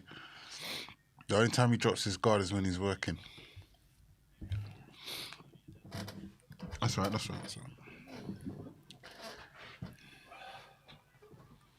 Oh.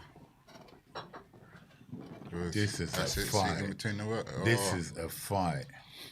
Actually, I'll tell you who else he looks like, this Lester Martinez. He looks a little bit like Dave Allen. Yeah. I see what you mean. Jeez, they're going to war here. This is a fight. What is going on? Another 10-rounder. I don't know if they're doing this on purpose. Jeez. You know, he's coming back into the fight, and Billy.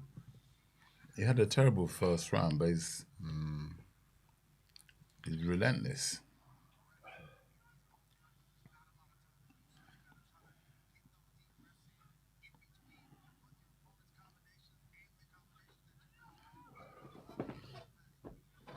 He's winning this round, and Billy, because he's throwing volumes, yeah?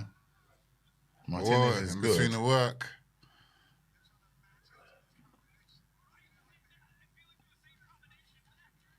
Oh, dear, I like that. Martinez, wicked.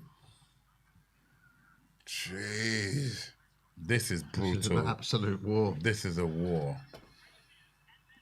Wow. 2 rounds, look how they're walking. Nah, they're cooked. 2 rounds. Yeah. Nah, you gotta pick your shots, mate.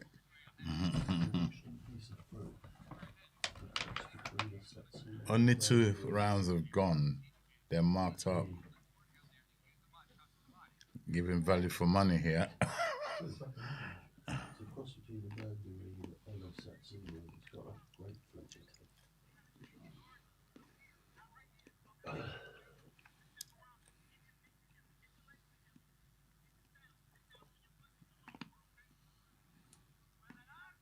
So Don, when do you think Tony Yoka will be out?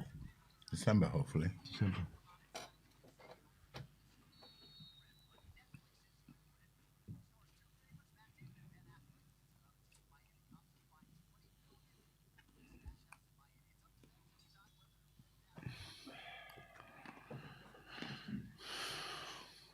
Here we go. Round 3, is it? Yep.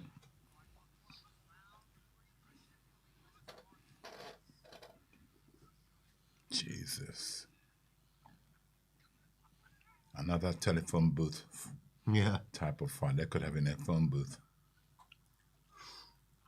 They didn't know. They don't need a boxing rings. Good shot. Good.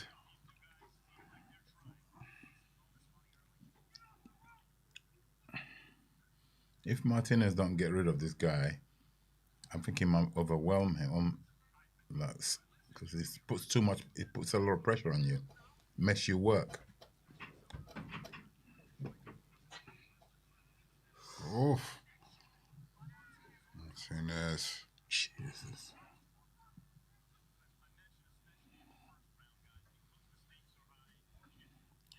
So Mike King, how many fights till the main event? There's one more after this one.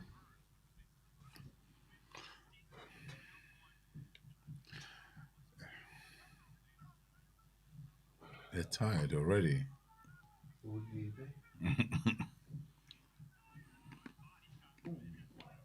Gosh, good left uppercut by Martinez on the chin of Mbili. Mbili takes it, still in there. Mbili looks like spent already. That's an interesting stat. It talks about the power. I don't know what 119 refers to.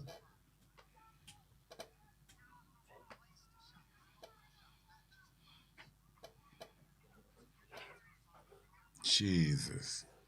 This is brutal. Oh my gosh. It will Mbili will overwhelm, depending on how fit Martinez is. If he doesn't get rid of Mbili while he's still relatively fresh himself. Oh, good shot. left hook by Good Martinez. in between his work, that's where it's got to be. It's got to be. That's right. I think Mbili is going to get... Good left hook by Mbili. It was rocks a good left Martinez back on his heels. Oh, Mbili flush. letting hands go, man. I like this fight. This is what we're talking about, fan friendly. Yeah. Yeah.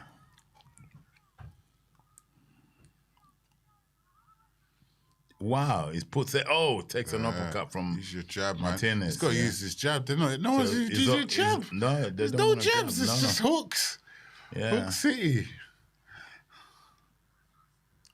Oh. Wow. Oh. Wow.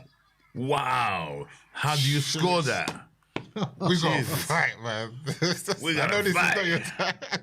I love this. Right, you like this, right? Keith doesn't like it. No, he likes Shakur Stevenson. You like it. He doesn't like it. it. I He tell you likes what, Shakur. It's not advised to be done No, like I tell you why. We're coaches. We're saying we don't advise the students out there. That's how not to box. But I it's tell very you what I entertaining. like about it. It's very I like the entertaining. inside work. Pardon me? I like the inside work. Right. So I'm enjoying that like I did in the. No, you enjoyed fight. the whole thing. Come It's a on. good fight, but I, you know, like I said, for me, I like to see someone move around. So do I. Yeah. So they've done. But unfortunately, even to this, there's actually an art form to what Yeah. they're doing. It's not. Oh, no, it's not just two men having a tear up. There is actually things going on here that the There's a lot of general intricate public little probably things wouldn't going on. notice.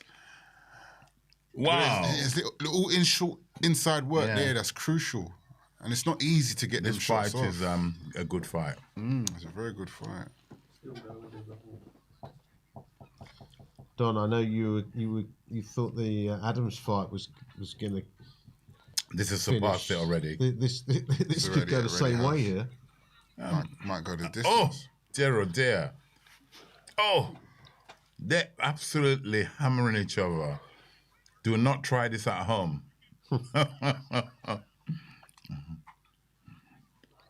Wow.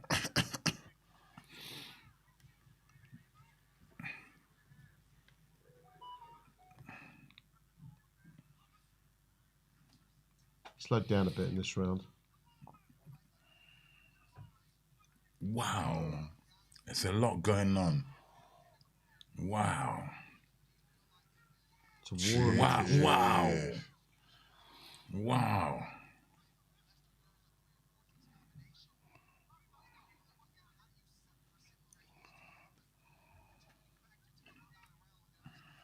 Wow. Good left hook by Mbili.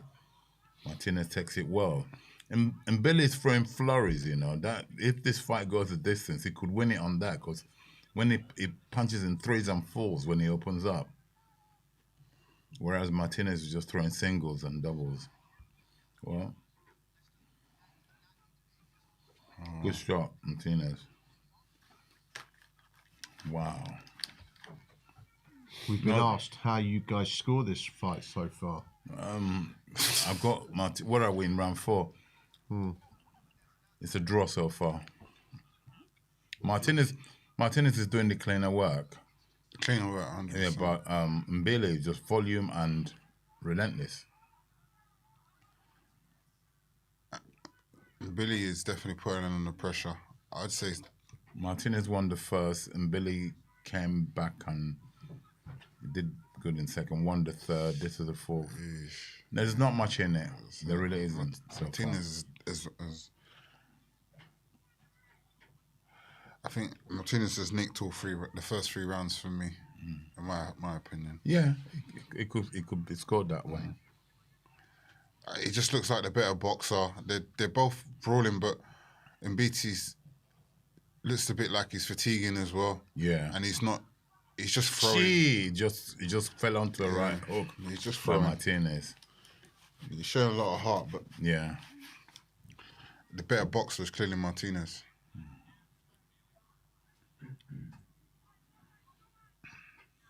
Martinez got all his tricks. I like it. Nice. Whoa. Whoa, good shot. Good hook. Very good shot. Good hook, but wow. This is a fight. Jesus. Woo. Let's go, champ. Wow.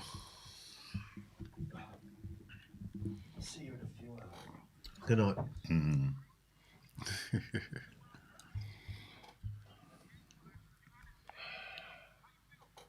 Who wins this fight, Don? Who wins this fight? I couldn't call this fight. Oh, sorry. Which one? Don? Who you got? Everyone. Yeah, I like Martinez. I really like his style. I like the cute work, the clean work. I like his work. Yeah. And he's more than likely will go and win it, but wouldn't surprise me if this Mbili left hook overwhelms right him hook, by sorry. work rate. It looks like Mbili's fit. He's throwing volume. He's throwing volume. And he is the champion. And to beat a champion, you really have to grab, you know. So if it goes the distance, Mbili is throwing, there's not much in these rounds, yeah, that we're watching. It's hard to call.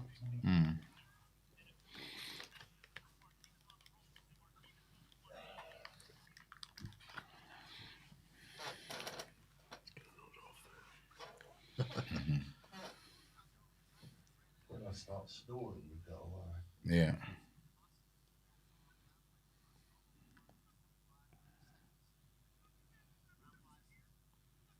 Brutal fight.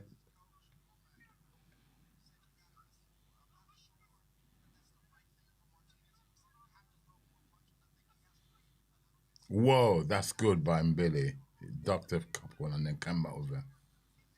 Wow. Yeah, there we go. Now it looks like Martinez might be coming off. Mm-hmm. Step back now. Step back. He's making Martinez work. Yeah. Two very strong boys. Yeah. They're evenly matched. Gee, they just exchanged uppercuts. Uppercut, yeah. They both traded uppercuts. You have one, I'll take one. I can take yours. Can you take mine? This is brutal, man.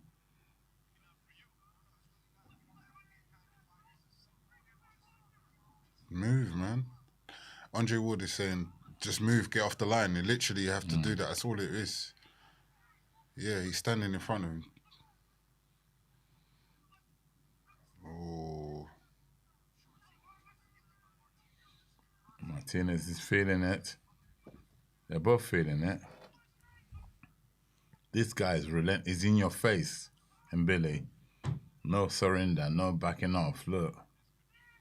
It's stubborn.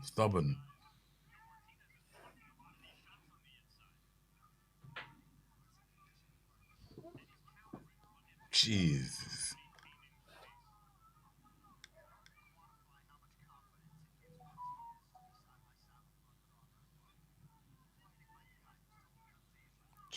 Gee. Oh, man. This is grueling. The thing is, these punches are big shots. They're big. Every single shot they're throwing is a hurtful, spiteful. The fact that they're still in it, no one's going nowhere. They're tough.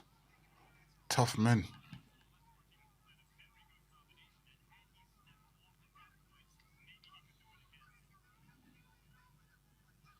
There's not much in this fight.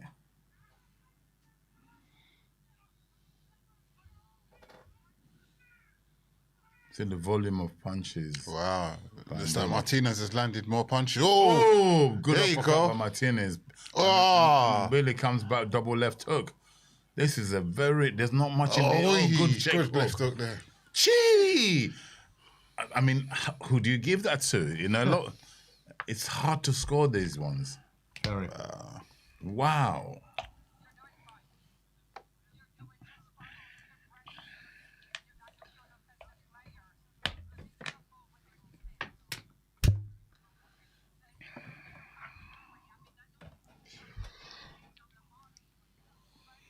They're both unbeaten fighters. You know, they don't want to drop their O. No.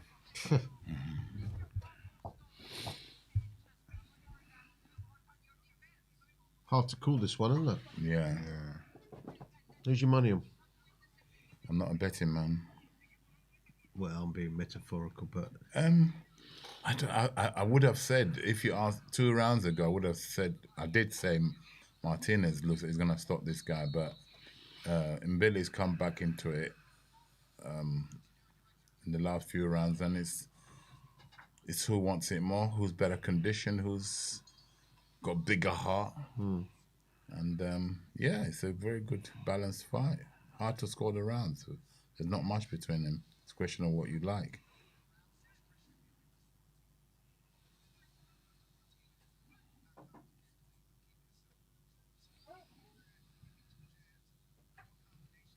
the pace that they are keeping up here is unbelievable. That's right.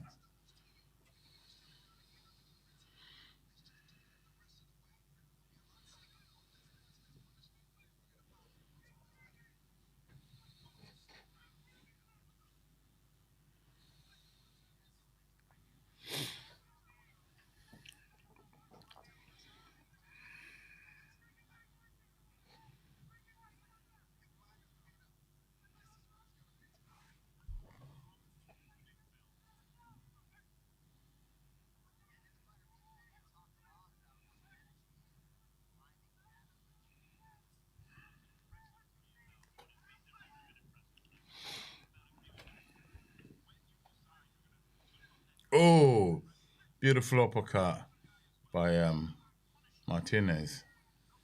And Billy takes it well.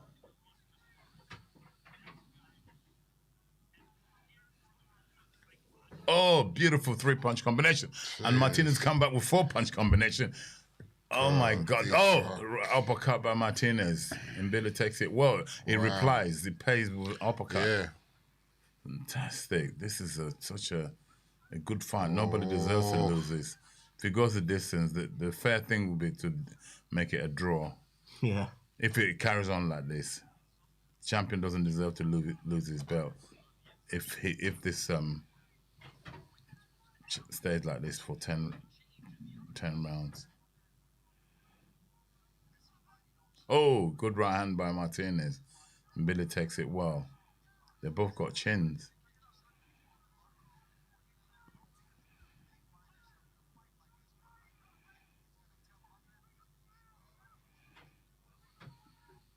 And Billy is relentless. He's in your face. Oh, good right hand reply by Billy. Pushes Martinez to the ground. It's a slip, yep. That's more fatigue than anything. I was thinking exactly the same thing. I'm going to need some kind of... Have we got any energy drinks or something? Oh, flush right hand by Billy on Martinez. Martinez takes it well. Gee. What a fight.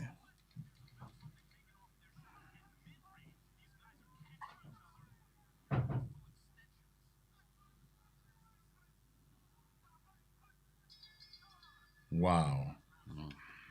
I'll give that one to Martinez. She's so fat.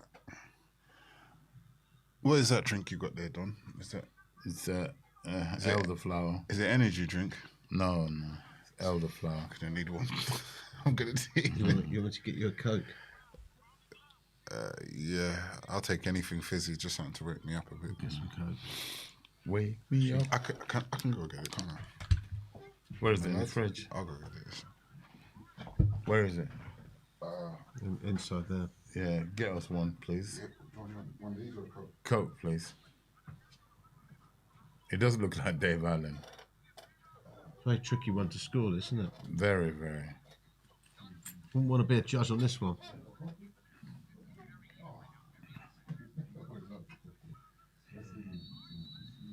Was that about a cookie? Okay.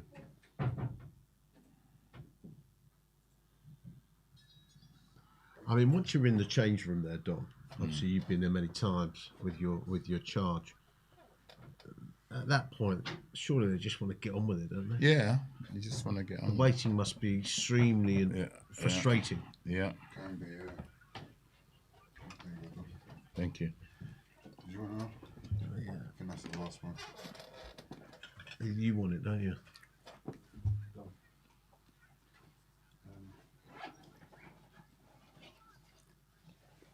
Oh, thank you.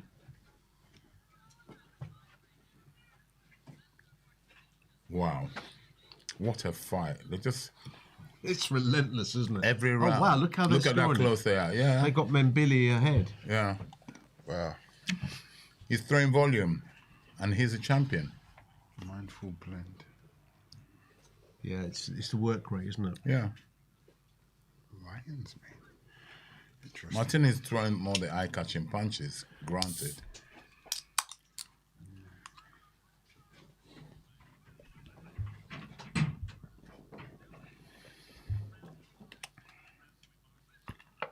Wow. So Tarak Kandakar said, just woken up. He's got time to make a cup of tea. Yes, you have, but you're missing a good fight at the moment. Wow. Yeah, this is a very good This fight. is a war. This is a war. Oh.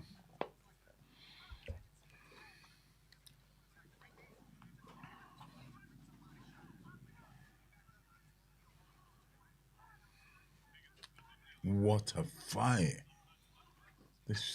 Gee, good uppercut by Billy. It just keeps coming and Oh, uppercut left to Billy. It just keeps coming, relentless. He's making Martinez work.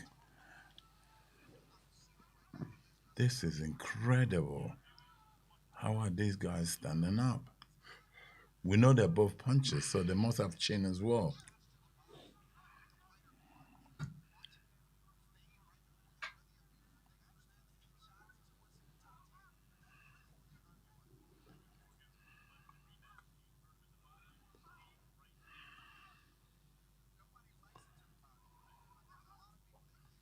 Wow.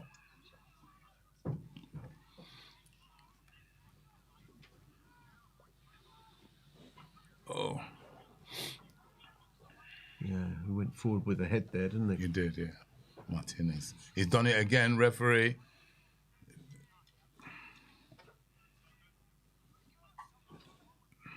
Chi. Good left hook. Oh my God. And Billy is primitive.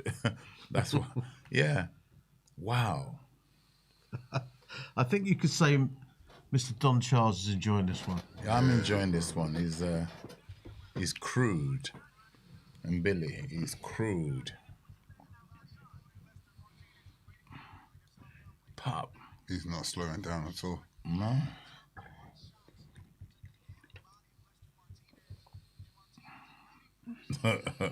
They're both absolutely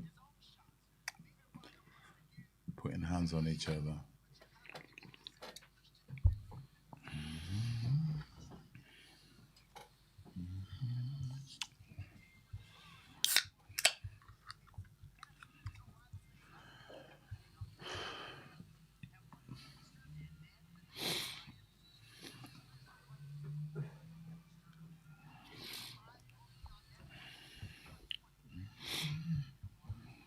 We're going into 6. Round, 8.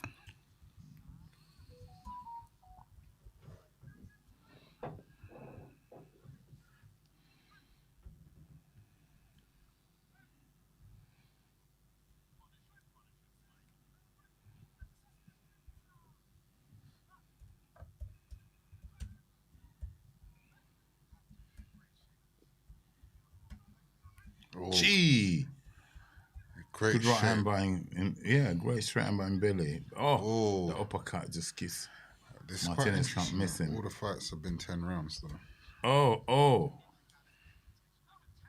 I still don't believe this fight goes 10.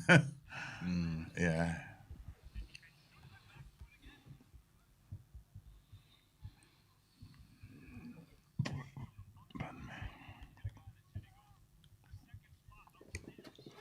So this is just a war of attrition, this fight. Yeah.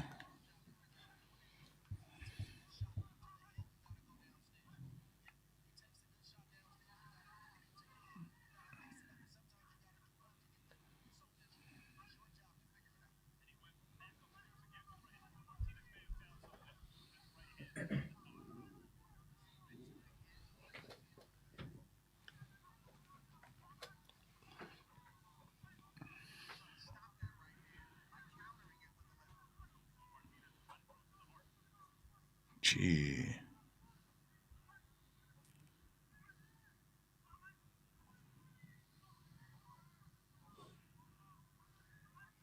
Don, who's winning this Whoa.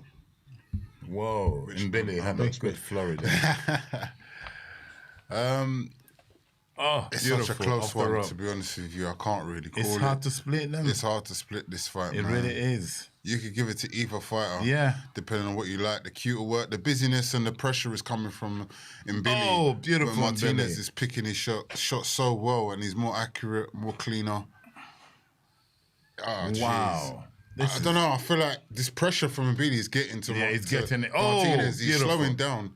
I don't know how much he's got in pinned him, man. Martinez on the road. Martinez. Look. And Billy. And Billy flurry. just don't stop, does he? Look at him. Oh. Oh my God. This is something out of a movie. Wow. Oh, good beautiful. shot. Martinez Good comes off shot. the road. Beautiful touch. This is Martinez. And Billy comes back. You see him, Billy, This he's one of is, those fighters that when he's hurt, he still comes forward. Correct. Even when he's hurt, he still keeps coming. He's dangerous, man. Oh, yes, keep going. There we go. Jeez. Cheese. It's a fight, man.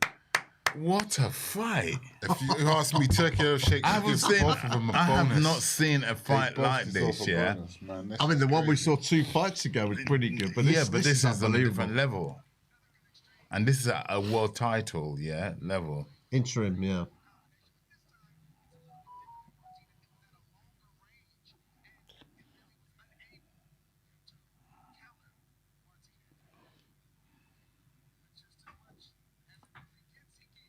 Gee.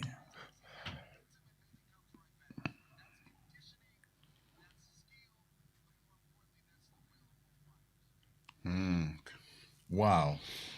That's got the wow factor.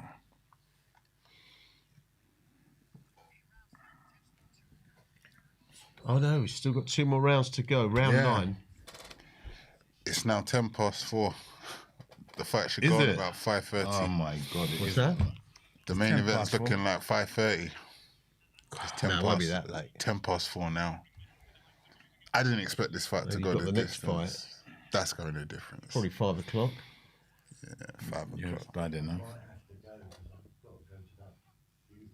I think my circadian rhythm is going to be quite out of sync. Whoa, what a fight.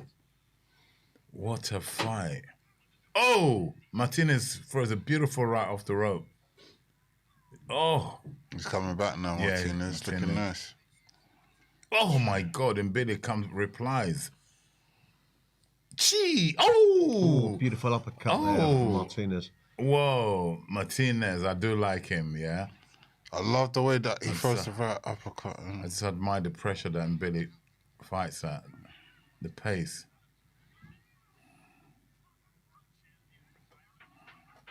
Keep those questions coming, guys. Come on.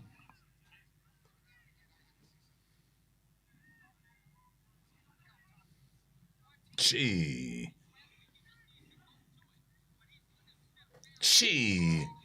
Martinez throwing the eye-catching shot. Oh, that's beautiful. He's gone. He's gone. No. If he keeps that pressure on. Can't keep the he can't sustain the flurries. No. It's too tired. Yeah. Oh, look. He might have him. No, and Billy comes back. Keeps coming back, this guy. Jeez. This guy's tough in Billy. He could They're go. both tough, aren't they? Jesus. Yeah, they are both tough. Wow.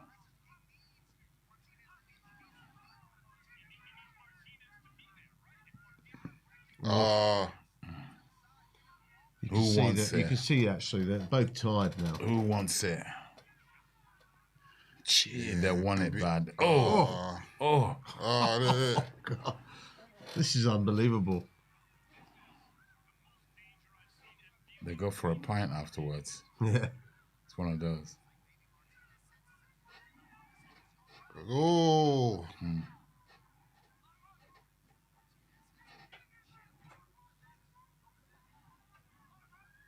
He's tough. Both of these guys are warriors, man. Bloody hell. Yeah, they are. Uppercuts, hooks, everything. I've never they're seen taking anything. in. And they can both punch. It's not that they can't punch. Their knockout ratio suggests so.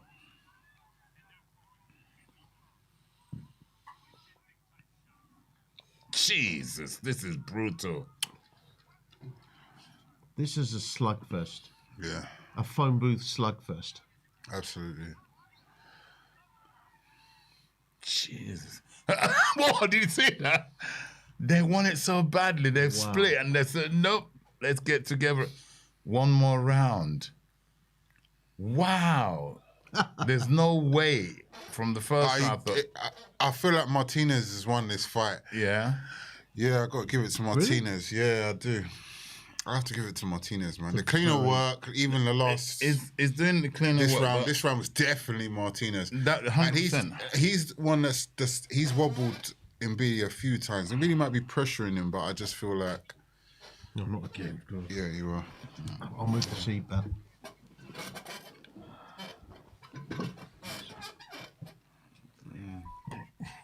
Oh, he ain't even got his hands wrapped yet. Bloody hell. It might be a delay.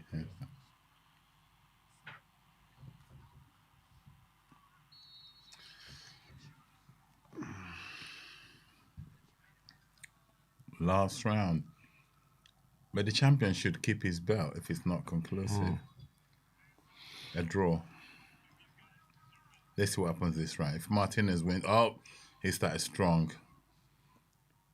He's winning this round so far.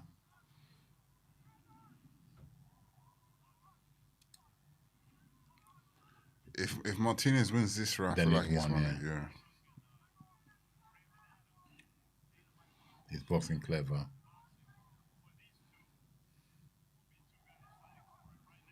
So we've got a question, but we'll answer it after the fight because there's another 2 minutes left in this fight, guys.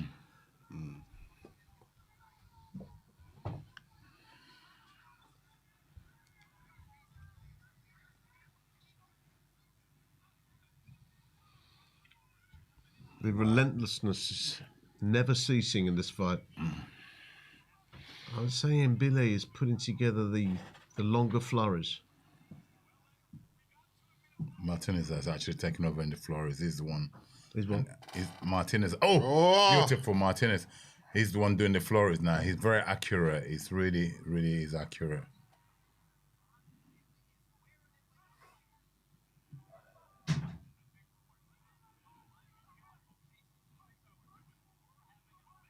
Jeez.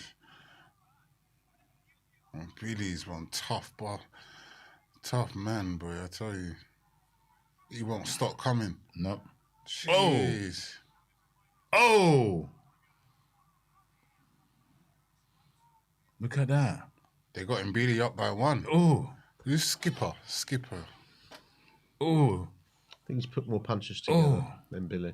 And Billy's you feel like thrown Billy's more won it? punches. Yeah.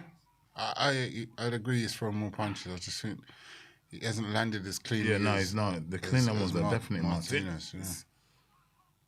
But he is the champion. To win that. Gee, don't push him down. Oh. Shot.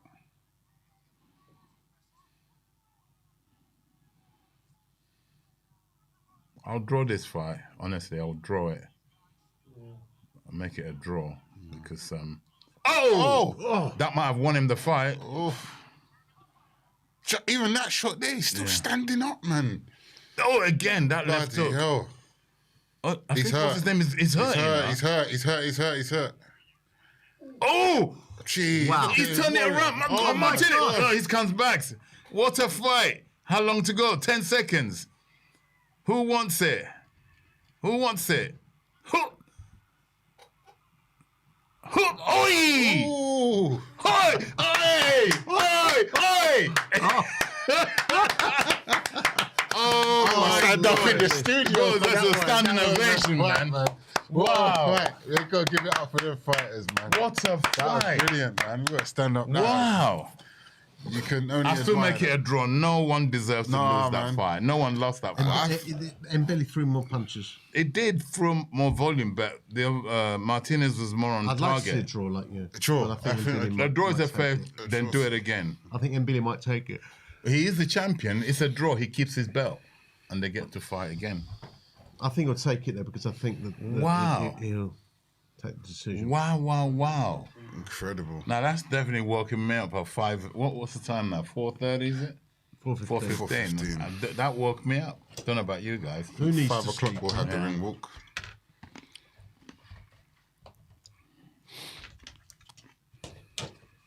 Anybody want one of these?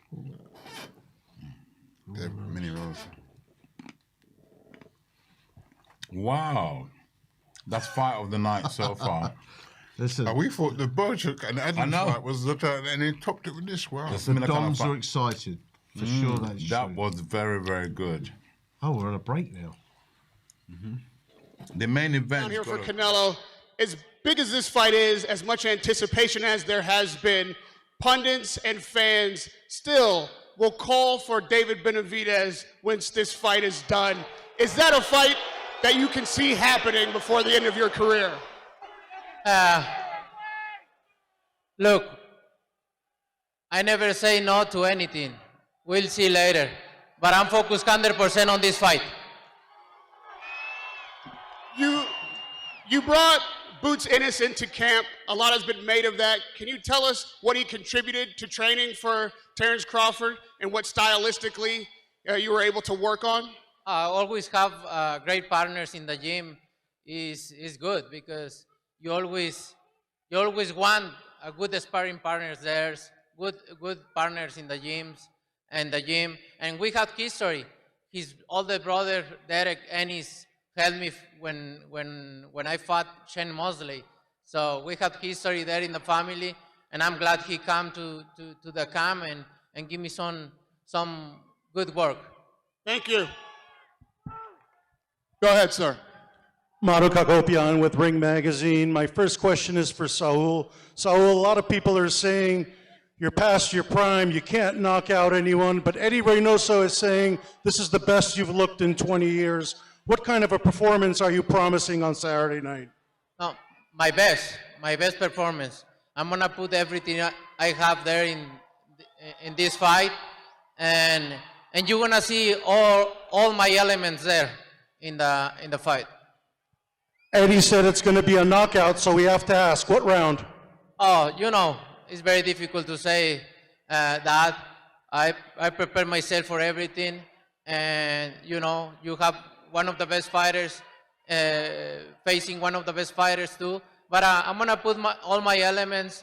If the knockout come, good. If not, I'm gonna show why I'm the best. And my question for Terence. Terence, we've seen Canelo get close scorecards. He got a draw against Mayweather. He got razor-thin decisions against Gennady Golovkin. How confident are you that you could get a decision if you clearly beat him? Listen, that's not my focus. My focus is go out there and do what I do best, and that's win the fight decisively, and that's what I'm looking forward to do come Saturday. We're on a global stage here on Netflix. A lot of people might not know your backstory, how you survived the shooting. How has that shaped your entire career and life after that? Listen, like I said before, I'm here for a reason, and God don't make no mistakes. And one last one for you, Dana. You're now officially promoting boxing shows. We have UFC lightweight champion Ilia Topuria saying he's going to knock out Terence Crawford. Can we expect some crossover boxing matches like you did with Mayweather and McGregor moving forward? I certainly hope not.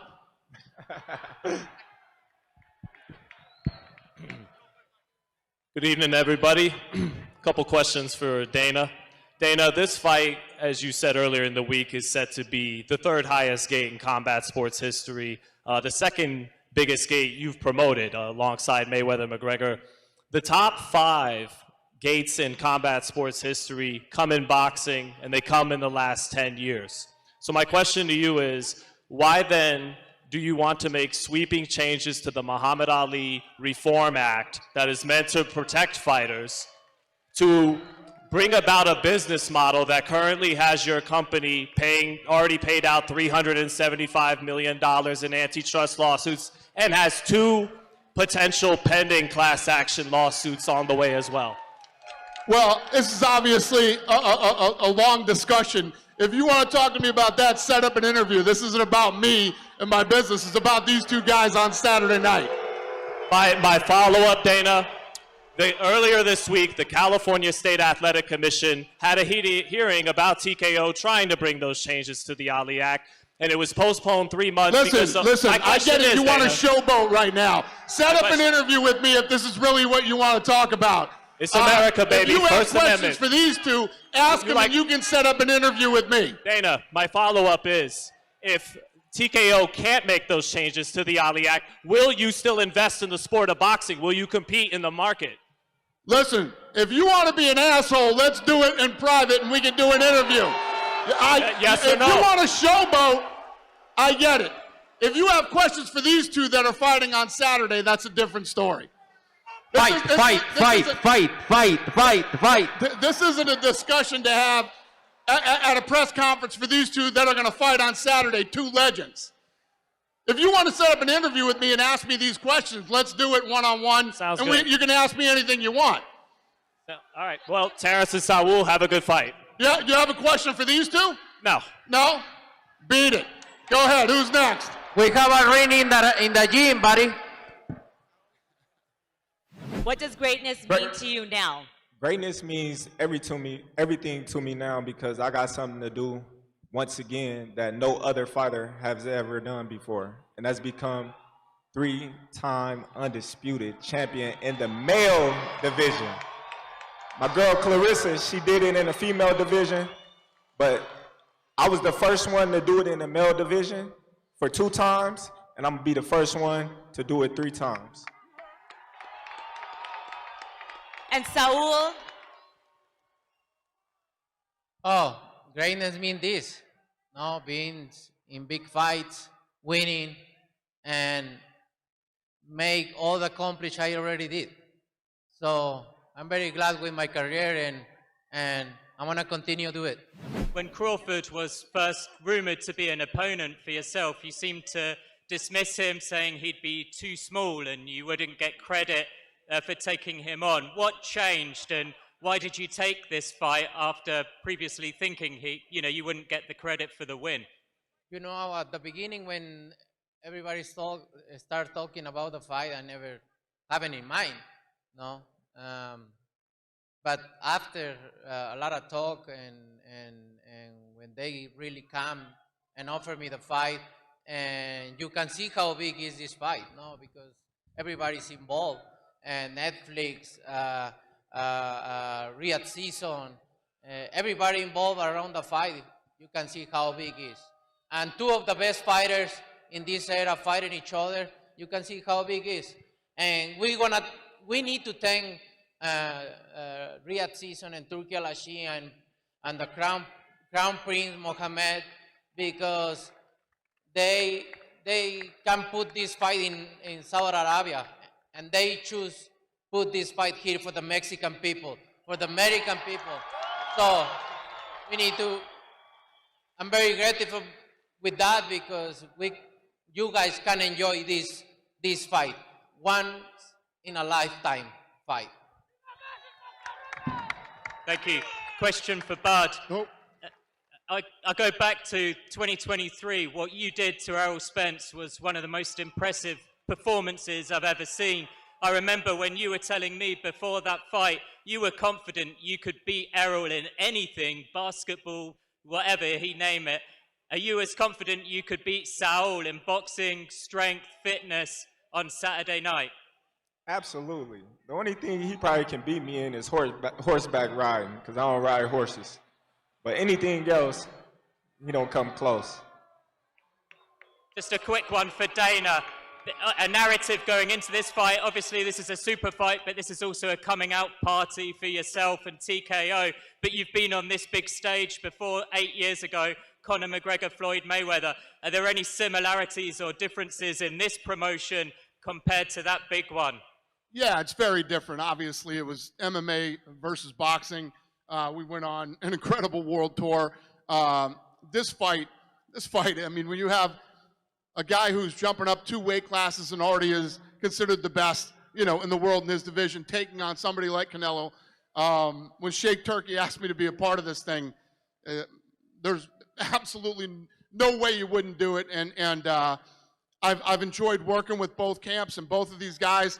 And as we get closer, the energy, and as you start really, everybody starts breaking down the fight and talking about all the attributes, it's going to be an incredible fight on Saturday night, and I'm honored to be here. The last time we seen you in a hostile environment like this was the Errol Spence weigh-in, and you made sure to tell everybody that you get active. So for the Canelo fans that might not know what that means, explain what getting active means.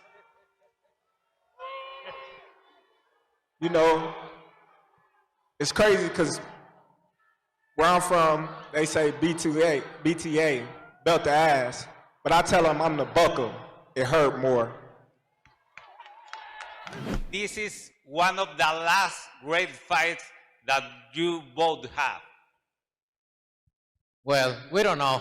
We don't know if it's going to be the last big fight. No sabemos si va a ser la última. I don't know what's ahead. I can't speak. I mean, speaking myself personally, I don't know if this isn't the biggest fight. If not great things lie ahead. I'll tell you what. I'm focused on this fight. All I care about is this fight right now, and I'm just enjoying this historic fight and this opportunity. I'm enjoying this one because we don't know about the future and what lies ahead. Terence? Well, really, I'm not focused on that right now. You know, I'm focused on the task at hand. I'm dialed in. You know, my only mission is Canelo. That's it. You can be on Saturday the historic person that will award Saul Canelo Alvarez for the first time a Mexican sports figure with a guaranteed purse of at least $100 million. How do you feel about that? No, you get the number wrong. The contract between us and Canelo more than that. I see you, Shakur. Look, what does it feel like? A lot of boxing fans here. So I'm a boxing fan. I know what this feels like. It feels like your birthday or it's a holiday or something. You're about to open a present when you get a fight like this. Am I right? It feels so... Let me tell you why boxing might be entering a golden age right now, and this super fight, which is the biggest fight in a decade, might set it off. Because you all love boxing, right?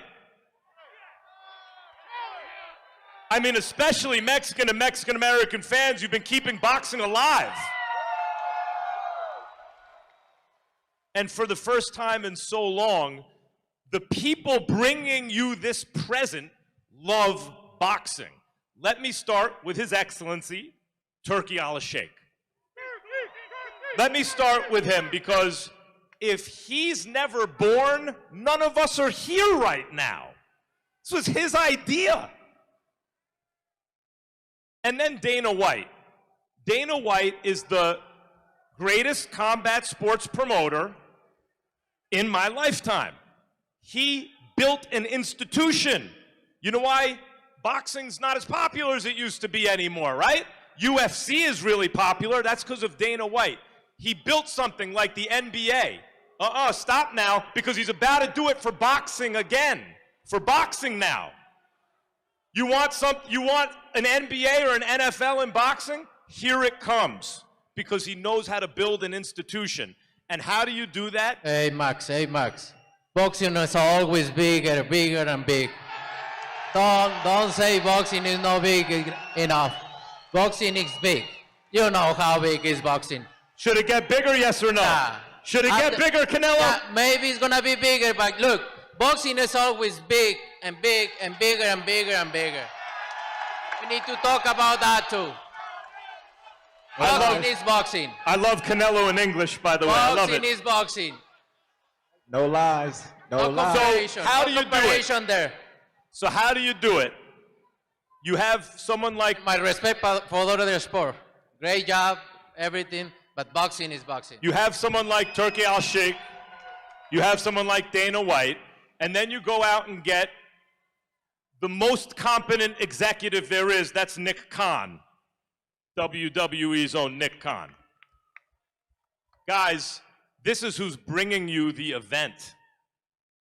This event will be the most watched boxing match. I mean, championship level boxing match. I see you, Lennox. Championship level boxing match in almost 50 years because of Netflix. More people will watch this than any fight since Muhammad Ali fought Leon Spinks in 1978. And what we have here are two of the all-time greats. Canelo Alvarez is not just one of the greatest fighters in the history of Mexico. He's one of the greatest fighters, period. And when you're being compared to Mexican legends like Julio Cesar Chavez and Salvador Sanchez, you know you've done something right. And Terence Crawford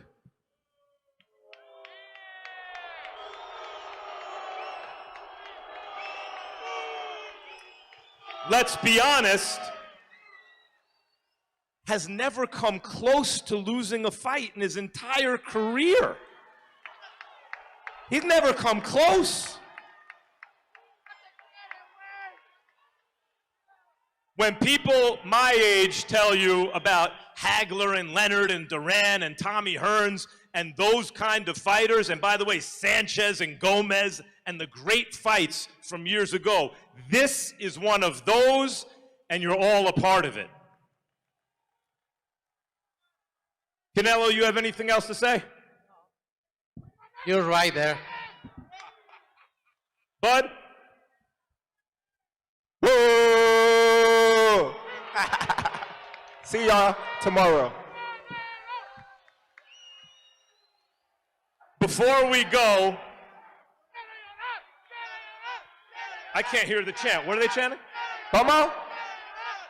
Cállate.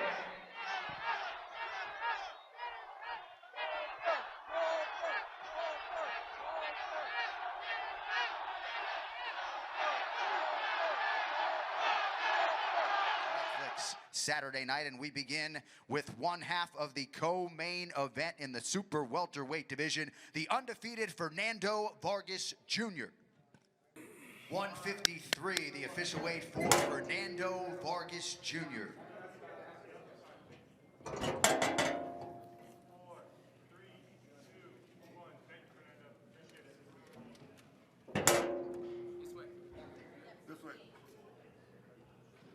All right, next athlete to the stage, also competing on the Netflix main card, the WBC Super Middleweight Interim World Champion, Christian Mbili.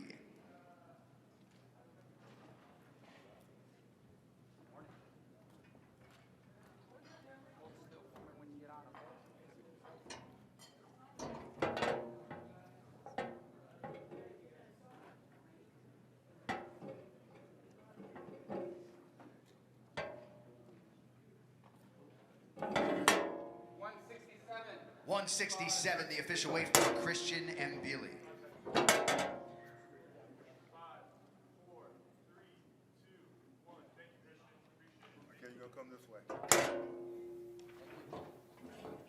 All right, next athlete to the stage, competing in a YouTube prelim in the super featherweight division.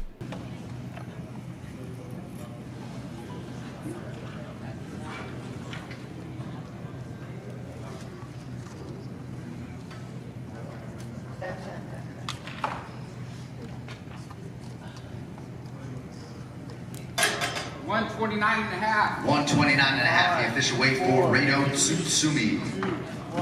Thank you, Rachel. Thank you. Yes, sir.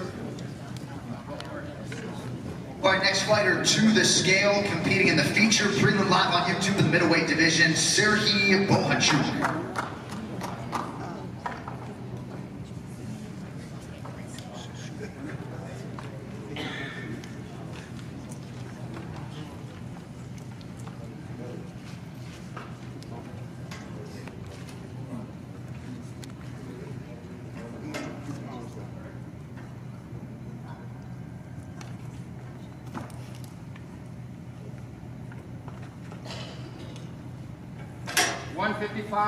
$155, the official weight for Serhiy Bohachuk.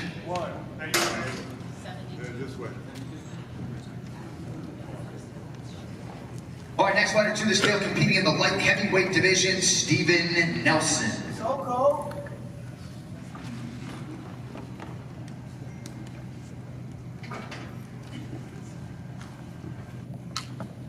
So cold. 171.5, the official weight for Steven Nelson. Thank you, Steven. Work time. All right, next fighter to weigh in this morning, competing on the Netflix main card, undefeated out of Guatemala, Lester Martinez.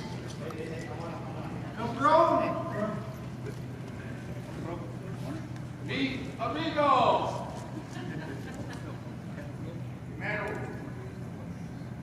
Amigo. Green medal.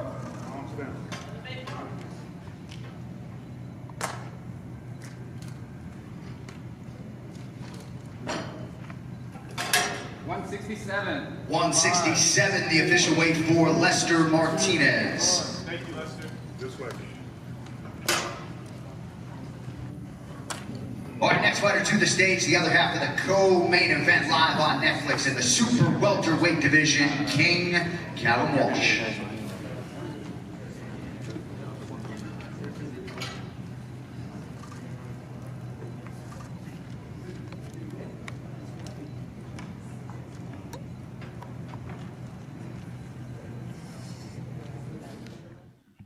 So welcome back.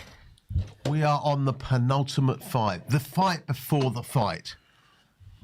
This fight is Callum Walsh, 14-0 with 11 KOs against Fernando Vargas Jr. 17 wins and 15 by KO. So they're both undefeated. We're in the first round. And those of you who've been waiting up this long, you haven't got that much longer to go.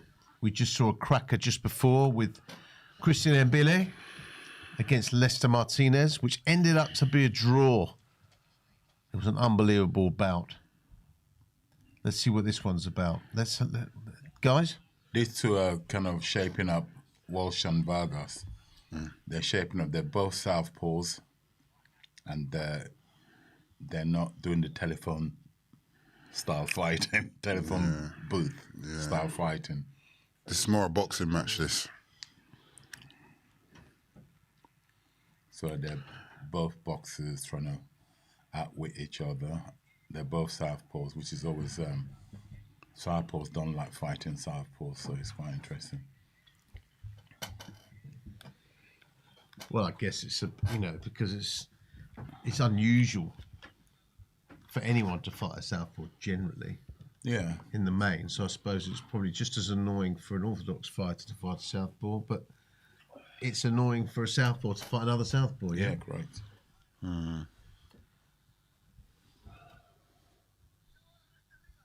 Keep those questions coming, guys, because the fight is very close. It's looming.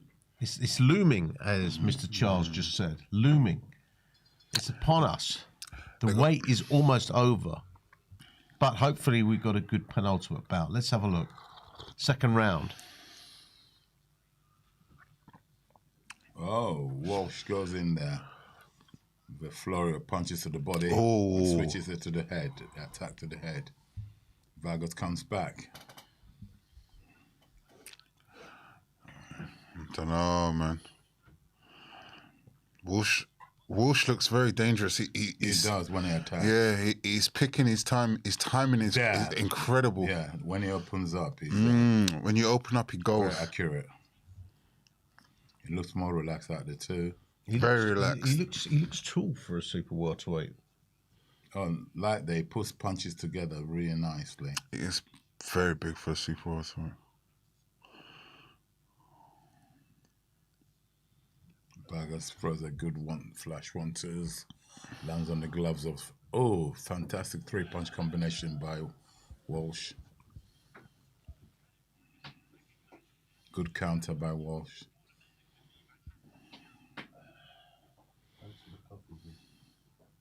Both of these two boxers undefeated.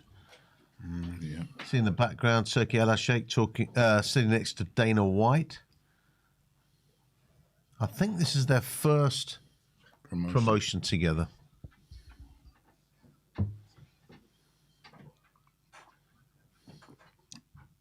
I find it interesting. I don't know about what you guys think that Turki Al-Sheikh has teamed up with Dana White as opposed to one of the two big British promoters. Well, there's a couple of reasons I would say. The American thing, Dana White is an American-based promoter, yeah? So he probably, His Excellency probably wants to work with somebody. I'm not saying he likes Dana White's concept. The UFC concept. I think there's talks of him using the same concept for boxing. One belt in every division where the best fights the best. Oh, I like that. I mean, I think there's pluses and negatives to it. I think there are. You know, the negative is, are we going to have the same blueprint as UFC where fighters are not going to be getting paid as much? Right. I mean, the pot will be spread across more, but in terms of big checks and things like that, that may not be happening anymore. You know, but like it's not sustainable. These big purses are not sustainable. That might be why. Going forward, His Excellency might be looking at then taking that sort of concept, which is more sustainable. But if you take the Saudi Arabian money out of the picture, do you think we would have had this fight tonight? No. No one would have the money to put no. up. No. Or if you did, all right, you're saying no, and that I say no. You're right. I say no. Highly unlikely. Highly unlikely. We have had them, like when Ricky Hatton fought Mayweather. Yeah, these fights, but it takes forever to make them. Whereas they're happening more frequent, more. I mean, more Crawford accelerated. and Spence itself took a long time for it to even happen. You know, that fight should have happened years before it did. But I think the interesting thing is that when you can put up this amount of money, the boxer, and again I bow to you guys' knowledge, the boxer is less likely to be worried about his legacy because of the money on offer. It's a trade-off, correct? Granted, yeah. Granted. Absolutely, yeah. If you or myself was in that position, the boxer's position, this volume of money changes your life and your family's lives. Why not? And of course, if the purse was much lower and you're putting your reputation and your legacy at risk for not as much of a payback, it's not going to happen, is it? Absolutely. This fight is warming up. But then again, Don... They're both trading. Dons. Then again, Dons. Dons. It's... how do you feel? I mean, I've always said all these governing bodies is a bit of a joke. No, it's not. For me, as a fan, I just find you want to know, in any sport, fans want to see who is the best. And if you've got all these people who call themselves the world champion, it's very hard for a fan to know, all right, there's an educated understanding of who is the actual best, but the fan wants to see the number one. They want to know who the number one is. Yeah, they're all champions in their own right. So you can't say because all these people calling themselves what they're all there. If you've won one belt, yeah, you are good. It's just you can't. I don't think it would be right to say all these people. Who are all these people? I think sports fans generally. No. Who are all these people you're referring? They're not just They're not just individual or ordinary people. These are people competing at the highest level. Oh, you're talking about the boxers themselves. You said all these people calling themselves. No. Look, we had Barry Jones on here. Answer the question. I'm just saying to you. Who are you? I'm a bit confused. Who are all these people? I'm talking about the fans. I'm talking about fans want to know who the number one is, generally. Yeah. They watch sport because they want to see the elite. Correct. They want to see the best. Correct. And if you have it too watered down, I believe that it. I think it's a good concept because you got all these champions that you say, then eventually it gets united and it gets, which is what we have at the moment, undisputed. I think it's quite an interesting concept the way it is. I think another perspective to look at it is also that, you know, some fans do fall in love with fighters individually. Yeah. So I've liked this fighter, my friend might like this fighter, and sometimes if there are two champions in their own right and you bring those two champions together, let's find out who's the best out of that. You like this guy, because it is a lot. Boxing is a lot to do with marketing. You know, it's all about people fall in love with the individuals, and I think those individuals market themselves. Some guys are like Tyson Fury, some like Joshua. Let me give you another example. And I'm playing devil's advocate. No, but do you understand of course, I completely get what you're saying. I completely understand that. But let me put it this way. Let's say you had athletics. Right. At the time of Usain Bolt, who was the clear number one. Right. But let's say you had splinters. A splintered kind of war, like you had Olympics, you had another. Yeah. Okay. All right, it's different than athletics. Funny you should say that. No, you just said it. You just answered yourself. You got world championships, you got Olympics, you got all different engagements. Yeah, there are various champions. Yes, but they all race each other in those meetings, don't they? Yeah, but there's about 10 people all in one race. Like you can only have 2 boxers fighting at a time. I get that. There you go. The same thing. I get what you're saying. You understand what I'm saying, don't you? 100%. Yeah, yeah. I understand what you're saying, but and it does get frustrating for us. It's a good, you know, that there's so many different champions. But for us, me and Don, as we're in the sport, we want our guys that come to us and knock on the door to get an opportunity to say they're our world champ. So if there's a lot more easier possibilities for a man to be a world champ, then which is the way it is at the moment. Yeah, of all those it's belts, nice, man. Different divisions, government, they're all recognized. They're all recognized. But what the beauty of it is that eventually you get the grand champion, which is Usyk in the heavyweight division. But not always. Not always. No. Yeah, but unification. You get more unification than you always get unified champions, not necessarily undisputed. Yes, okay. But I think I get what you're saying in a boxing And I sense. And understand- also it creates interest because it creates Absolutely, politics, it doesn't makes it? the sport bigger. And it makes the sport bigger. There's more money for everybody, you know. Yeah, I agree. Vargas is doing some nice things there. The fight is now there's. But let's say the money wasn't coming in as it is from Saudi Arabia. There's always Usyk, then how would you be able to say that Usyk is one of the greats? Well, you probably wouldn't because he possibly wouldn't have fought in his undisputed belts. How do you work that out? Because if the purses weren't there, we've had the person. It's almost like they weren't getting paid. The boxers have always got paid big money at that level. It's just there's just more volume of it now. They've always got paid good money. When you get to that level where you're a world champion, you get good money. It's not like they weren't being paid before. Now there's 100%. There's more money now available. Volume of money available. There never been. There's always been big money when you're a world champion. Lennox Lewis grossed something like 150 million apparently in his time. Mike Tyson generated and grossed $300 million in his time. That's before the Riyadh season. So there's always been big money in heavyweight boxing especially. It's only been 1 or 2. Yeah. Now there's like a bit more.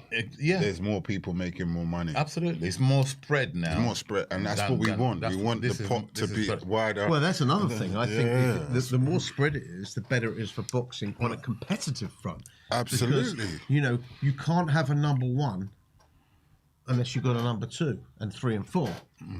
Yeah. Okay. You can't. You understand what I'm saying? And to have a 2, 3, and 4, they also need to be paid and remunerated, despite not being the best, because you can't have the best unless you have the less than best. Exactly. A division is not exciting until there's big names fighting in that division. And if there's only one belt, we're not going to really, individuals are not going to be able to make a name for themselves. Like you spoke about the lightweight division, all the fighters that are in that division. Yeah. Individually, some of them are all going to go their own ways to be world champions, and they're all going to build a big fan base. And some fans are going to like him, some fans are going to like him. But ultimately, all that do is building tension for a big fight for money for everybody. It's just Spence. So I hear what you're saying.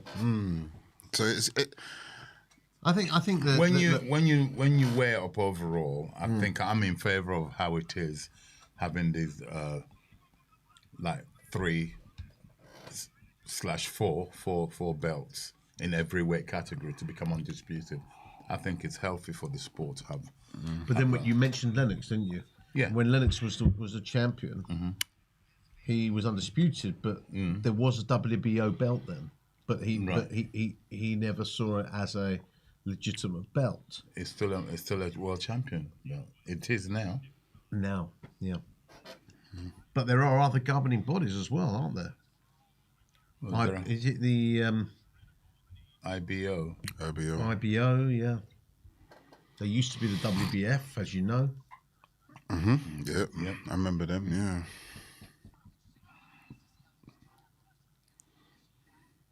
Yeah. Is it me or is it this fight not as? I think anything from there. It's a hard act to follow. Yeah. Very much so. The Mbili and Adams. No, Mbili fought Lester Martinez. Lester Martinez. Hard act to follow. That is a very hard act to follow. And I'd like to see the scorecard, actually, to see how it became a draw. Was it a unanimous draw? Was it a majority draw? No.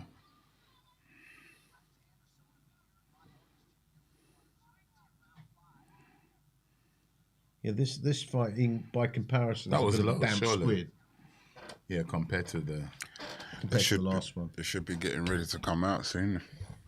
We're halfway through this fight. This is the last fight before the main event. Chief support. How's this chief support? The one before should have been chief support. Yeah. Yeah, but how would you know it was going to be that? Because you know already, yeah, by the matchups. Yeah.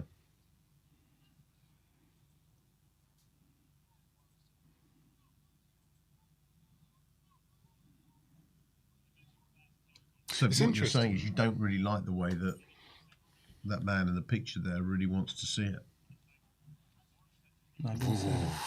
He doesn't. He one of the things I think he said he doesn't like all the governing bodies, does he?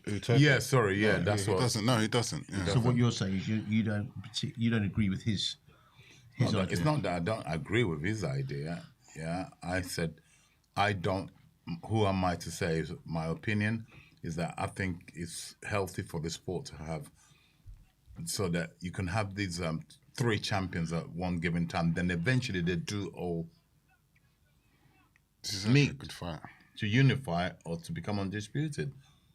Although there have been cases where, in many cases, but not maybe not as much now in the last couple of years, but in the past you had people like Lennox Lewis and Riddick Bowe.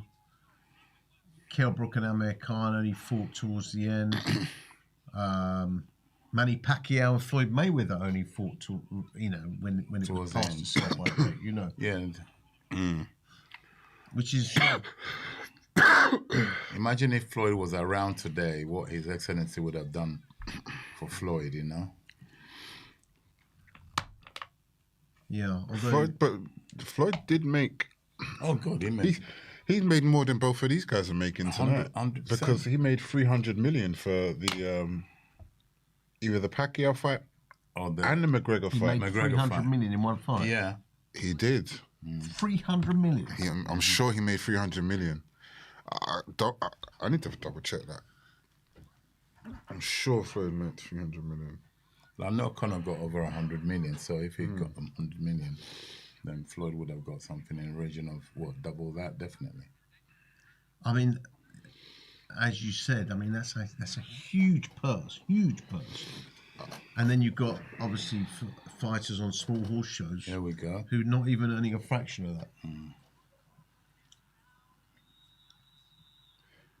The one thing we haven't mentioned about Terence Crawford, guys, is the fact that he can fight out of both stances.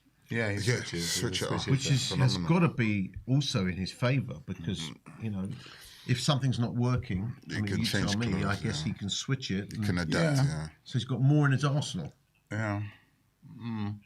It's definitely I think what gave when Spence was fighting Crawford, I said to everybody in the lead build up to that fight, I was backing Crawford simply for the fact that he's adaptable. He can change clothes in a fight. Yeah.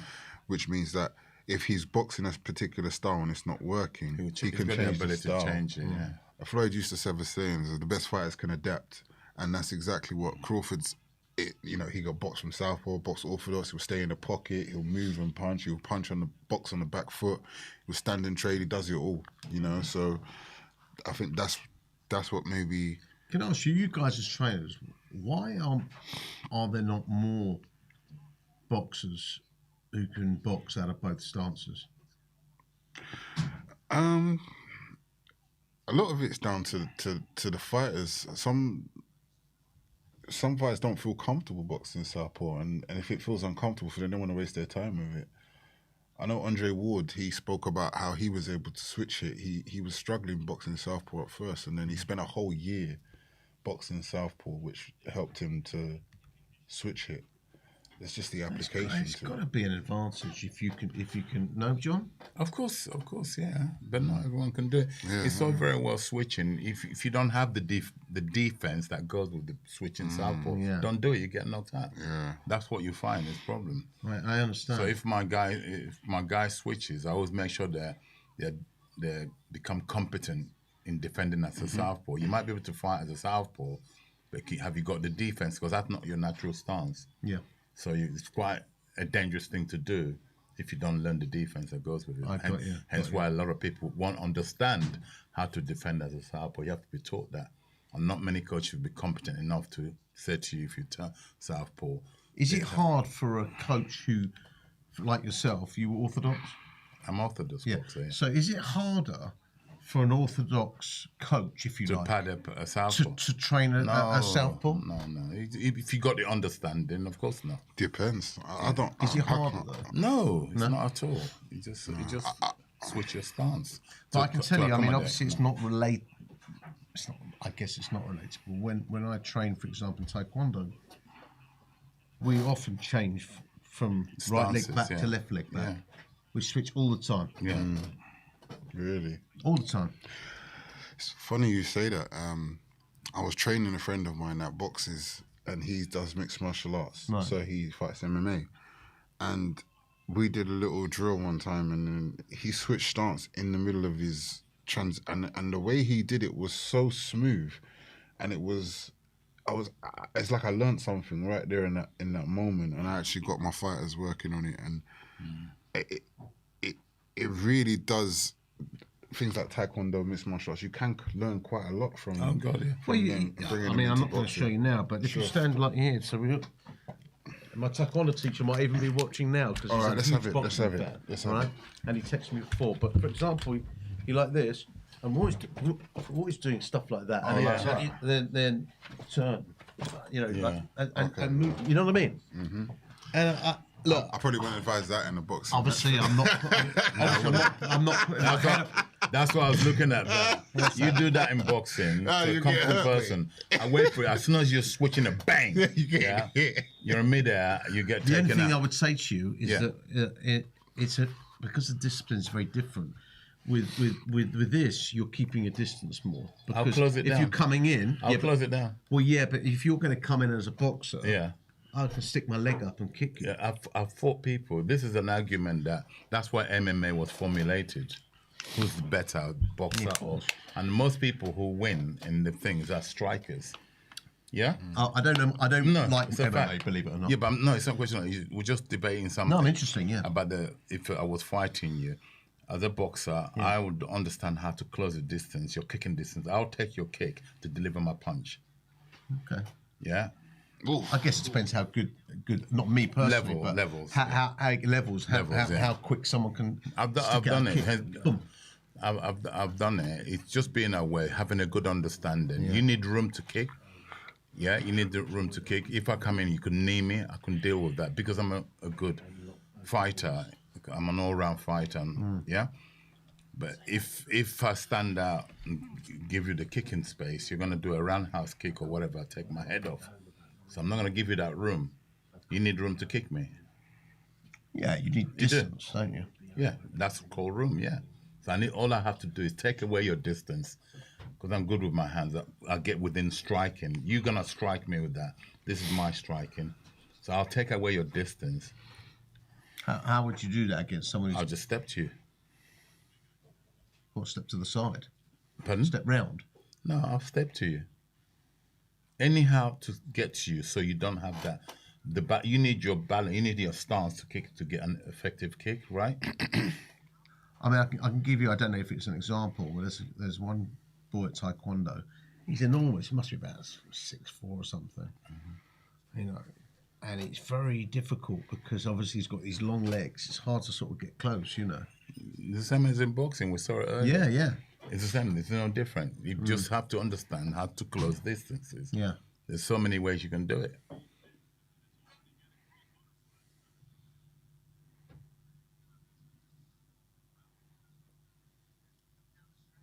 We're in round 7 already this fight, guys.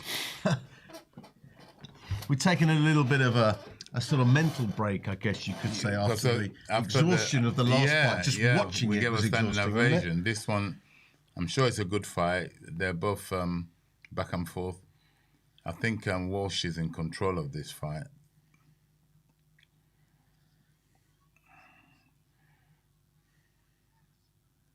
Interestingly, Terence Crawford's last fight was at this weight, super welter, I believe. Oh, punishing. Vargas's mouth is open. Yeah, I think Walsh he looks in charge, in control. Yeah, he's looking like he's. Ooh. Yeah. It's not looking good for Vargas, if you ask me. No, it's not.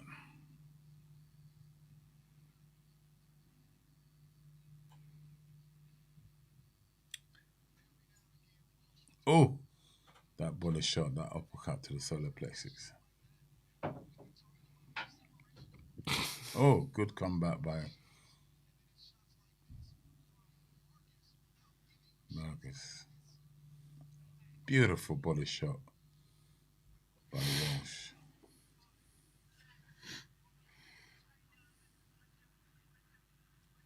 I've forgotten his name. Freddie Roach. Freddie Roach, of course. Yeah.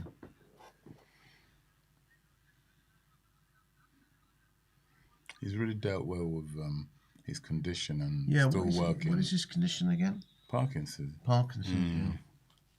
Amazing how he's done that.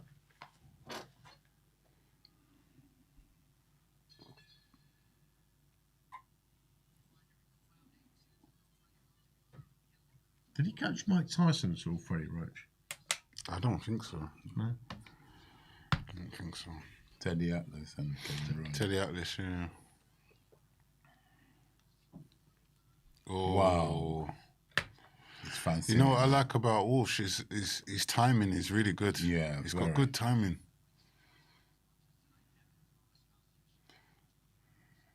He lets you work and go straight after. Yeah, hit an uppercut there from Vargas. As soon as Vargas goes, he goes there. See?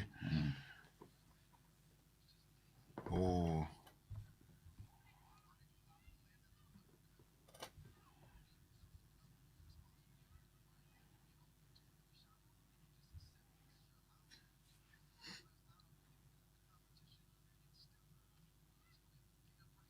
Is this the same referee that the one before earlier in the evening who said that you didn't think was doing a good job? Can't remember. I think it might be.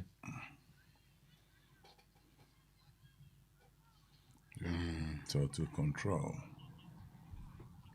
Does whatever he wants to do, whenever he wants to do it.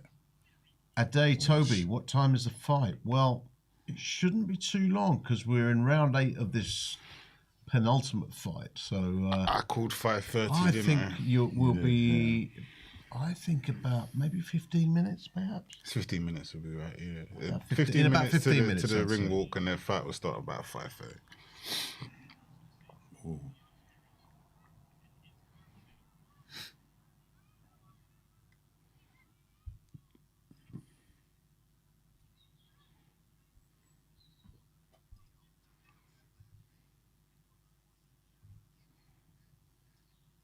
Oh, good backhand by Walsh.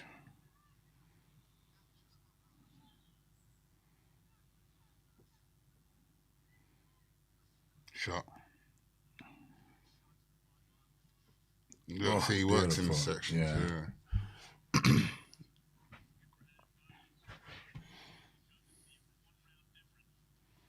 Yeah.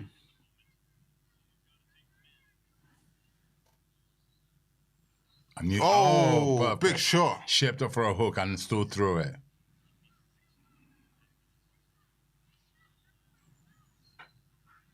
He's really bossing it. The size difference. Look at it. I say he looks tall for. And do you know what I like about Walsh? The change of pace as well. He looks so relaxed and then he Yeah, explodes out. that's right.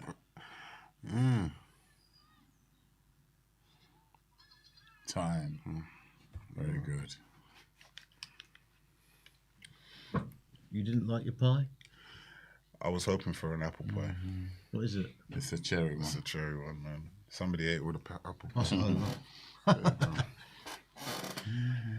Who would do that? You know, have a Mr. Kipling's pack and have three different flavors of pies in it. Yeah. The only one I'm gonna eat is I didn't know there was I knew there was an apple. I ate an apple earlier. Then I've had 2 cherry ones. Nice. They're nice, but I prefer apple. I prefer apple. I like apple. So it was kind of like roulette to see which one was the apple pie. I like rhubarb crumble. Yeah. Don't you? Oh, it's lovely. Apple crumble, man. Apple crumble. Apple Crumble's lovely as well with custard. Oh, lovely. Or ice cream. I like it with custard, but bird's like custard. both. You I know, like both. you know bird's custard. No. Oh, Do you know bird's bird's custard. custard? Yeah, I know bird's custard. Oh, yeah. if you make it properly without any lumps, lovely. Some rhubarb. Oh, it's round 9. I thought it was round 10. Well, she's stepping it up. Yeah, well, she's looking like he's got it. He wants to stop him. I actually really like Walsh as a fighter. I like how he shapes. I like both fighters, to be honest with you, but just the small little things that Walsh is doing. It's really nice.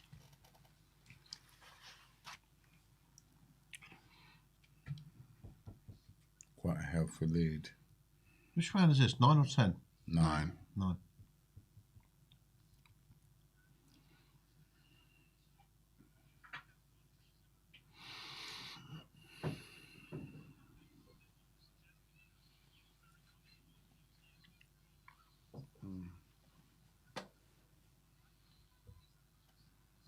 He's really in charge.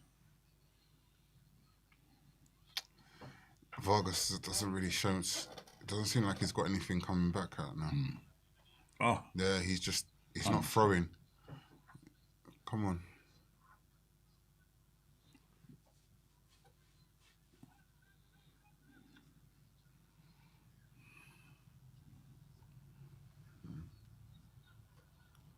Beautiful Walsh.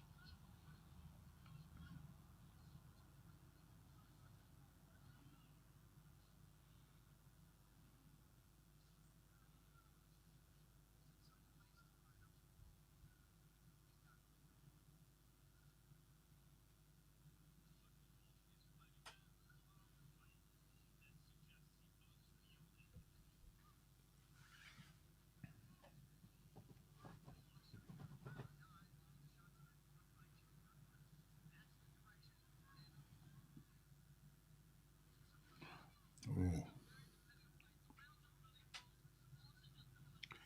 Yeah, so just to confirm, I did double check it, and Floyd did make just short of 300 million again in the McGregor fight. Wow. 280 million. That was his purse. Yeah. Blimey. Wow. That's mad. I'm eating such rubbish. I'm eating like, I don't normally eat this kind of stuff, you know. Me neither. It's just, you know, you need a bit of sugar. Ungodly hours, You that's need a what bit it of is. sugar, Yeah. completely. It's the ungodly hours, man.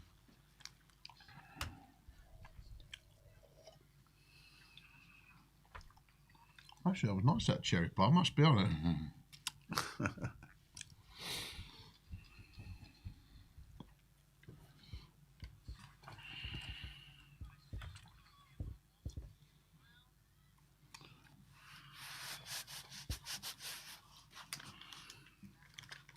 Been a good performance, hasn't it? From Callum Walsh. He's doing really well. But this is not for a title.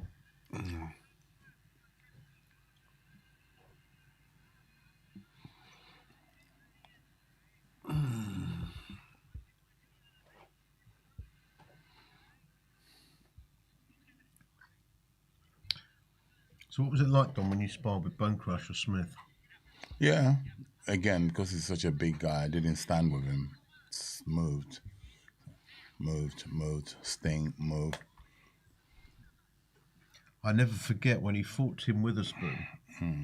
He hit Tim Witherspoon with an unbelievably punch. Do you remember that punch he hit Tim Witherspoon with? Straight flush, right on the button. He's a big man, Bone Crusher Smith. His name. Did he fight Tyson as well? Yeah, he was the first man to take Tyson. Take him the to, distance. yes, right, to the distance, yeah. And when at the end of the fight, he was celebrating like he'd won. He hadn't won. He knew that. It's just that he didn't knock me out.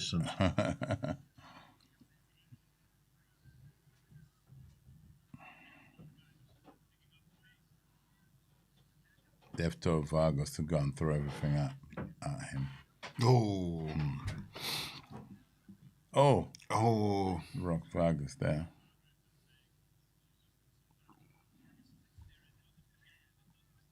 Mind you, when we said 15 minutes, we forgot about all the ring walks and all that. Oh.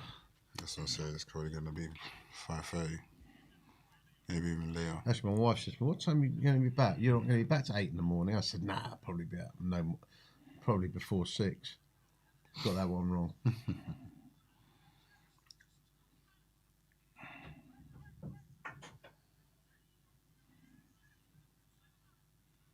Vargas has to go for it.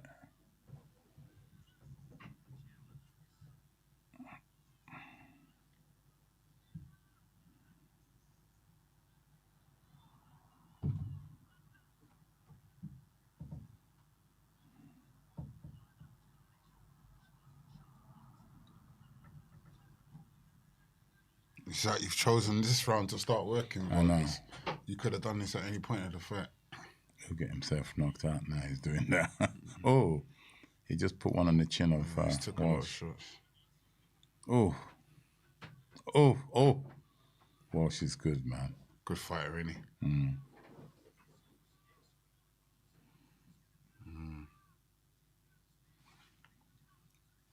Wow.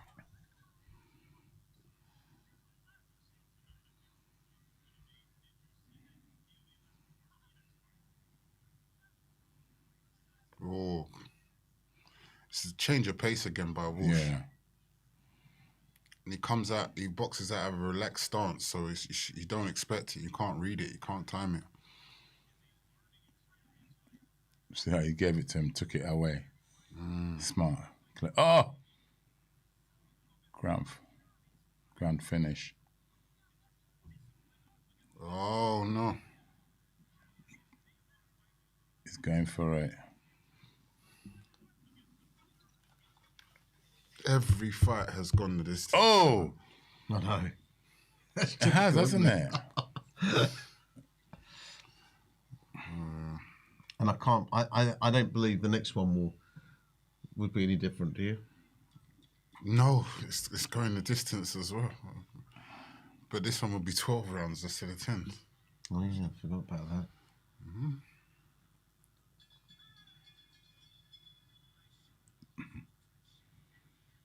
Wow, good fight again. Every fight has been good, to be fair. It has.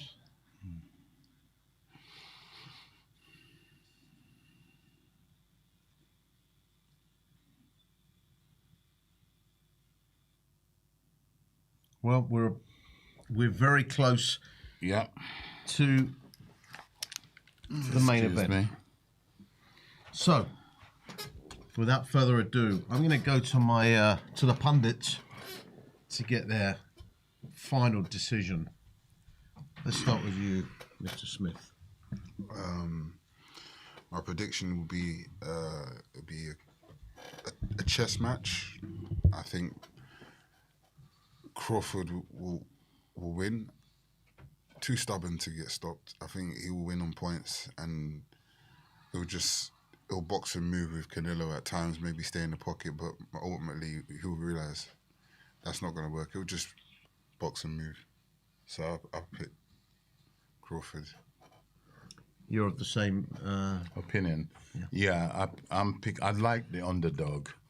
I mean, Don just gave a good breakdown of how I see the fight panning out in that way, because Crawford can, especially in the early rounds, he can't afford to stay in the pocket with Canelo. He'll get hurt. And so I think he's got the boxing smartness, the IQ to be able to negate his way. I think he'll switch at times to make it awkward for Canelo, move, switch. And I see him being victorious tonight. Just to stay disciplined. How? Points. He'll up point. Well, I'm of the same thinking as you guys. Although I wouldn't be surprised if it's a draw. Yeah, that's not out of the question.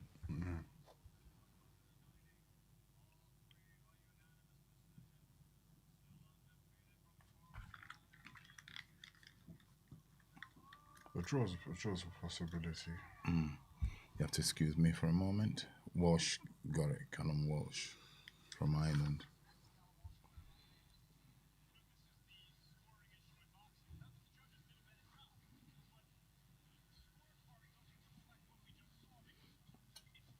Yeah, excuse-moi.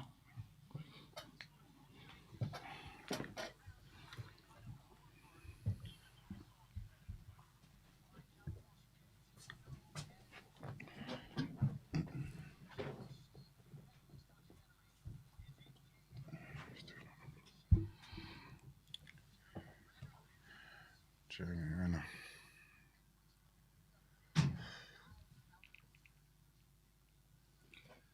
All the celebrities in the audience here.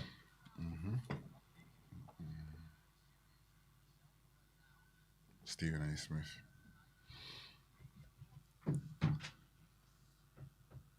Wiz Khalifa.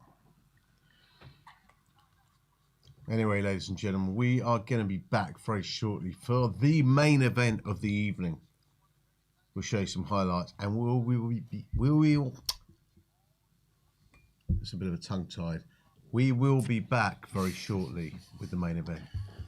Radio Raw here with Mark Wahlberg. I know there's just a few minutes for the fight, so I'm not going to hold you. Just tell me what it means if each fighter wins. For instance, Canelo retains his undisputed championship at 68. What does it mean for him in boxing? Look, both of their legacies are on the line. I think if Canelo listens to somebody who comes up, two-way class.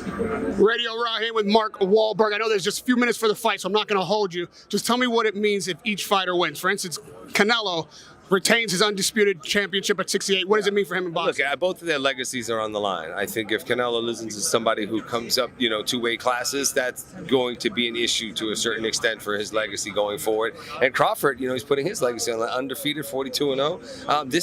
This is what boxing is supposed to be. This is a throwback to when you had Hagler, Hearns. Everybody fought everybody.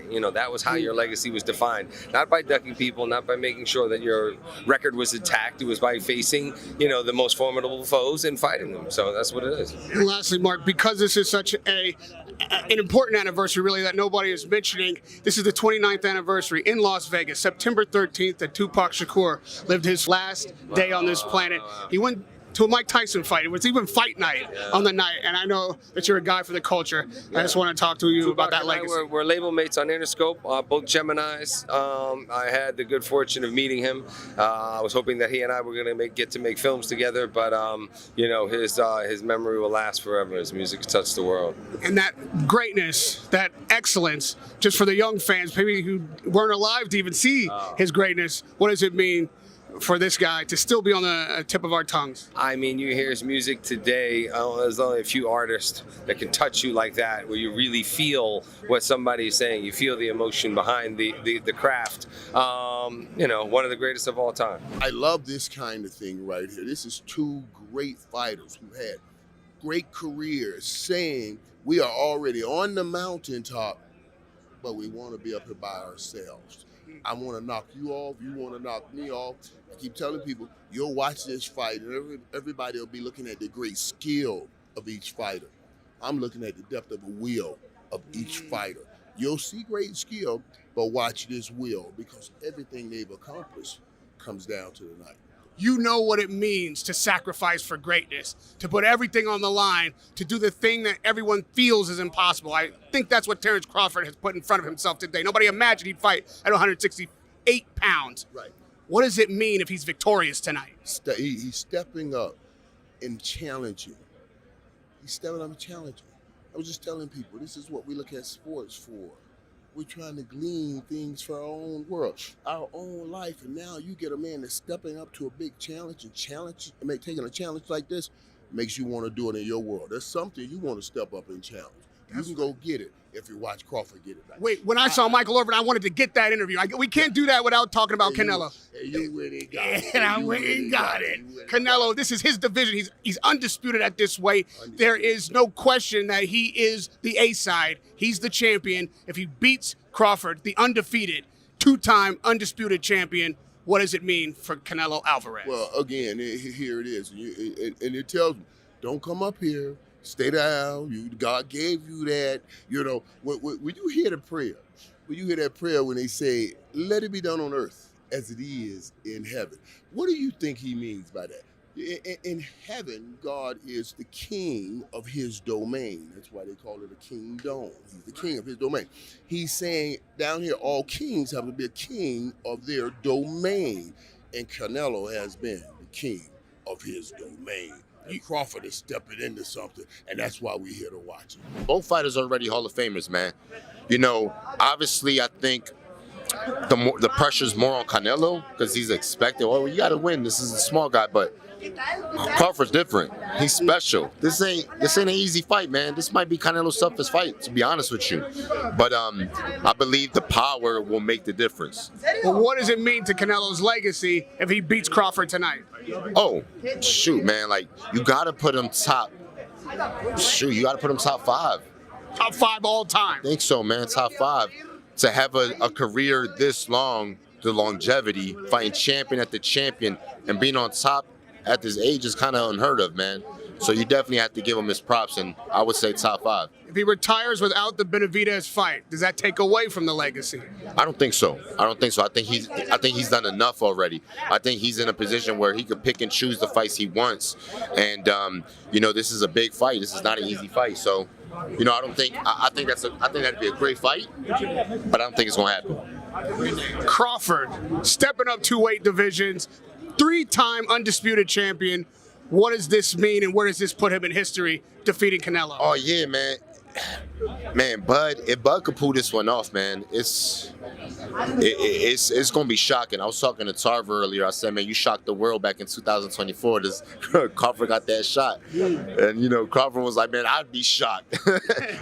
But man, Crawford is like, it's kind of like when Roberto Duran moved up and beat Antoine Barkley. It can happen. And he looked good doing it, right? So it can happen, man. You can't count Crawford out. Nobody really knows how big a boxing fan you are, and you got to get in there to see this fight. Canelo wins, what does it mean? Crawford wins, what does it mean? I think if Canelo wins, he's supposed to win, right? Hold on, Evander, you know Michael Che from SNL? Very nice to meet you, Mr. Holyfield. Okay, good to meet you, man. Good to meet you. I'm excited. I'm going to ask you both the same question. There's only one question. He's going to let you both go. Today, September 13th, is the 29th anniversary of Tupac Shakur's passing. In this city, he was at a Mike Tyson fight. It was fight night even. And both of you are legends in your own right. You were a legend at the time. I just want to get your thoughts and feelings on that legend and what he meant to music, what he meant to you. Well, you know, Tupac, he's a good rapper, and he was a great one. And so, you know, just like me being a boxer, all I wanted to be the best boxer. You know, it wasn't about nothing else. I knew there was other people can do things that I couldn't do. But it's part of life, being the very best you could be.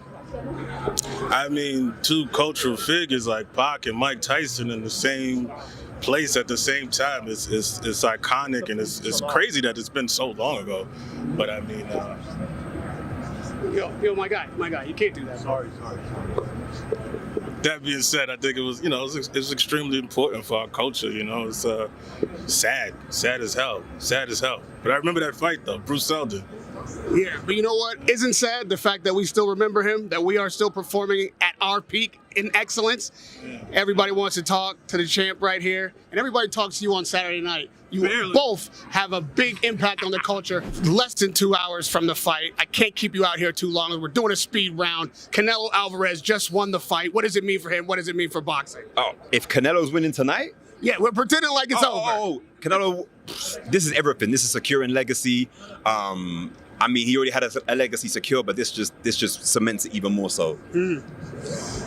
Terence Crawford just won the fight. What does it mean for him? What does it mean for boxing? Terence Crawford just made the statement of all time. He went up, you know, he was brave enough to go up in weight classes, and then he's still undefeated. That's the way you secure a legacy. Now, lastly, and this has nothing to do really with sports, but I have to mention it because it is the 29th anniversary of Tupac Shakur having passed in this city. That's crazy. On this night at a fight. No way at this night. At a Mike Tyson fight. That's crazy. It's kind of I mean, just knowing that and being here right now, it kind of almost gives it a bit of a spooky atmosphere. But at the same time, rather than focusing on like that, it's a time to remember the great artist that he was, the great man that he was. And again, legends never die, you know. So we'll always remember him. His music lives on, and his legacy lives on. So, but yeah, what a night! What a anniversary! And that's why I have to acknowledge the best on a night when we are going to watch the best, the legacy that he leaves behind of greatness. We are all trying to emulate and walk in those footsteps. I appreciate the time. Thank you so much. Shout out to that. I might see you in Brixton sometime. You damn sure gonna see me in Brixton if you come to the ends. That's where I'm at, man. Go, man. Thank you so much. I appreciate it. Respect. Man, I've been watching these guys for a long time, you know, before I was even on these stages, before anyone knew who I was. You know, these guys have been raising the bar. It's just exciting, you know, exciting to be here. But this is what it's all about. It's about proving who's the best. You know what I mean? It's about stepping up and trying to become better and better. You know, not just maintaining what they have like other champions. It's about proving and then respecting the sport and leveling up, man. So it's awesome. You're having a hard time getting fighters in your division with world titles to face you and unify, where Terence Crawford is leaving his division, going 2 weight divisions up to challenge the undisputed when he absolutely didn't have to. What does it mean for him if he defeats Canelo tonight, and what does it mean for the sport of boxing? It's huge, man. You know, and to be honest, I'm backing Crawford. You know, I believe he's going to win on points. He's the way he changes his style. He's got so much ammunition. He does so many different things in the ring. Where Canelo's got that one sort of walk forward, take your head off, punch you to slow you down, and then breaks you. But I just feel like he adapts so many different times. So it's exciting, man. Hey, it's good. Welcome back, if you're still awake, that is. And listen, we're almost there. The fight that you've been waiting all night for, in fact, we've stayed up all night for. We've been talking all night for this big fight, and it's coming up any minute now. So without further ado, I don't know if we did it already, let's get confirmed opinions again from the Dons. Don Smith? My opinion is it will be a chess match, but I think ultimately Crawford will outbox Canelo, who'll be the busier of the two, and will outpoint him and win. So that means you're not getting to bed at all tonight. Oh, yeah. Every fight tonight. Every fight's gone the distance. I mean, this fight, I don't see Crawford getting knocked out. I don't see Canelo getting knocked out. I just see a points victory for Crawford. Over to you, Don. Yeah, I will echo that opinion. That's how I see the fight panning out. They're going to feel each other out in the early rounds. And yeah, it'll be interesting. Very interesting, very intriguing. And obviously, I'm not by any means with my prediction, Canelo. How dare I count him out in the sense it's not a foregone conclusion that Crawford will win. I believe I've looked at it any possible way, and it comes up my winner every time. So I'm picking Terence Crawford to win by points. And it wouldn't surprise me if Canelo knocks him out. No. That's what's intriguing, is there are so many different possible outcomes. Crawford by points, Canelo by KO. And one last question, guys. How tired are you?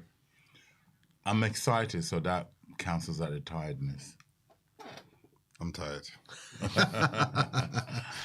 Yeah, me too. I'd be honest with you, I didn't expect every bout to go the distance. Every fight tonight has gone. I mean, it's unprecedented. There have been some really good fights. And there have been some good fights. I just wish they'd have been at 9 o'clock in the evening. But never mind. Listen, we knew what we signed up for. We did. And let's get on with it. Come on. Get on with the ring walks. That'll be another half an hour. Yeah. It's now gone 5:30. I want to hear from you guys, but let's Come this face far. it, the fact that I've not had any messages for a while would indicate to me that you've gone to bed. We're staying up for you and you've gone to bed. That's not very fair. Come on. Come on, chat. Let's have it.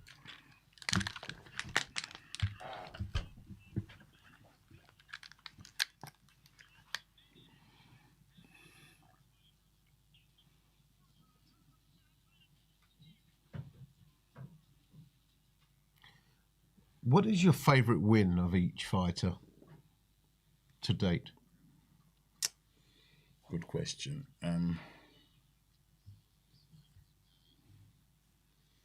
Canelo's best win for me.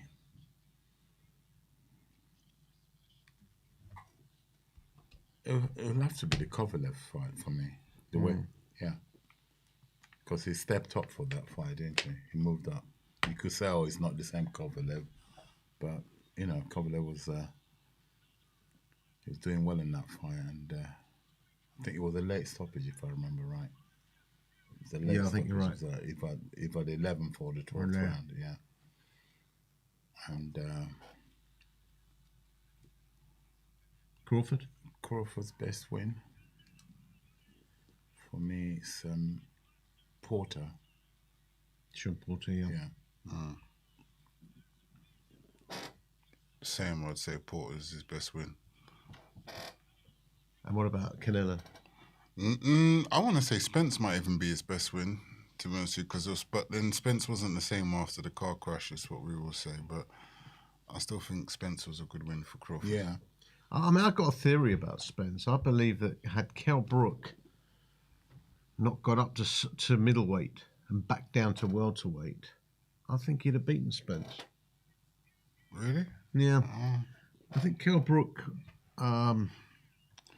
could have achieved more in his career, actually. I think that he went up to middleweight. I think the Triple G fight ruined his career, actually. For Kell Brook. Yeah, that was a horrible fight. He got a damaged eye in that fight, didn't he? Yeah, broke his eye socket. Yeah. Let's see what they've got to say on Netflix. Here we go. Kerry W said, I'm tired. I know exactly what you mean, Kerry.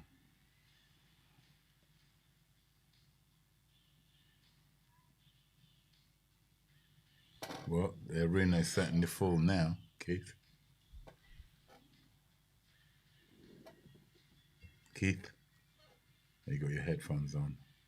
You can't hear. Yeah.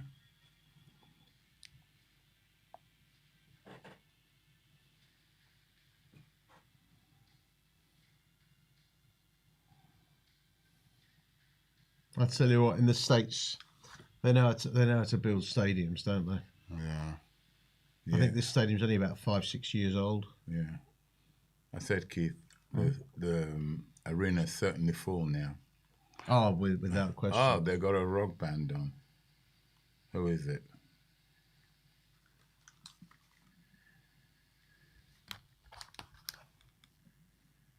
How cool is that? Oh, Tool. Big. They're big.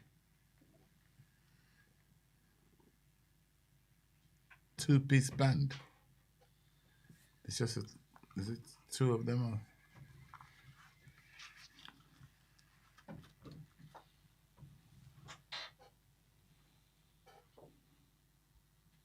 It's a drummer and a guitarist. Oh yeah.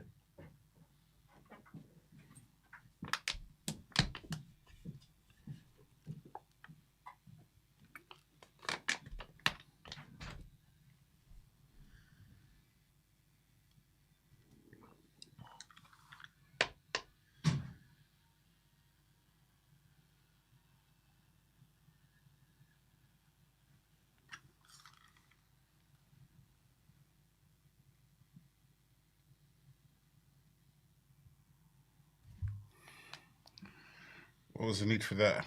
I can't really see the point of that, can you? Yeah, me neither. It's just delaying the fight.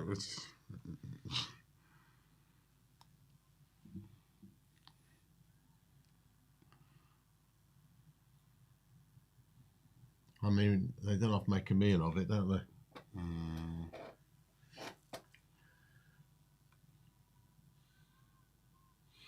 Isn't it their Independence Day, isn't it? Cinco de Oh, Mayo. it could be, yeah. Cinco de Mayo.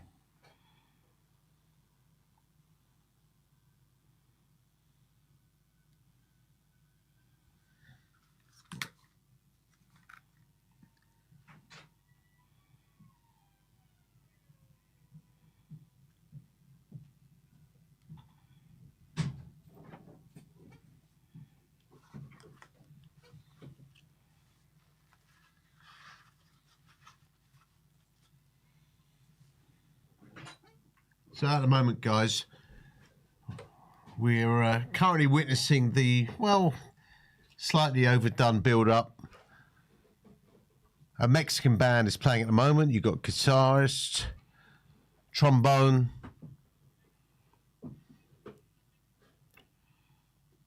basically all the brass instruments bar saxophone. While the fighters are probably in the change rooms just chomping in a bit to get out, aren't they, Don? The fighters are probably just chomping in a bit. They just want to say, all right, enough with that. We want to get on with it. Yes.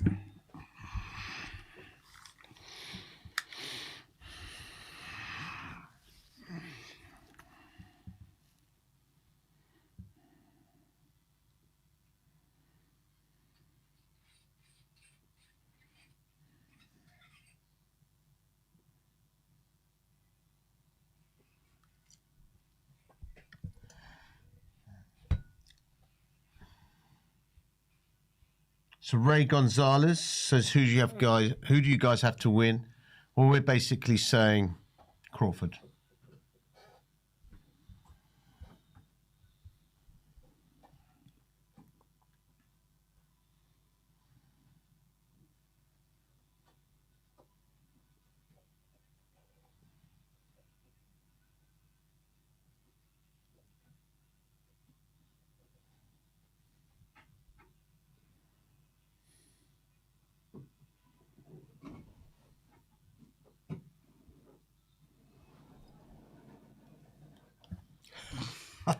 I'm trying to stay awake. What you say? You don't like the Mexican music?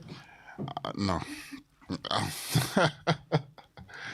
It's all right, I guess. But the stage is set. Let's just start the fight now, man.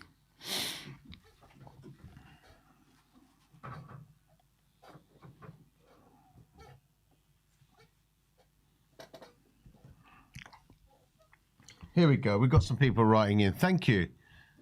Are you guys going to be able to show the fight and then walking out? No, they won't let us, I'm afraid. You just got our dulcet tones. You're going to have to get used to that, I'm afraid.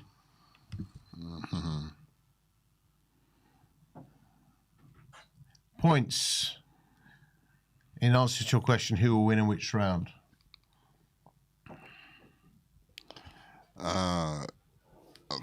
Crawford after 12 rounds. Here we go.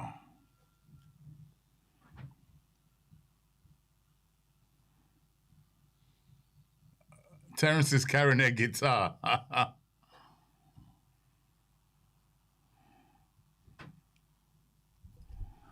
Anyway, who thought Terence Crawford could play the guitar, huh? Why is Crawford coming out to this? No, he can't play. He's got gloves on. It's be a bit difficult with a boxing glove on, wouldn't it?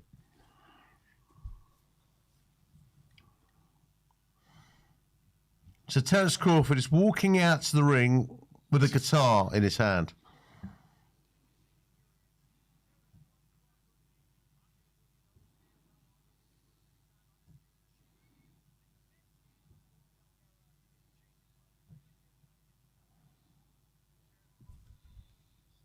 Interesting.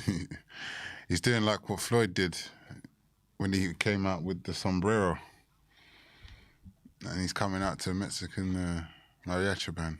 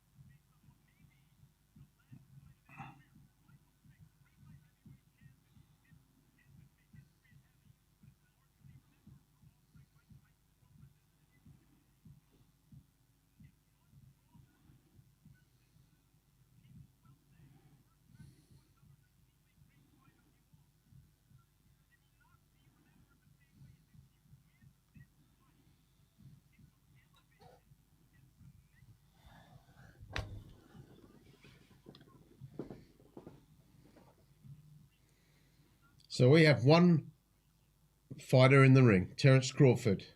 Now we wait for Canelo. So it's another half an hour.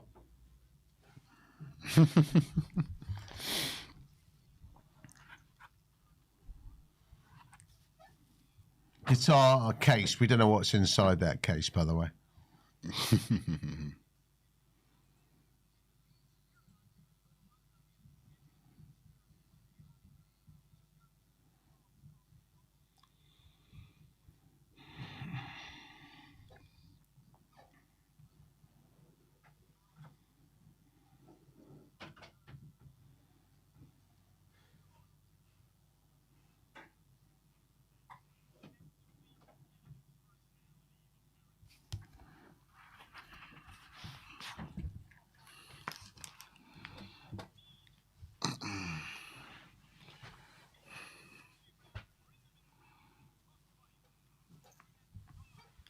Who you guys got out there? You going to let us know? Canelo. This is interesting. We've got one person here who says Canelo knocks out Crawford in the first round. Look. Say it again. Someone here says Canelo wins in the first round. Well, that's their opinion. Can it happen? This is boxing. Of course it can. Highly unlikely, but...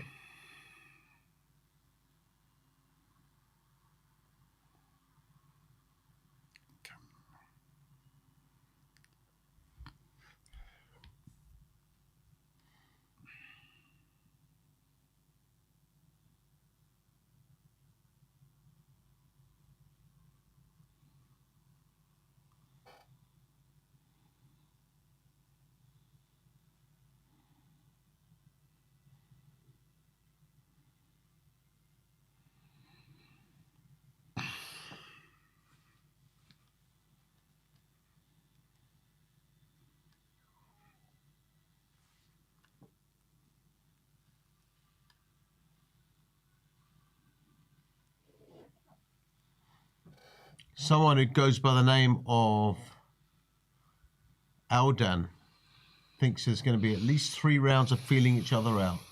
Yeah, I can see that.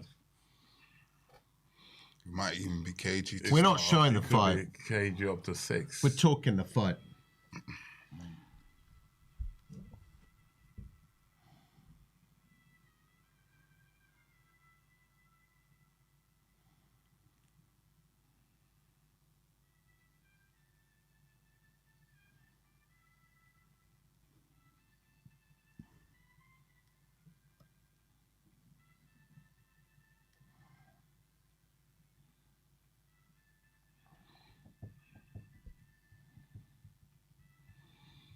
Of course, they're keeping Crawford waiting.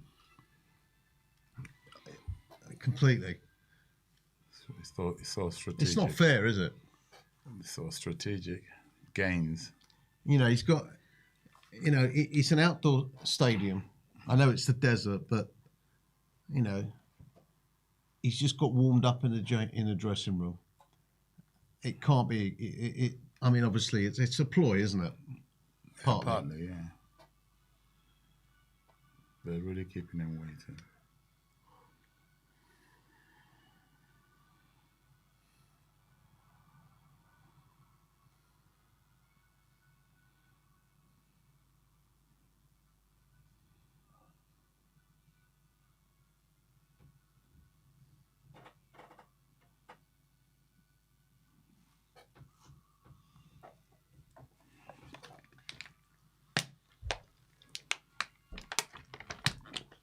I actually think that, I mean, to keep a fighter waiting that long in an outdoor arena, yeah, it's got to impact the fight. They show it's an outdoor arena. 100%, yeah. Is it?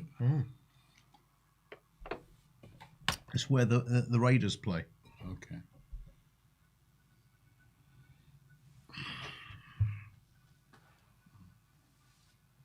There's a lot of belts there.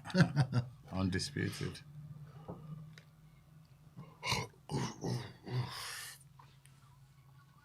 Seems that Don is keen to get in there. Let's get this fight going, man. Mm-hmm. 63. 3 fights, 2 defeats, 2 draws, 39 KOs.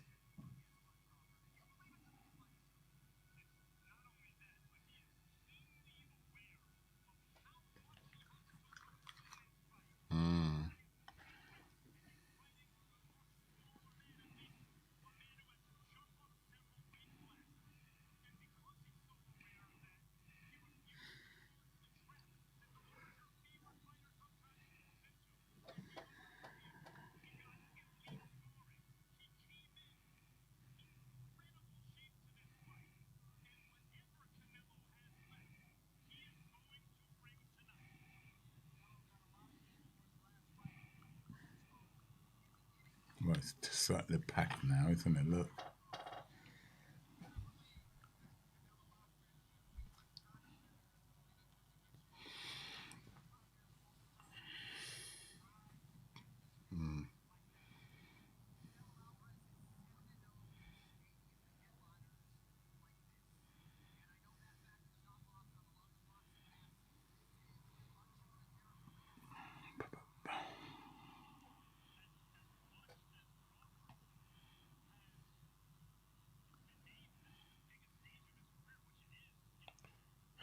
I wonder if when they start squaring up, you'll see the size difference. What's that?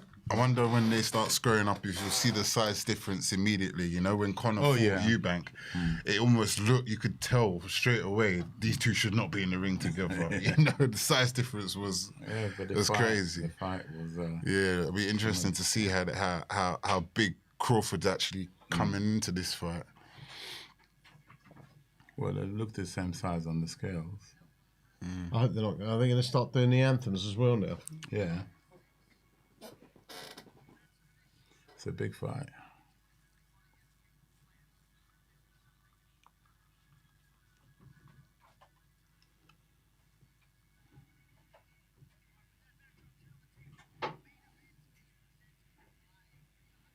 Crawford's taller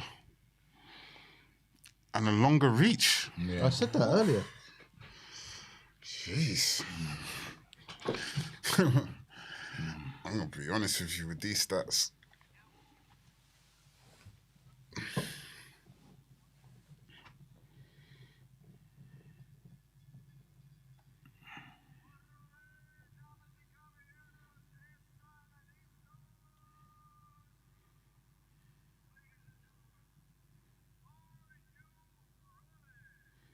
Well, look at the amount of people there. I wonder what's the capacity, do we know? Must be about 80, 70, 80,000, I think. Is it as big as that, yeah? Must be.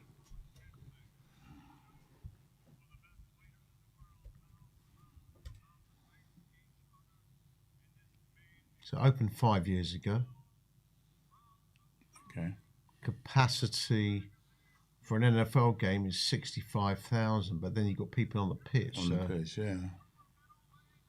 70,000. We're looking at Tottenham stadium size. That's a big stadium.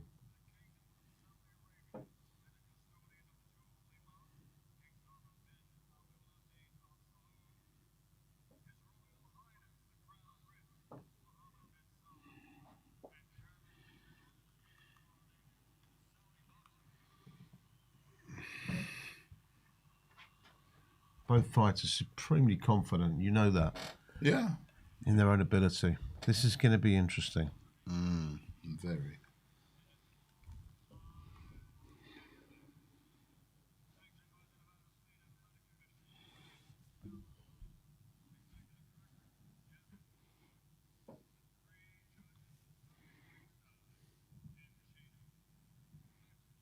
You know, as I predict Crawford to win, but just as a neutral boxing fan, you don't want to see any of them lose. You don't want to see any of them lose. You don't want to see Canelo lose all his belts. You know? You don't want to see Crawford lose his O.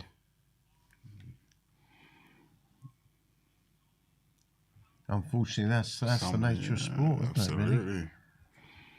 This is where we are. Someone It's said such here, a could they wide drag this out anymore? I quite agree. What was with Tool playing for 30 seconds? I agree with you.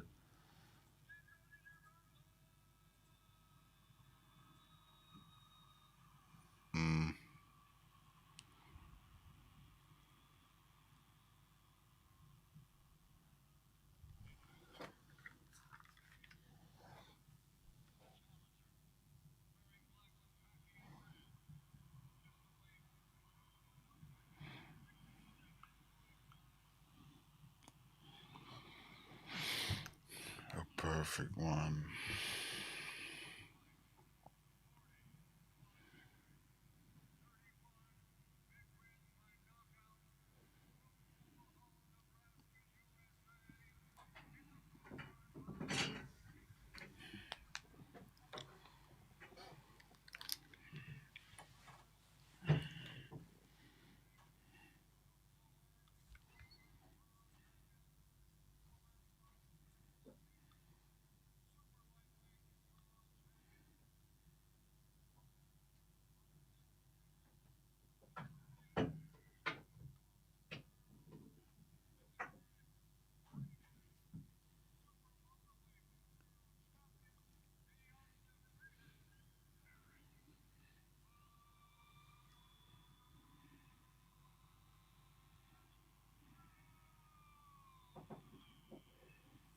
So Michael Buffer's just introduced Terence Crawford.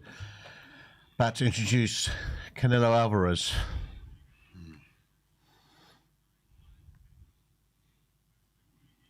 It's got such a wide neck.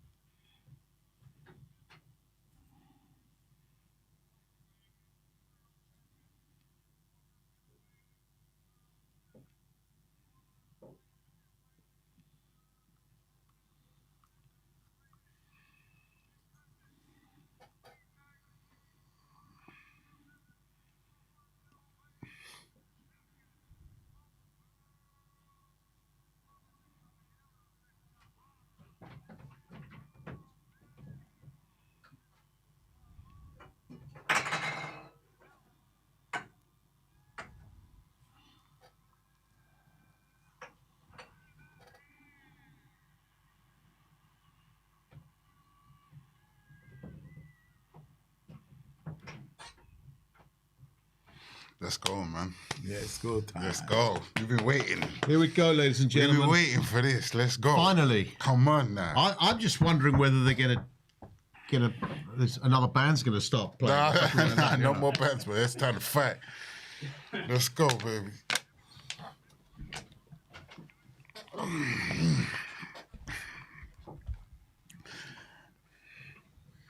6 o'clock, we're starting.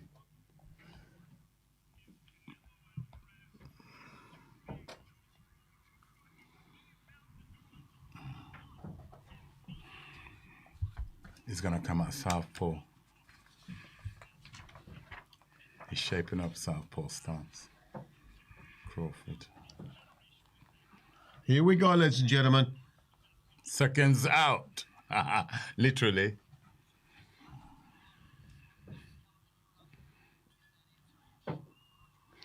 He's gone out southpaw. There's no size difference. Crawford taking the center of the ring.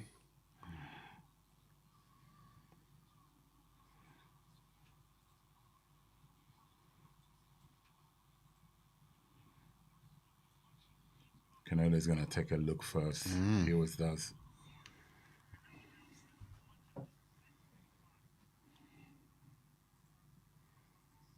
Slightly bigger. He does look slightly bigger.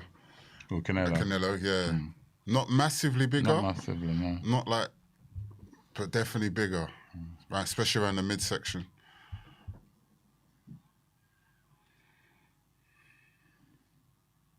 Not much going on at the moment. Both feeling each other out. The thing with Crawford going southpaw, if Canelo. Sorry, Don. The thing with Crawford going southpaw, I don't like that coming out as a southpaw, because the same thing I said earlier, Canelo is going to test him in a minute. He's going to throw a big right to see how he reacts, because he might not have the defense as a southpaw. Interesting. Yeah. Especially now he's backing him up. He'll throw it in a Crawford minute. started in the They're centre. both wary. There's obviously a lot of wariness. So it'd be quite cagey. Yeah, very cagey. Crawford started in the centre of the ring, keeping Canelo back foot, and now Canelo's slowly taking now the hunting. centre. You know, everything Canelo does, he's a hunter, and he's setting up a big shot every time, making that ring smaller and smaller.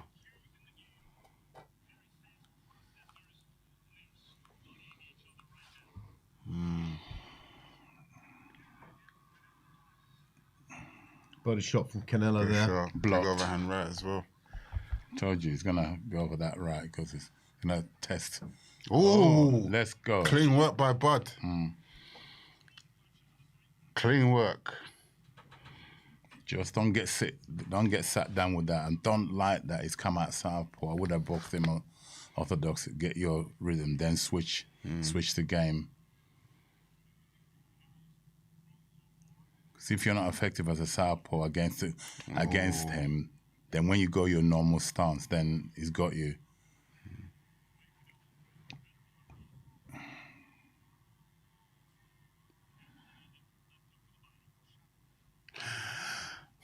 Crawford don't seem to be faced by the power, but it's not really been hit flush, but it looks quite solid in there. There's that right hand I was talking about. He's going to keep chucking it because testing his defense as a southpaw.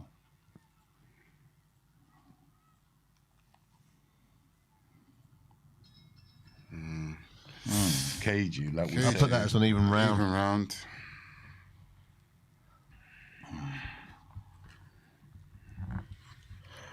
Yeah, it's cagey. We said it'll be cagey.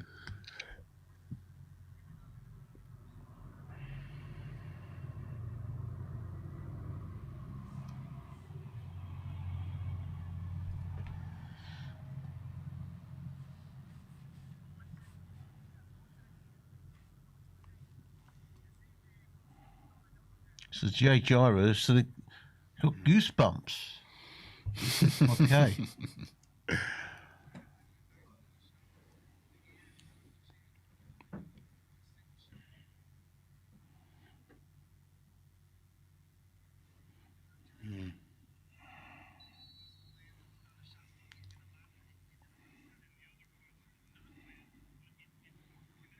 Yeah, it's very cagey, He's very staying southpaw. Interesting. It's going to be a chess match, as I thought. They're both trying to work each other out. They're both elite athletes. I'm not going to waste shots.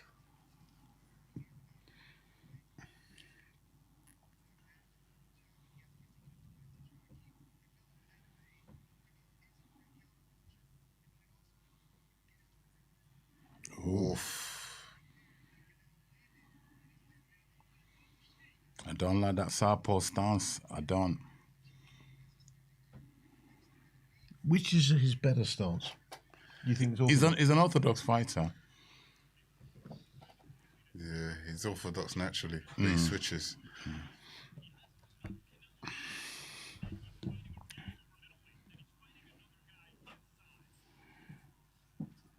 See, he doesn't stay there, Crawford. He's always moving his feet, never leaves himself stranded and staying there. Canelo wants to pin you down.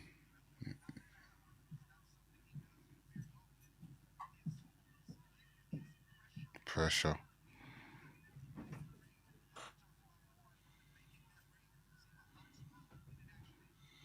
Don't be there. He's gonna throw that. I thought he was gonna throw it right there, but he went to the body instead. There. Good That's a shot to the body. To the body. Yeah. Canelo. That weakens you, no matter who you are. Oh, that same shot. Every time Canelo steps back after the double jab, he's dropping his right hand, and Crawford is exposing Canelo's that. looking for that left hook to the body. There, he's looking for that shot to wind him, yeah.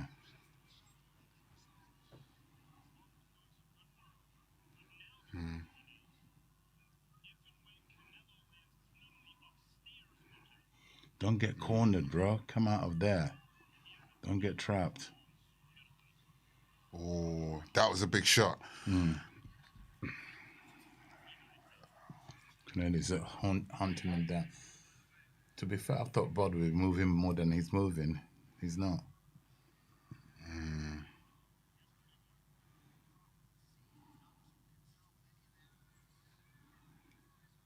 Canelo's just too smooth. He's good, isn't he? He's smooth, man. Yeah. He's one hell of a fighter. He is.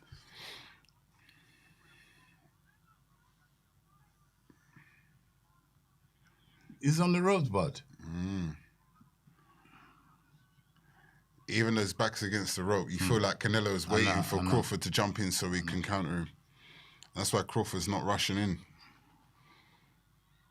Smart boxing. Yep. I don't. Interesting. What do you think? No, Again, keep your very scores to cagey. yourself. Keep your scores to yourself. Can't split it really. There's not much in it, is there?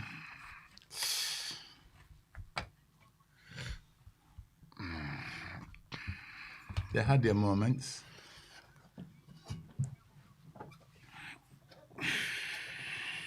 I should have checked him with a hook. If he goes for that straight left to the body, check him with a hook.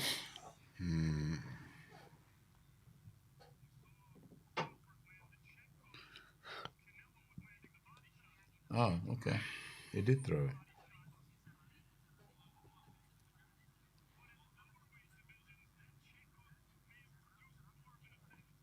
You think back to the fight with Billy Joe Saunders, and Canelo's patient. He's a patient killer. He's a patient guy. Oh man, he's a patient killer.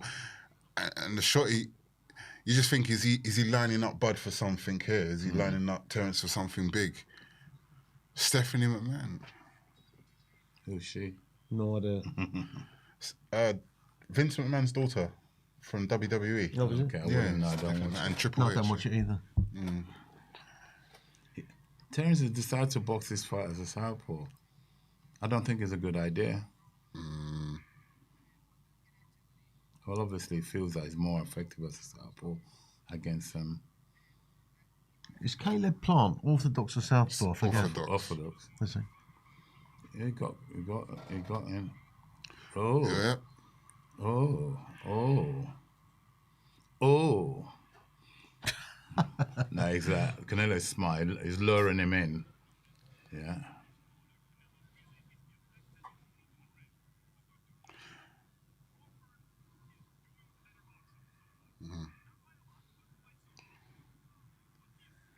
He stays moving after his work. Yeah. He doesn't stay there.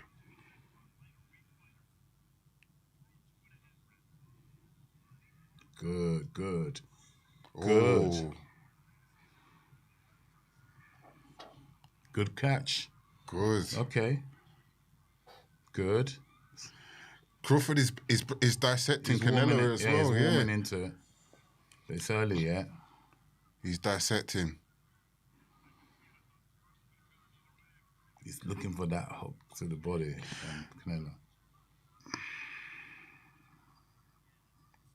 You think back to the Charlo fight when Charlo fought Canelo, and he spent the whole fight just moving on the run. But the thing is with Crawford, he's actually offering something offensively, which is what Charlo didn't do. Yeah. He just was trying not to get knocked out. That's what he was trying to do. But look at that. Not many people make Canelo miss.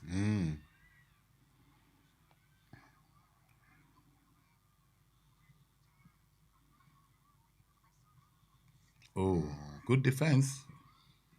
Good defense, Crawford. I didn't think he could defend as a southpaw. He can.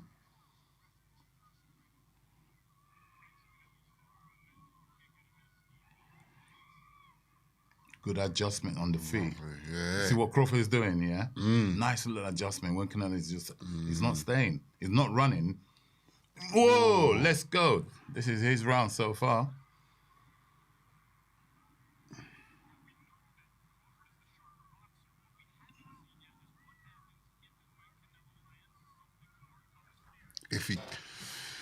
Commentators are saying we don't know what will happen if Canelo lands hard upstairs, but I don't think Crawford's leaving himself there No, to he's be not. upstairs. No. He's not.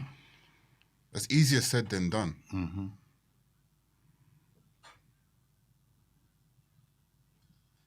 He nicked that round. Yeah, definitely Crawford.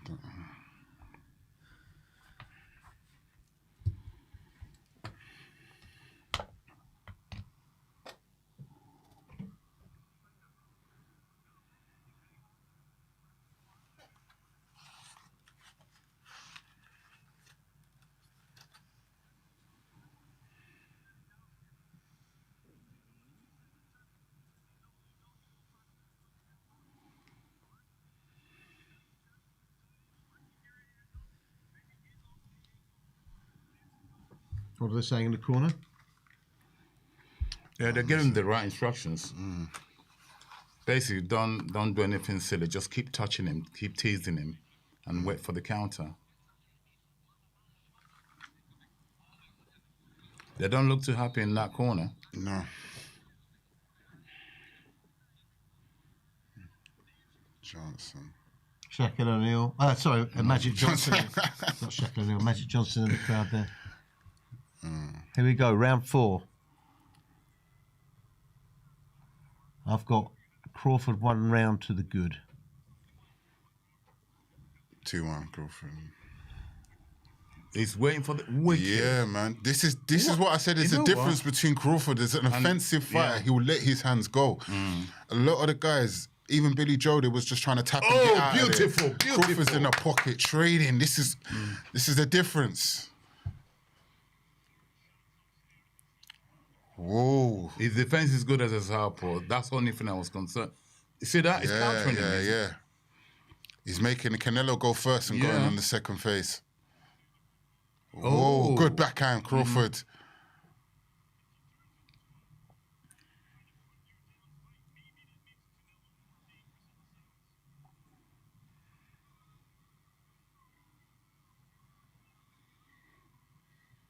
Look. He was trying to corner him there. Yeah. He got lucky, he got in there. Look at Canelo, man. He's savage.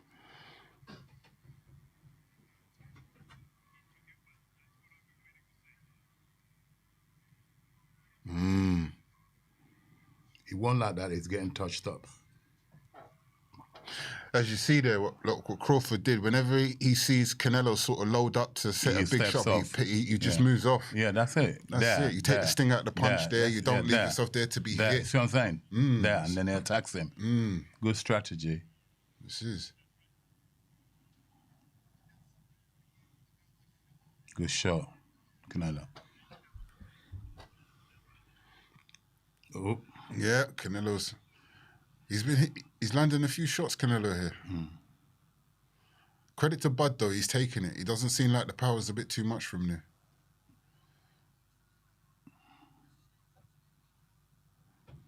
Bud started off well. Canelo's finding his groove. Getting into it, yeah.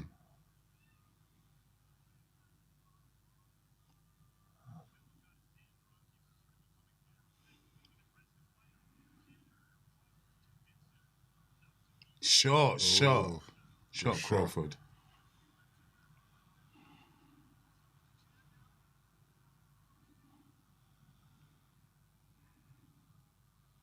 Keep moving. Don't get cornered.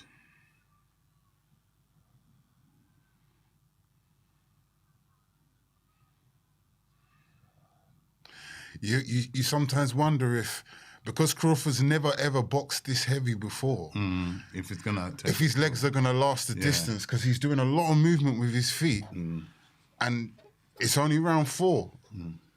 And do those legs have can he carry that weight later on? I think he would have trained for it. Yeah. Yeah, but he would have trained. He's busted. Is that his nose gone or? No. Give me 2 minutes. Sure.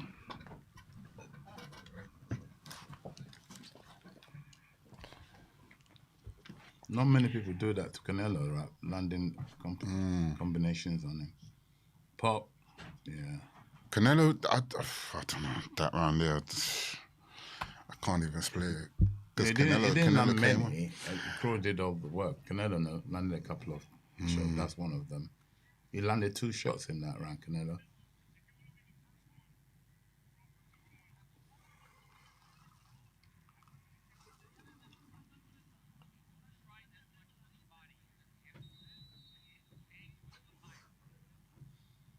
Oh, sit down.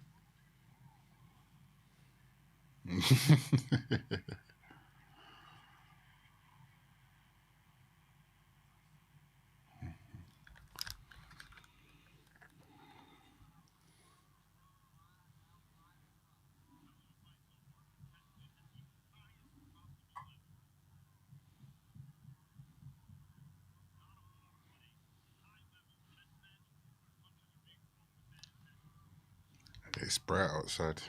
I bet.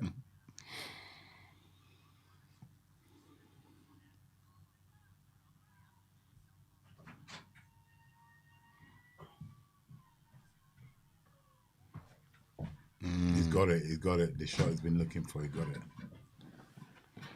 Canelo's switching it up He's now. switching up now, yeah. Switching it up now. He's trying to box.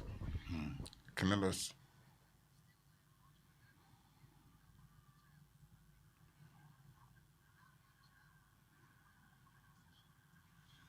No, Canelo's shaping up nicely. Ooh. Jeez. He's inches. Both of them are throwing big shots, but none of them are leaving themselves there to be hit after their work. So just missing.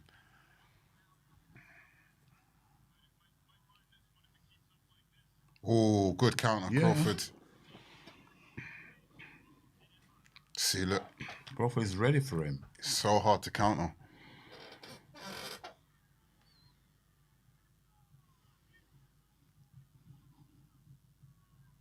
That's right. Thank you. Thank you. Yeah, I teach that. Yeah, that's right. Don't do too many of it. And pop. You got to pop it. You got to pop it. Pop it. No, the backhand, man. Touch, touch. Left, right, left. Yeah, he's not silly. You feel like Canelo's setting a trap there for Crawford. Yeah, I saw that. And Crawford's not falling for it at all. He's not going to get erratic and try and get too eager. He's going to be patient. God, look at this. Come back, This is elite boxing, man.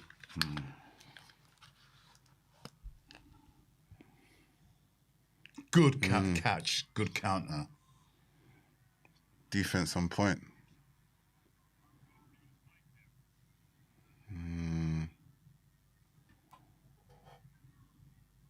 Don't get cornered. Good. It's a patient game right now. It's definitely a boxing match. Don't do that.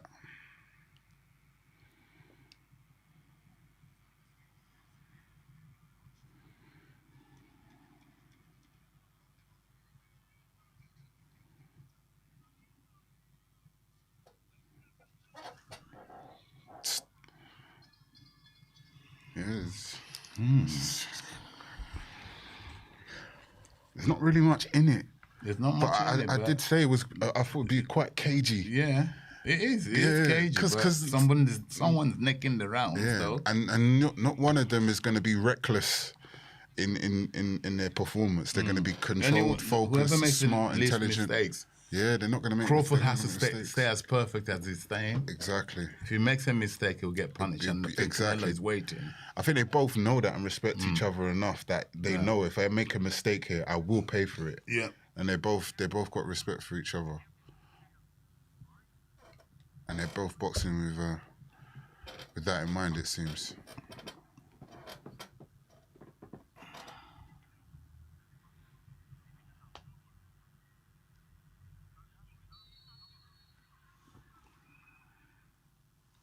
There was a rumor going around that Crawford had hurt his shoulder in training. I don't know how true that is, but it looks all right there. Maybe that's why he's boxing southpaw. Could be, yeah. Maybe that's why he's not jabbing orthodox. He's got to be. Did you see that? Good shot Did you see inside, yeah. Did you see that? He actually... What? Oh, there we go. There we go. But don't get sucked in. Don't get greedy. Don't get greedy. Crawford's opening up a bit Don't now. get greedy. No, it can't get greedy. Because Ooh, good shot. Ooh. Now we're moving. Yeah. Big backhand from. They're talking to each other now. And yeah, just open it up now. Let's go. Because he made him move. He made him miss big. Canelo don't miss that big. He swung. He rolled under. Good. What? He's marking him up, you know. Canelo's getting angry. Canelo now. is getting frustrated. Yeah, a little bit desperate in his work. He's got to keep his head. He's got to stay cool. They're talking to each other in there. A left uppercut would do it. Oh, good shot. That's a good hook by Canelo. That's the shot. Canelo has been setting that he shot ran onto up. that hook. Yeah. Come on, bud. Bud might hesitate moving to his right now because that left hook's going to be...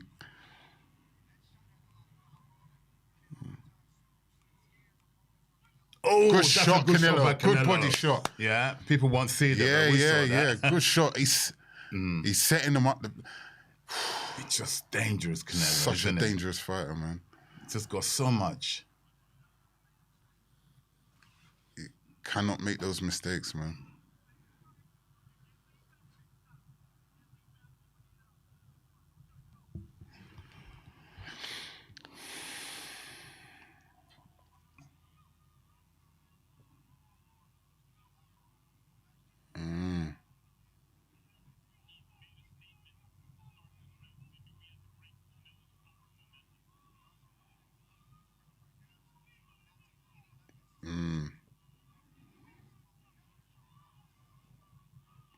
Canelo has to try and win back this round.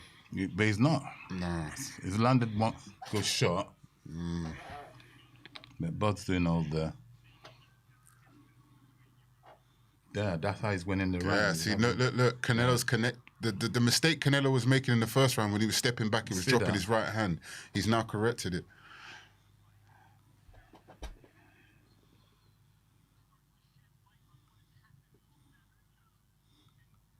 Well, Crawford. I feel like Crawford is using his feet way too much. I don't know how fit he is, but he's using his feet quite a lot. He would have trained for it. He would have trained for it. He would have yeah. conditioned for it. He knows what he's capable of, but.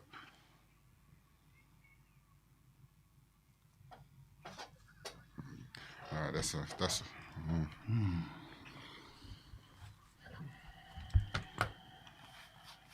Nicking the rounds. But you just feel that Canelo lands, it can floor him. Who did you give that round to? Crawford. Did you? Yeah. He won the round. Canelo landed two punches. He's been doing that for the past few They were rounds. more spiteful punches. I mean, I edged it towards Canelo for that reason. You don't score it because of spiteful punches. You score I it think for the Canelo volume of landed punches. two big shots in that round, but they don't win your rounds. No, they unless don't. you're not the person down. Crawford landed. There's a no few hearing. good That's shots. how boxing is scored. Not because the guy's hit a guy with a big shot. You don't give it to him. You give it to the guy who's throwing combinations, and they don't that match. was a Look, shot. That was a okay, that's shot. in the same round. Yeah. You don't score round because As he guys stepped got back, twice. Canelo walked onto the backhand. See That was a that? beautiful Yeah. shot. That was in the beginning of the round, and he missed that one there. Yeah. He swung badly. He hit him with two good shots, but you don't win a round like that unless you knock them down. That's a catch. That didn't land. So the person who's picking away with their jabs, they don't look much, but they're scoring shots. The jabs, the southpaw jab, look, it's catching them in the counters.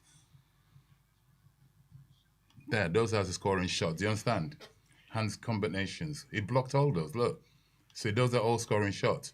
It counters every time. It As I say, answers it. I said to you, he's going to try and stay in the pocket here now. Look at this. He's getting beaten up. Like what Mayweather done to him. I don't know, man. What do you mean? I know he He's is getting right beaten now, up but there. don't write Canelo off. No, I'm not writing him off. No. Absolutely not. He's getting he is getting beaten. Canelo here. is too good, but right there he's getting beaten up. And what happens to Canelo? He gets frustrated because he doesn't like looking bad. He's that kind of fighter. Nothing is going through there. Look at that. He's making him miss. Yeah, look, Bud can do it all. Like I said, he can do everything. He can do it all, man. And to a good Look, level. Look, it's short catching work. it, His and short it's work's countering phenomenal. it. See that? See that? Oh, unlucky. Those are all on the arms. I wouldn't do that though if I was Bud, because that's Canelo territory. Actually, Yeah, what you don't he's want to doing stay there. there You with don't want him. to stay there with him. Don't do that. Do it occasionally and move off. Look at that. I mean, Crawford's doing exactly what you would expect from him. Yeah, that's exactly. I.e. move. keep him at range, not. It's just a hunter, man. He's always dangerous, Canelo. Good job.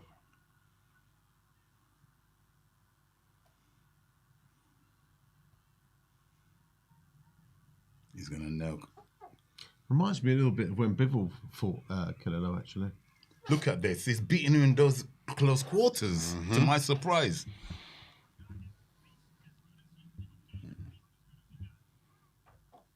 Look at that. He's limiting him to one shot, which is not even landing. He's landing on the arms, and he comes back with his... Look, Cat caught on the gloves. Whoa.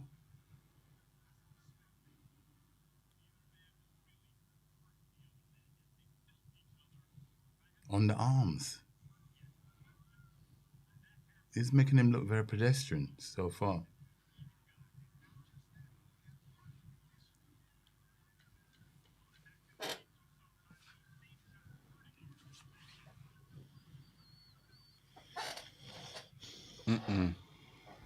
Yeah. That's his clearest round so far. Round 8 coming up.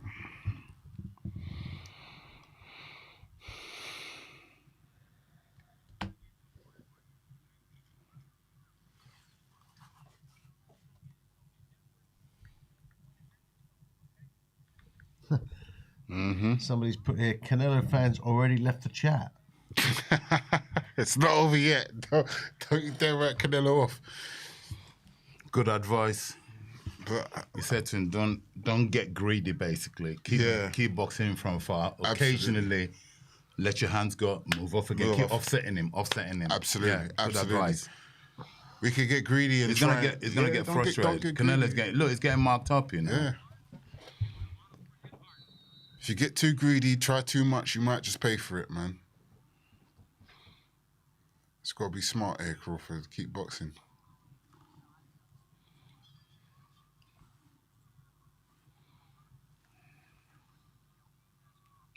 That's exactly how I've got it.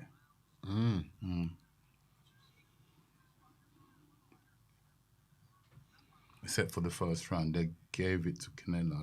I drew the first round. Don't get greedy. Your trainer said to do that, then move up there.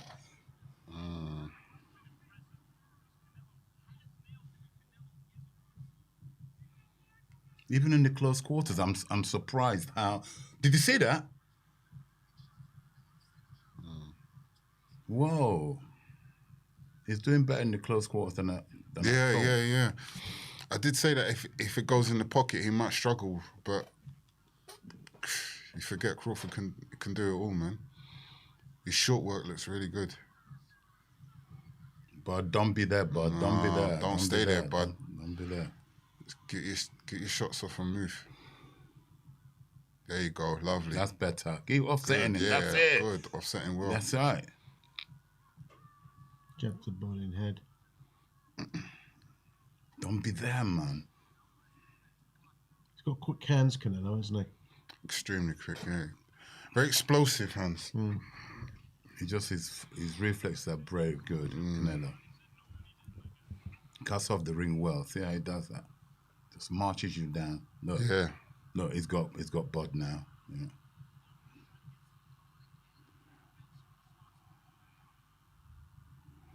You know, with Canelo, you move your feet. Move your feet. You got to have good feet against Canelo. Don't be there too long, champ.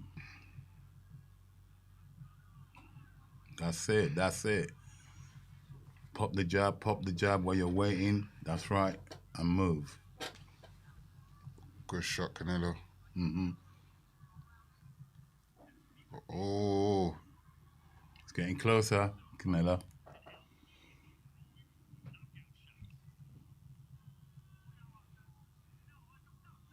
He's strong. Crawford. Yeah. Extremely strong.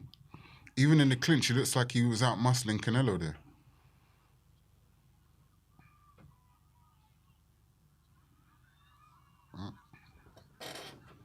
Ooh.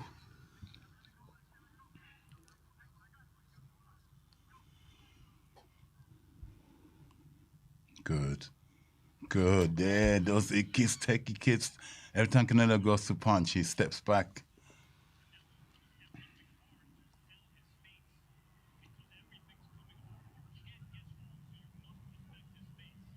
Crawford's boxed the whole fight, southpaw. Yeah. I'll be merciful. Here again. Same again. They touch gloves. I give Canelo that round. Yeah, I was going to say.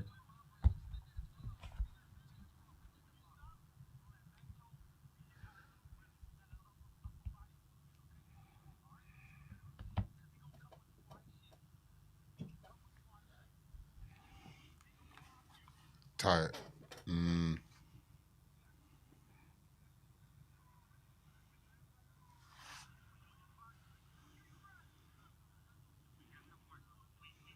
They don't look happy, and Canelo don't look happy at all. His facial body language is not good. Just frustrated. Oh, that's nerves. What? The corner. Corner is nervous.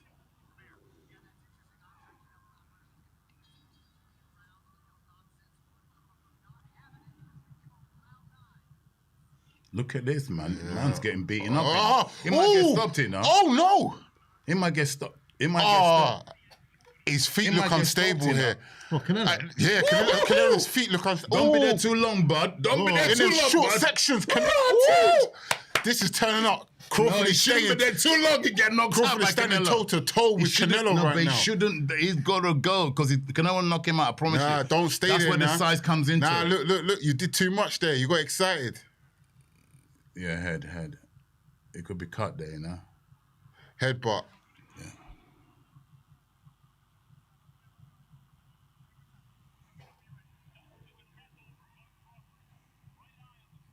Don't complain. It's okay, man. Just get on with it.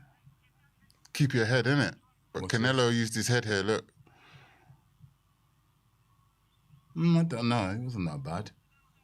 Nah. Heads came into. Nah, he didn't deliberately headbutt him. The heads came together. Ooh, that was getting excited. He's got a cut from it.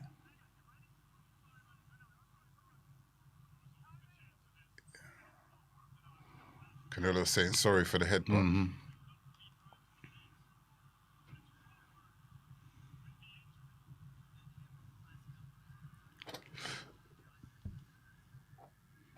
He's trying to. Gee, he's doing to him what may. Don't be there. He can't. He took a shot there, didn't he? No, but Crawford needs to get back to boxing and stop trying to trade with Canelo because he's gonna. It's too premature. It's too premature. No, Look, see. This is why you don't want to do it. You want to box.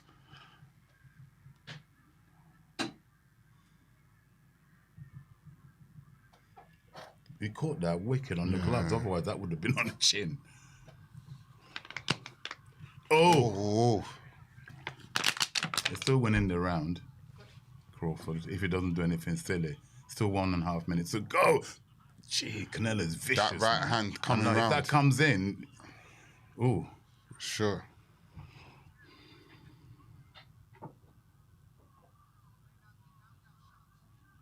It'll be one of those fights he'll be doing so well and then get stopped. I can just say. Well, like Caleb Plant, you mean? Yeah. Move. Don't be there. Move. Sounds right. Canelo's there you go. That's it. Watch that left hook. He throws when you're there. Left hook. Watch this. Left hook from Canelo. Yeah, as soon as he moves to his right. And you notice what Crawford is doing well. Wicked. He's not stopping with his back on the rope. He's leaving a little bit of space between Correct. him and the rope to It's give true, him an actually, exactly. So he's got an like exit that. strategy. Yeah. Exactly. Yeah. And Canelo, he can't jump in at that point because there's Ooh, good he hurt Canelo backhand. there. Good trade. Good trade off. Look, he stops right before the ropes. Then he moves off. Never stands. Never let his back hit the rope.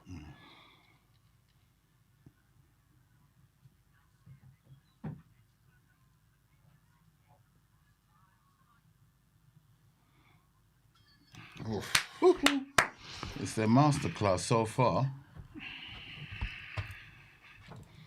Oh my God. 3 more rounds. I gotta use this. Yeah, it's defend and counters. Gee, that's a beatdown, boy. I mean, he's doing what you expect him to do to win. He's actually doing more than I expected him to do. Yeah, it's more, confident than I Well, his thought. movement's good, isn't it? Movement is brilliant. IQ is brilliant. Punch selection, very good. But to be fair, we've seen a few boxers do this to Canelo and still haven't come out with a victory. Yeah, no, this is clear cut. This is very clear cut. Yeah. But you can't write him off, can you? No, Canelo is dangerous. Very to the dangerous last. in later rounds, isn't Yeah, he? like now.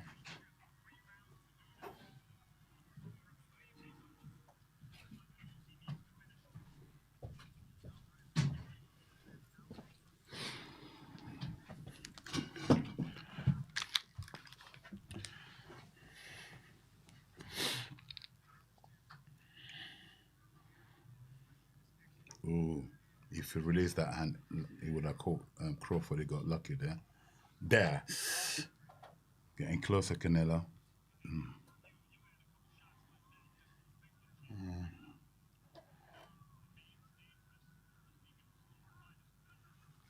And then move off. There we go. Yeah, move off. There you go. I would go as far as, oof. Wow.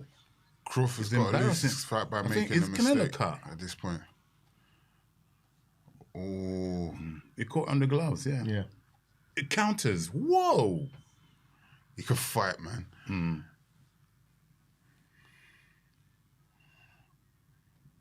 Looking to nail him with that right.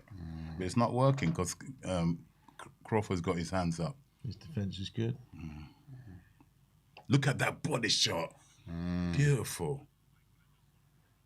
This is almost as if he completes it. It's not over yet. It's Mayweather done to Canelo. Boyed him off. No. Oh, big shot. Big shot. Big shot. uppercut. That's You similar to felt the that. shot he caught Billy Joe Saunders That's with, right. you know? The uppercut as he That did. right uppercut as he dips. You got to watch that. And Billy Joe Saunders is southpaw. Southpaw, yeah.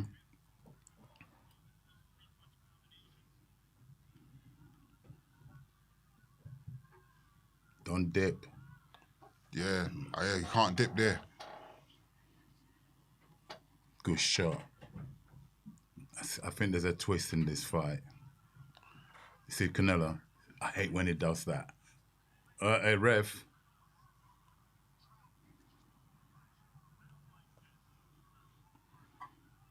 Crawford's getting tired. Oh, again the uppercut. Yeah. He keeps... Crawford keeps slipping to his left. And every time he slips to his left... Yeah, he throws that right uppercut. He's got to be careful.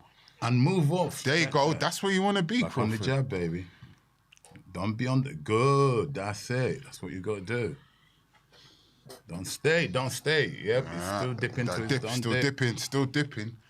10 seconds. And I promise you, Canelo's noticed it. Yeah. I promise you, Canelo's noticed it. He's a smart fighter. A very intelligent fighter. Yeah. Yeah. Phew. You just hold your breath every time. I'd go as far as this point.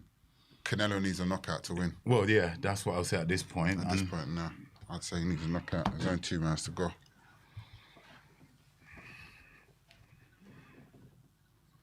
Oh. P. Pop. Missing. Class, yeah. Reese is always moving after the work.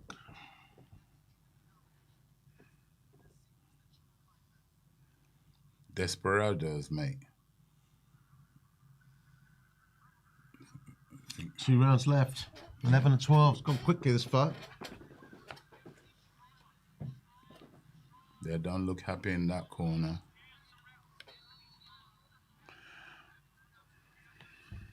There you go. Done. 70,000. Okay. Attendance. Big stadium. See, Canelo come out straight to the body, trying to disguise. Oh, that was good from Canelo.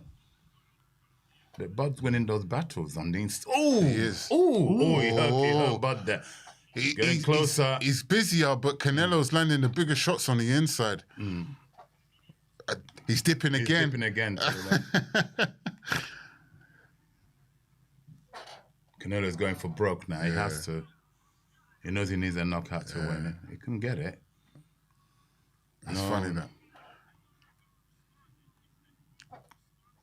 Good. Oh.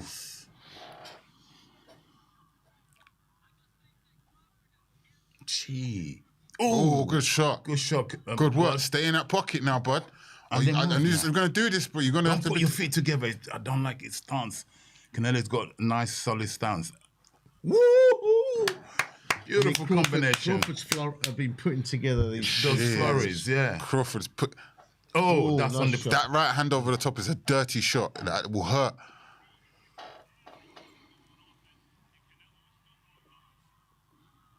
You want to stay there, Crawford? If you can just make it to the last round, then just run. Run for your life. Oh, good shot, Canelo. Yeah. He's getting closer. Still a minute and a half to go in this round. He's still in. Oh, good jab. He's pissed off. Look.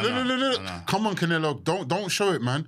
Body language is not looking good from Canelo. Good right it's not hand, looking straight good. from center by Canelo. You look pissed off there, Canelo. It's a better work though from Canelo. I mean, the flurries that come from Crawford, but Canelo has caught him with a decent shot. Yes, he has. We know he's got that. We know he's got those shots. Pop, pop, pop. Yeah, he's pissed Crawford. off. He's pissed off. He doesn't like it. Crawford's throwing Beautiful, punches in beautiful bunches, and Canelo's hitting single shots.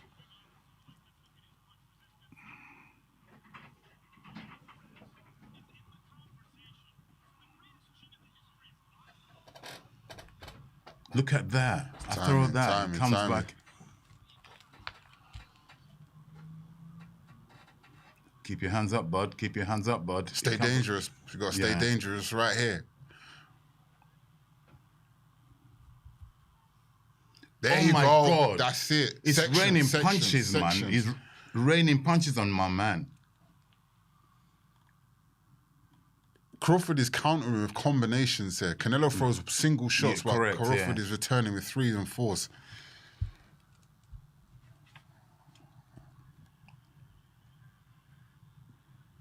This fight is going as I predicted. Nope. Jesus, this is a landslide. Yeah, I didn't think. I thought it'd be hard. No. This is it's all in this last round for if he survives the round. Crawford, he will. But the way he's going, I don't see why not. But this is boxing. Look, he's gonna come. See that? He's limited.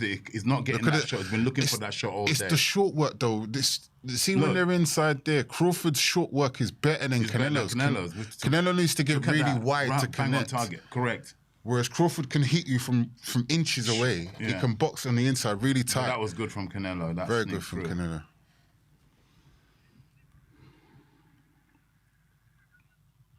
Pop, pop, pop. Well, you need a knockout, mate, to win. Man. Can he do it? He's got the capability. Final round already. Yeah. It's gone quick, no? Well, because it's entertaining. It's been entertaining.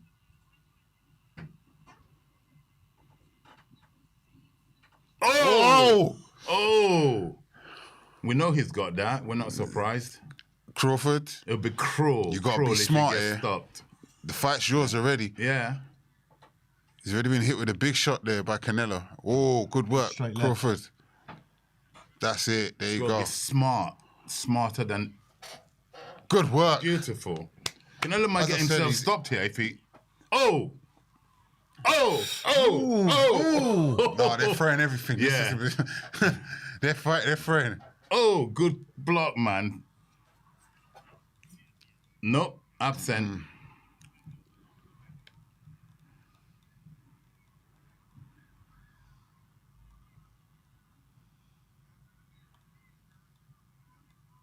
Nope. Nope. Work in there now. Nope.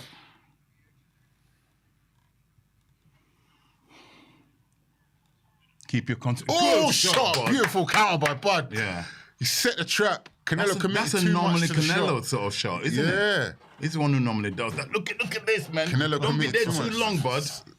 Too much punches. I don't in like return, he's man. been there too long. Canelo is always dangerous, man. It's a work rate. It's a higher work Why do you rate that think Canelo's not used to. he stayed in Southpaw the whole fight? Because in their studies, they realized maybe he suffers Maybe he doesn't against... like southpaws. He doesn't like southpaws. Don't be there. Move your feet. Oh, somebody got rocked there. Yeah. You see Canelo misplacing his steps quite a few times in this fight and looking unsteady on his feet. It's the first time I've ever seen him look unsteady on his feet like this. It's down to the angles of Crawford, the angles that Crawford's working there. Minutes ago. Oh my God, I see a twist in this. We got less than a minute to go. Yeah, no, it takes one punch. Oh, good backhand. Not the way it's going. He's Crawford hurting is Canelo he's with them hurting backhands. Canelo. He doesn't like it. Oh, Again. He hit him again on that. Again. This is incredible performance. Yeah, he doesn't want to just outbox him. He wants to really stand and fight with Canelo. It's not enough to win. So It's- people cannot accuse him that he that ran. he just ran. No, he wants to Look stay at and this. still. I'm standing Look in at the this. pocket and fighting this guy. Look at that. No one makes Canelo miss like that. Time and time again. Look at this, at man. that, Canelo. This is like Sugar Ray Leonard against. Yeah, that's what I was thinking. Although Sugar Ray Leonard's footwork was second to none. Don't get greedy, Don't man. get greedy. No, Ooh, no. ooh, Don't get, oh. oh, is he going to stop Canelo? Look at this. Stand up, flipping hell. Oh my God. Phenomenal fight. Crawford, take a bow. Oh my One of the God. greatest. Salute. Definitely Oh one of my the greatest, God. man. Oh my But God. Crawford the way is he did definitely, he definitely it. beat him. Wow.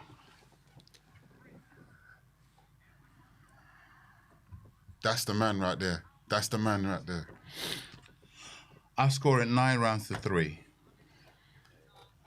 And that's me being kind. Yeah, now we have to give Crawford. He's dropped down to number 3 in the pound for pound list, right? He needs to be number 1. Well, he is. He's On that number 1. performance. I'm beating Canelo like that. Yeah. Convincingly like that. Look at this. Look Class. at this.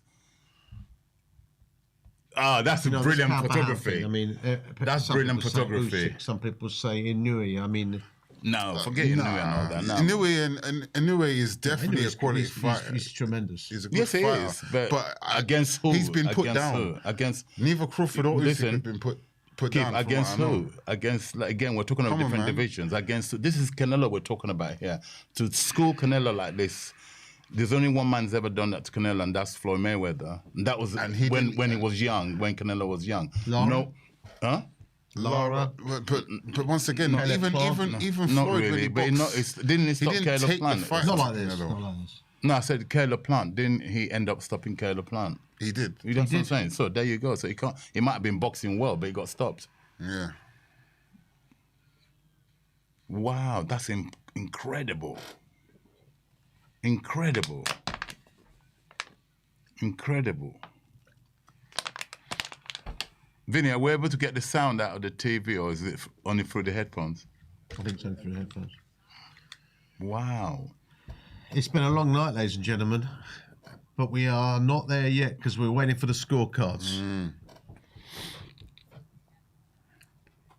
What's the odds that Canelo's up on at least one of those scorecards? Who said that? Somebody said I'd Canelo's say, up. what's the odds that? What do you think that Canelo might actually be up on someone's scorecard? Yeah, well, I'll There's have 3 to see. judges. No, what fight? I don't know. I feel like he might be. It might be a majority decision. And it's Mexican's Independence Day. That's not good for them. Yeah, I think a majority decision, but ultimately it should be unanimous. Crawford won that clearly.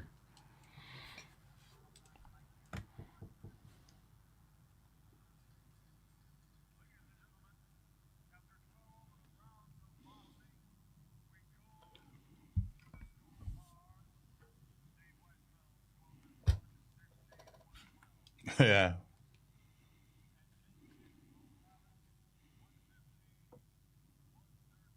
Yeah, and unanimous. Not as wide as we thought, huh? It's definitely wider than that. Yes! Right man won. Right man. But it wasn't. I mean, the judges made it tighter than we thought. Yeah, huh? they will naturally, because he's not meant to win. How did I put it? That's shooty. I gave my guy 3 rounds to Canelo, maximum. So, Maximum. 1, 2. I had it. 2, 1, 3, 1. Wow. Wow. I make it by 5 rounds. Sorry? I make it by 5. There you go. How do you mean by 5 rounds? Crawford.